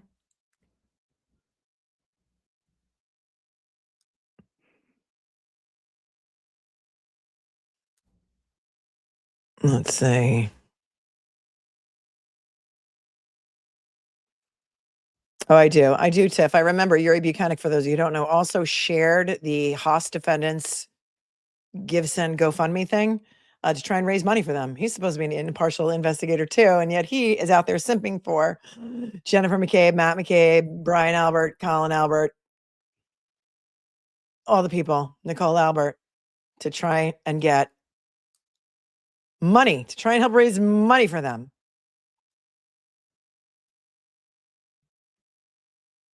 Jen, thank you for 5 matcha lattes. You're the greatest. I thank you so much. She says her first concert was the Backstreet Boys. I camped out with my girlfriends for floor tickets. Best memories. I know. I remember camping out. We used to camp out for Grateful Dead tickets because I went to University of Colorado, and at the UMC they had a ticket, like Ticketron, whatever it was at the time. Ticketron. It was, I think, Ticketron. And we used to sleep out for like 3 days to get Red Rocks tickets or all tour tickets, and it was so much fun. And then here on Long Island, we used to go to Roosevelt Field and like sleep in our car in the parking lot overnight because they didn't let you like camp out there. I think that's. I tried to look at that new Sallyport video. I can't see anything, Deanne. I cannot make heads nor tails of it. I can't see a damn thing. I don't know if it's because I was trying to look at it on my phone, but it looks like a whole bunch of blurry stuff to me. I couldn't see anything on that. Did anybody see anything on there? Because I know some new Sallyport video came out, but I can't make heads or tails of it. It's like the crappiest footage ever.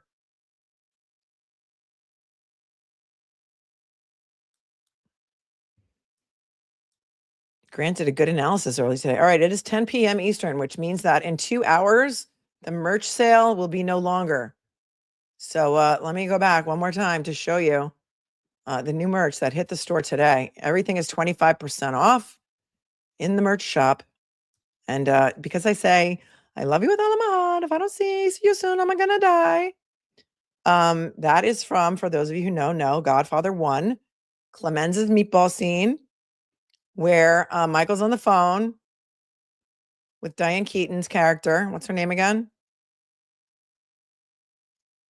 And Clemenza says, Michael, tell the pretty girl you love her. And then they're making fun of him and they're like, I love you with all of my heart. If I don't see you soon, I'm going to die. Well, an amazing Snark Tank viewer, Brendan, made this for me. And I just put it on shirts today and it's out. So take a look. Be one of the first. If you want to get it, there it is. That's me. Godfather logo. He shaved about 3 decades off my age, but I don't care. I'll allow it. I'll allow it. It's out. Everything in the store is 25% off today only for 2 more hours. And if you're going to get your 25% off, you have to click this coupon at the top before you put anything in your cart. Okay. And there's only this tie-dye hoodie with this on the back. I'm waiting for the other designs to be approved. If anybody else wants to submit, I want to do a Karma is your address. Karma knows your address. Karma knows your address. Shirt. And I love when you guys send me like pictures of shirt with the words on the shirt. But what I need is the actual graphic because I have to send the graphic to the manufacturer to print the shirt. So if you send me like a picture on a shirt, it doesn't work that way. I also do not like AI generated stuff. I will use AI generated stuff for other things. Like we have a rubber ducky Handmaid's Tale, which I love, which is right here. I'll put that above me now. Jamie made this for us because this is like we're in the Handmaid's Tale because you can't make it up. You cannot make it up. Sometimes we put Charlie Deloach in the corner. He was the foreperson of jury number 2, and he's amazing. We love him. He has so much common sense. He said in his interview that he did it with Fisher College, he said, yeah, so the first witness took the stand. He's like, and I have my pen and my pad in my hand. And he said, the first witness started being examined. And I thought to myself, this is the way this is going to go, huh? And he's like, I put my pen down and I never picked it back up. He did not take any notes. And a lot of people were very worried by that. Kim made this one. Let me put this one up here. Where is it? Oh, there it is. It says, what does it say? Karma knows your address. It's got a little cupcake holding up a cute little sign that says Karma knows your address. And then every now and then we put this up there. I found this somewhere. It says, it's like a little Debbie thing. It says, I baked you some shut the fuck cupcakes. And the lore behind the cupcake thing is, hold on, I'll tell you. For those of you who are new, you might not know. You're like, why do you call you people the cupcakes? I'm going to tell you right now. Hold on. Hold, please. Hold, please.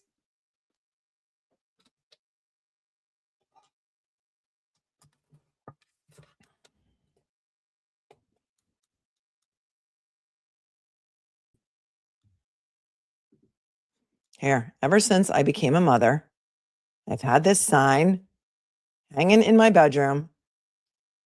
Can you read it? Wait, I got to make myself bigger, I think. It's my mantra. It says, you can't make everyone happy. You are not a cupcake. You know, I have 5 kids and there's no time where everybody's happy. You can't make everyone happy. You're not a cupcake. But I make you happy seemingly, and you make me happy. And so it just sort of morphed into you guys being the cupcakes. It's like a thing. Everyone's got a name for their viewers, right? Cupcakes. In Aiden's chat, you're the Turtle Riders. Reality with Krista Marie says, for me, it was the X-ray. It was the X-ray that sealed it for me. We need Buy the Tickets merch with the titles of our playlist songs on it. That's a good idea, Margaret. Feel free to submit your designs. Fanbase@mlittlelaw.com. And maybe we can have a contest. For those of you who did send me the Karma is your address stuff, that was not AI. And then I told you that I really liked it. I need like a PNG. Like a PNG that is like a cutout. I don't know what you call that. So that I can use it on the merch. And if I use your design, I will send you free merch. So Brendan, I'm trying to get both designs approved so that I can get the Melanie Little Godfather on the front side and then Clemens is on the back. And I will send you a free sweatshirt, Brendan, for your contribution to the Godfather merch. It's snowing in Texas. What? Thank you, New York, for becoming a new member. Strange Credulity is here. She gifted a membership because she's amazing. Noodlin says, thoughts on Pink Floyd? I love Pink Floyd. Who doesn't love Pink Floyd? Gigi's engraving the silver clinks. Thanks for your 5. Says, wow, by the way, I live in the great state of Texas. The state shuts down. If there's even a thought, would get to below freezing. I know. All right. I got to get some beauty rest because I got to go on with Billy Bush in the morning. Well, not the morning. It's going to be noon. Noon Eastern. Billy Bush's channel. If he puts it up with enough notice, I'll make a community post about it so you can find your way over there. Don't miss it. Let me see if he's put it up yet. Hang on one second. Oh, please. How great is it that Grant Smith Ellis and his Nana are wearing my merch? I love it. I love the way things come sometimes full circle. Some people you can't fix. Some people are like, you can't fix evil and stupid, but Grant Smith Ellis saw the light. Yeah, no, his last live stream was 11 days ago, and he doesn't have tomorrow's up yet. So hopefully it'll be up in due time. In due time. I love you guys with all of my heart. If I don't see you soon, I'm going to die, but I'm going to see you tomorrow at noon. And then I'm sure we will have something to cover later in the afternoon on my channel because, things just pop off as they do. There was supposed to be a Karen Reed hearing tomorrow. That has been pushed to...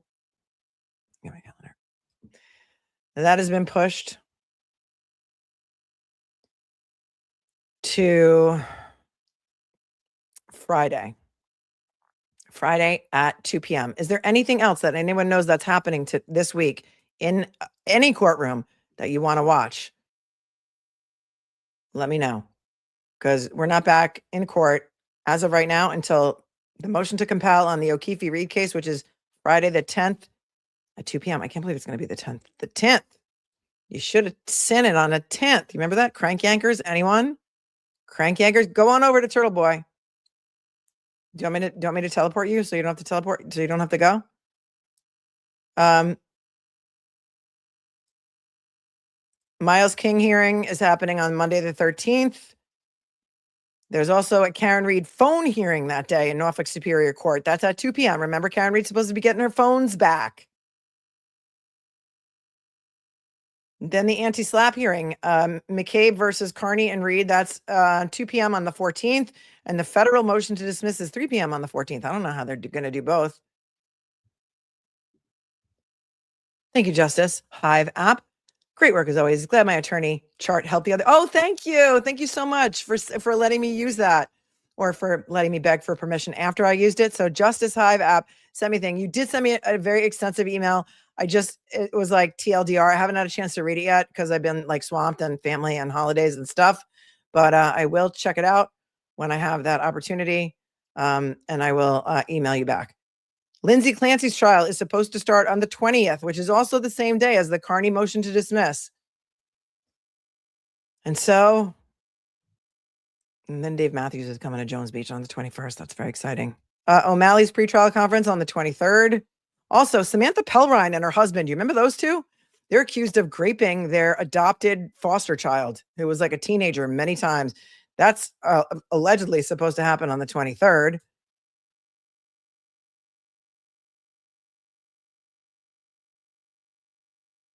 I have the 14th at, I don't know. You're going to have to look at the court docket. I have it on for, wait, what are you talking about? The Karen Reed meeting on the 14th at 9 a.m. I don't know. They might have changed it. This could be an old calendar entry for me, but we're not there yet. So don't worry. We're not there yet. Oh, you got your merch? Yay. 25% off is great, right? I was trying to think if there's anything else that I want to show you. I don't remember. All my favorite things. Some of them are linked to the stream. You can find them. All right. I'll see you tomorrow at noon, and then we'll figure out what we're going to do in the afternoon. And then we will just do that. Whatever that is, just, don't make any other plans, okay? Stay cool, stay kind, stay classy. By all means, stay safe. Don't believe everything you read on the internet because there's a lot of morons out there. Turtle Boy's live, so get on over there. I'll see you guys real soon. Thank you, moderators. I could never do this without you, and I do love you with all of my heart. Peace out, you guys. See you tomorrow. Bye.